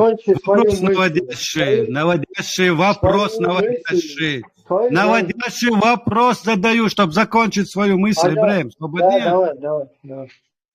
У тебя вопрос себе, step by step. В 96-2006 году шариат дарит сахвай. Да, вот, потом вот хороший вопрос. Я, опять же, как бы сколько я не повторял, что я не являюсь официальным лицом, некомпетентен, но все равно я понимаю, мне уже смешно, когда я читаю или слышу, что я, оказывается, продвигаю там какую-то идеологию. Насколько я понимаю, после войны как государство, которое было, в смысле, после войны, власть, которая пыталась восстановить государство, те легитимные люди и представители, вот они какие-то принимали законы, и после войны оказалась легитимная такая у нас власть. Нет, ты мне ответь на вопрос. Обвинять. Я вообще, мне просто стыдно, когда слышу, когда вот сейчас их надо мне обвинять. И ты можешь сказать нет, ты можешь сказать нет или да. Шариат, который у нас был дома, он был шариатом? Нет или да, Алица? Не размазывай. Какой шариат? Там какие-то были вещи, и что хорошо, вот и что был какая-то форма правления была. После войны пытались восстановить государство. Те легитимные лица, шура, которая была установлена, она занималась какой-то работой и пыталась решить. Вот кто, принимая законы, это были на тот момент легитимные власти. И что, в смысле, на каком основании они были легитимны? О чем ты говоришь? На каком законе они были легитимны? Легитимны шариатские суды. Ну, вот, мне просто очень неприятно даже слышать, что когда обвиняются, или даже мне предлагают обвинить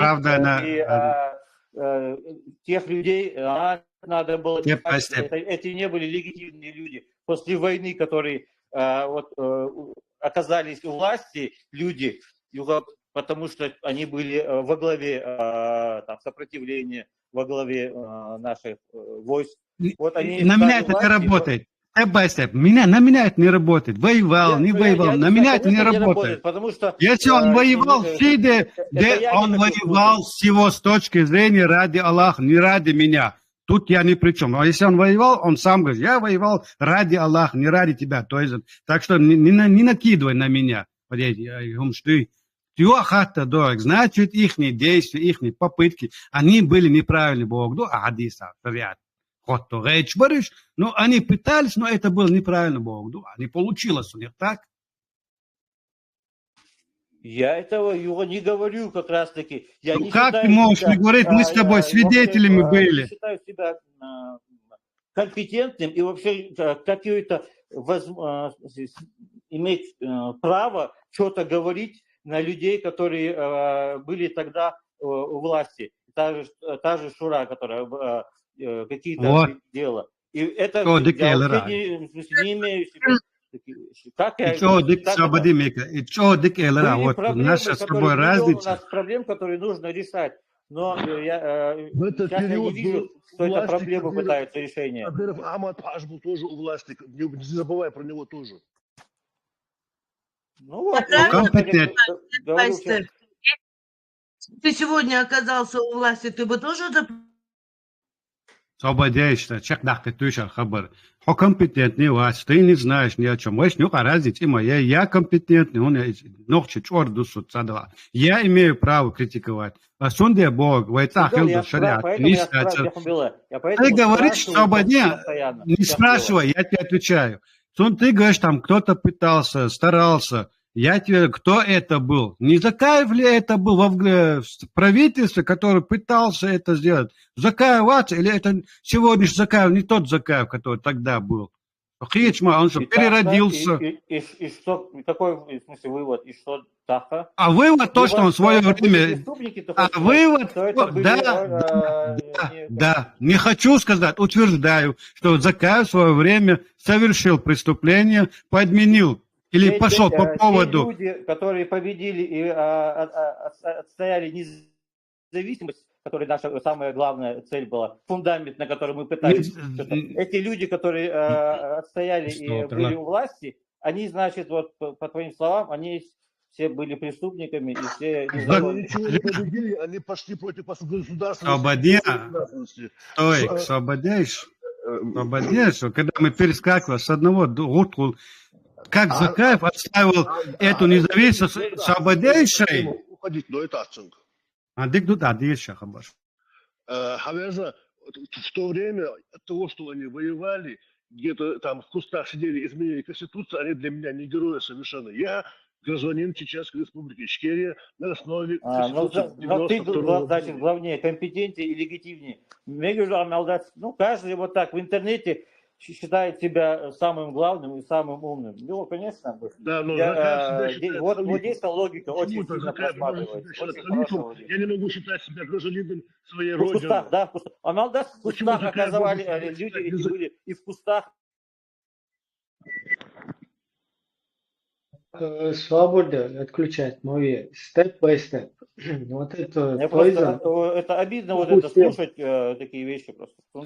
Тойзен там упустил очень момент такой, где не довел свою мысль до конца. Вот ты где-то сказал, что а мне что, не быть теперь мусульманином? Вот эту вот мысль повтори опять. Что ты имел в виду? Ты сказал, чтобы отказаться от нацизма, от гаска, то, что вот как я должен отказаться от нацизма, в смысле, если, ну это я понимаю, такая аналогия, в смысле, примерно, но в данном случае с этой аналогией, в моем случае, я как это должен, в смысле, отказаться от этого нацизма, который меня заразил, которым я болею? Поэтому Тойзен у тебя спросил, ты проживаешь в цивилизованном, демократическом государстве, правовом, вот сейчас, в данный момент.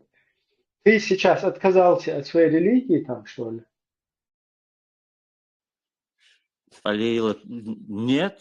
В смысле, его, где здесь вообще, как логически можно рассуждать о каких-то вещах? Кто-нибудь принуждает тебя отказаться там от религии ислам, чтобы ты зикры делал, чтобы ты öyle косил или что-то такое, чтобы подобное, чтобы ты занимал. Либо ты почему ты не отвечаешь на вопрос, который я тебе задаю? То, что, как я должен отказаться от нацизма, который меня заразил российская власть? И вот та грязь, как так называемая вот это. Чтобы понять, что ты конкретно имеешь в виду, нам с тобой нужно... Нет, я спрашиваю то, что ты говорил, что мы все заразились вот этими русским, грязью, там, дерьмом так называемым, и нацизмом, если это аналогия такая. Я поэтому спрашиваю, как я должен от этого отказаться? Ты призывал, чтобы мы отказались от этого. Мы предлагаем отказаться. Второй раз мысль сбить в правительство и в государственное устройство. Вот в чем твой отказ должен быть состоять. Не отказ от своей религии, от своего вероубеждения, а отказаться сувать его мне и навязывать его мне. Вот и все. Домовой, step by step. У тебя микрофон просто, ты не выключаешь, выстрел что-то, тебя поэтому здесь выключать.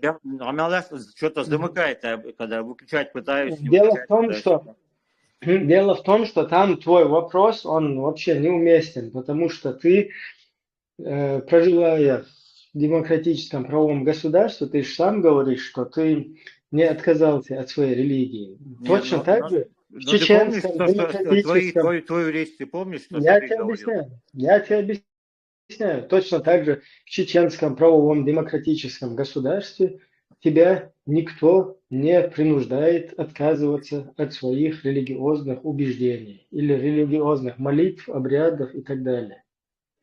Откуда ты это вообще взял? Просто вот как стоит говорить...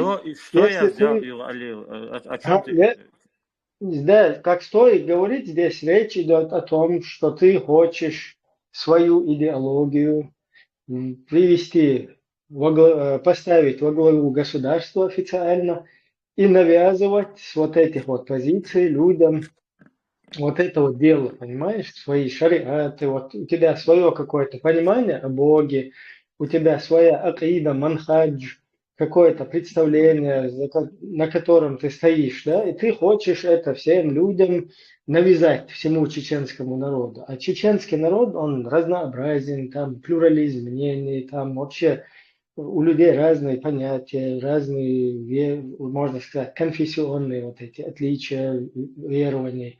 То есть чеченский народ, он, и среди нас могут быть и не мусульмане, среди нас могут проживать и люди других национальностей. То есть вот это то, что ты хочешь привнести, вот эта идеология, вот о чем мы говорим, вот что такое это нацизм, понимаешь?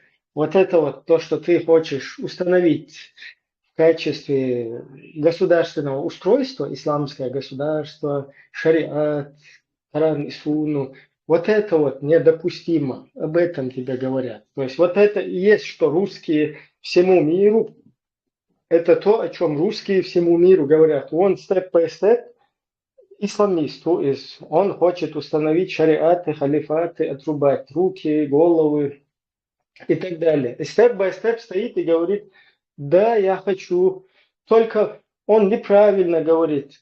Мои отрубания рук и головы, они не такие, как вы подумали. У нас есть государственный отдел по религии, вот там самое правильное отрубание голов и рук. У нас вообще это все четко, самый правильный вариант ислама у нас, Боже.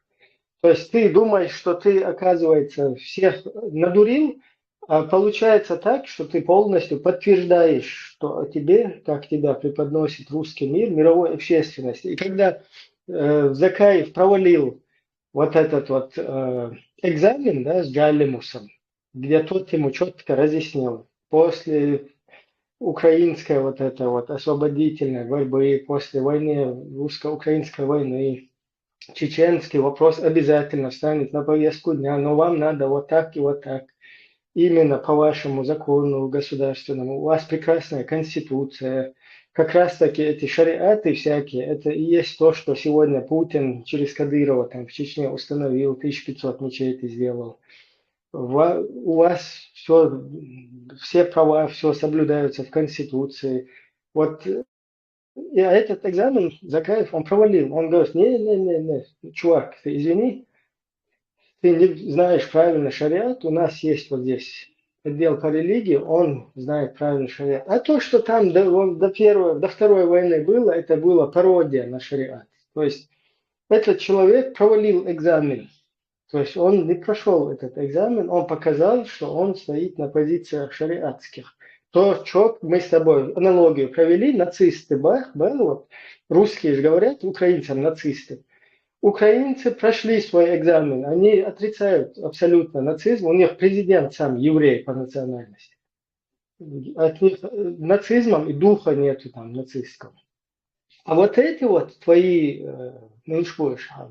эмирши, твои кумиры, они провалили как раз таки все это, и они показывают, что именно то, что они русские говорят, то, что они русские говорят, они как раз таки это подтвердили. Просто они говорят, они хотят и нацизм, чтобы у них остался. Вот украинцы, если бы аналогию проведем, вот украинцы говорят, да у нас неплохой нацизм, вы просто не понимаете, и всему миру потом объясняют. Посмотрите, как хорошо быть нацистом, вот смотрите, это тот, о котором вы знаете, гитлеровский, он неправильный, вот наш вообще просто вам всем очень приятно будет от нашего нацизма. Вот такая вот бурда какая-то, да? То есть в эту бурду, в эту игрушку никто не собирается играть. Цивилизованный мир в это играть не будет. И с украинцами тоже не сыграл. Вот я не знаю, почему я власти на власть. В принципе, цун из Кабашкета цахет, от сумны шягу, дадуючи, я думаю... Позвонили. Я думаю, все-таки другие зрители, им более будет понятно, да, о чем речь идет. Бехмобилыш, Маковдиш. Он инструкцию нашел принятие, но дальше что-то спрашивает. Такие же загоняющие в тупик вопросы давать. Не, Мали. Просто Шаддекшен объяснить Дин, вот ты ему объяснил, он говорит, а мне что, от своей религии тогда отказать? Да не отказывайся от своей религии. У меня простые вопросы, когда я задаю, вот такие я ответы слышу. И я понимаю, вот насколько хорошо работают российские спецслужбы, когда они вот такую грязь и путаницу. Вот эта путаница как раз и когда начинаешь слушать и уверовать в российские спецслужбы и путаницу, вот такой вывод, вот такие вещи становятся. Как раз таки это, ты по аналогии, если с Украиной, с Украиной, они должны были бы, чтобы доказать, что они не нацисты, и они еще должны были вот отдать территории, которые Луганск взяли, Донецк и так далее, Крым и так далее. Вот это чтобы вот пропаганду российскую, чтобы оправдаться, в смысле, чтобы показать, что они не такие, какие их описывают. Им еще нужно было отдать вот эти территории и так, уйти с позиций, проиграть войну, короче говоря, вот так, чтобы доказать, что они не нацисты. А нам то же самое, вот в нашем случае. Да, вообще, вот смотри, вот здесь в европейских странах проживают тысячи чеченцев, мусульман. И не чеченцев, и турков, и всяких боснийцев, и других национальностей, Бангладеш, Пакистан там, и так далее, афганцы. И вот на территории Турции, также в демократическом государстве, построенном на национализме Ататюрка, и там проживают тысячи вот так мусульман, миллионы даже. То есть эти все люди, ты у них спросишь, вот как и ты, они абсолютно, государство, они там исповедуют свою религию, они молятся куда хотят, они полностью, в отличие от Чеченской республики, там ты, правда, не будешь иметь такую возможность, там та религия, которую тебе русские приказали, вот так она, короче, там, ну сейчас оттуда тоже муллы заходят, и они тоже говорят, что ваххабизм это не проблема, кажется, шайтана это не проблема была. Но не в этом суть. Имеется в виду, в этих государствах демократических везде проживают мусульмане.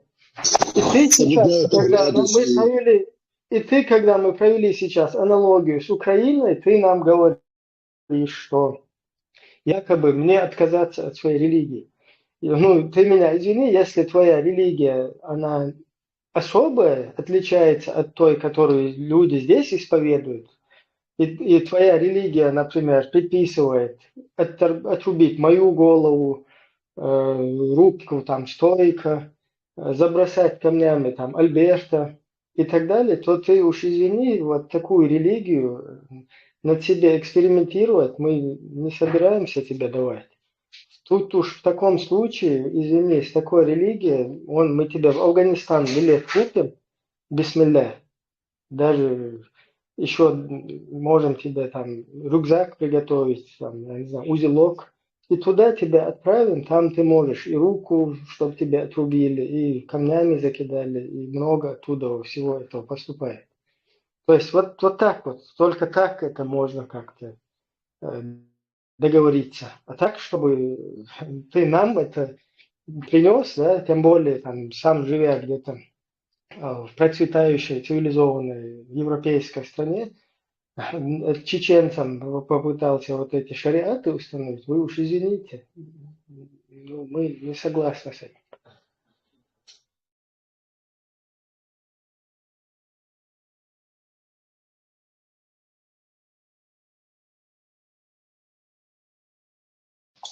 Цель Понятно, всего Иван, диалога и понятно, там, вопросов да, как бы не вижу здесь смысла. освободила, если выкат освободила. Но Я говорю, хорошо, мы степ by step, подожди немножко.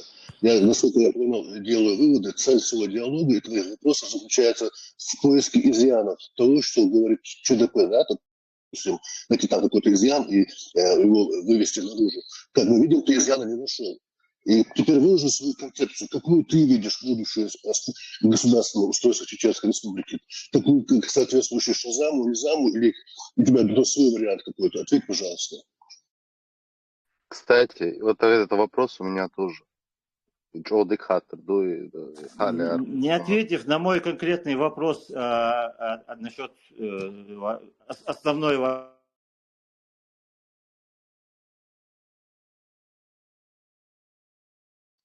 Не слышно.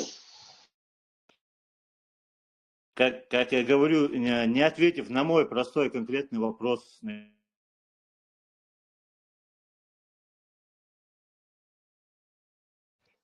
Что-то барахлит в этом, постоянно у меня выкидывает микрофон. Но тот мой вопрос конкретный. Мы можем до утра отвечать на твои вопросы.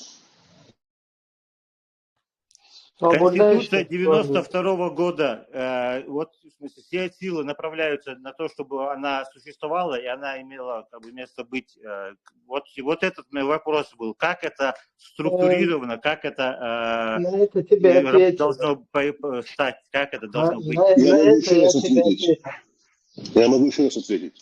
То есть для осуществления законности все это существует уже де-факто, априори.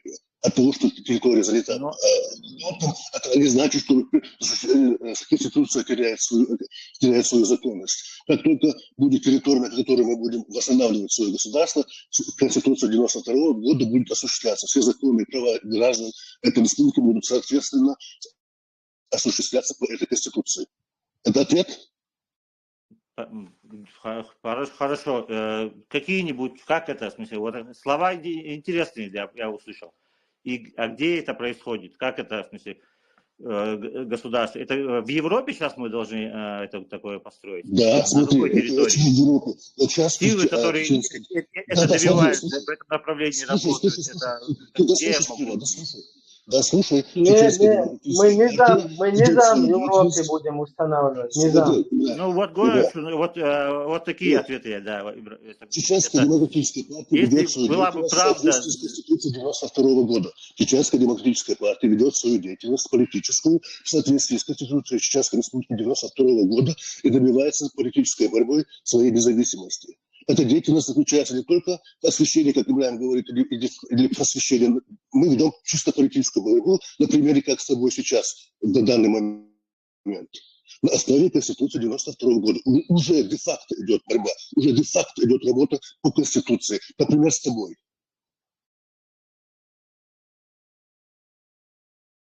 Ну, ему, в Дмитрий, принципе, с это в самого Европе сейчас начала, мы, да? Мы да, сейчас в ему с Европе самого должны... начала было Я не понял, отвечено, де-факто. тебе было отвечено с самого начала, что то, что вы вот это замутили всех наших соотечественников и мировую общественность, это не соответствует действительности. И Чеченская демократическая партия своей просветительской работой, своей политической работой пытается и будет пытаться все это восстановить, то есть все поставить на свое место, как и подобает по закону нашей Конституции, а не так, как ты захотел, или в кустах кто-то собрался, захотел, или твои эмиры, или ваши отдел по религии, какой-то ваш айлам, какой-то ваш имам из Египта или откуда-то, из Саудовской Аравии. В эту игрушку мы не Головы еще собираемся. я отрубать должен, да, я, в смысле, еще вот это, головы, руки я как бы отрубать параллельно. Да, и это, Это то есть мы, продвигаю. Это вот не смешно наша играть, когда ты сам говоришь, тебе самому не смешно вот эти вещи. основа нашей, вообще нашей государственности, основа нашей деятельности, нашего государства, нашего народа, она зиждется на Конституции 92 года, в отличие от вашей идеологии, которая зиждется на основе низама, Корана и Сунны, той версии, которой ваш имам из Саудовской Аравии, Египта или где они у вас находятся, на Лубянке, я не знаю, не на основе их каких-то выводов религиозных, а на основе Конституции, принятой чеченским народом, которую ты можешь в любое время взять и почитать, что нам можно, что нам там не можно.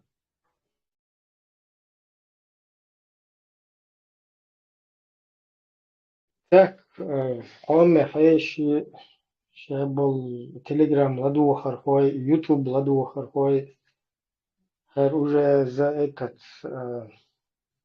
за регламент лаевой, дисахтал шоу Хаеша, там его время от времени через него сюда вопросы задают, но это ничего, это тоже нормально, поэтому он там выходит, заходит, но уже и так достаточно ему посвятили мы часть этого эфира. А кто-то, если хочет высказаться, что она как бы дает что такой комментарий, что-то такое. Если нет, то на сегодня закончили бы. И, как всегда, в субботу, теперь уже с 20, потому что ночь сейчас удлинилась, день укоротился, в зимнее время на носу. И вот с 20 по 00 по Брюсселю у нас эфиры проходят. Короче, вот для информации вот так как-то, если Анна Федаканна Умадеца, Актания Наирзуэ, я хотел Берктиэл, надеюсь, что мы как бы скоординируемся вокруг вот этого дела общенационального, чеченского, потихоньку разъясним, расставим точки над «и». Все вот эти вот религиозные, идеологические вбросы тоже не дадим себя через них облапошивать и как-то все-таки выработаем гражданское общество, политическую силу, которая будет как бы бороться за самобыт чеченского народа и за деоккупацию, за привлечение к ответственности всех русских преступников, ну и так далее и тому подобное. Мяшно, массан дерес худа лацано году надо як то был масай мяшно.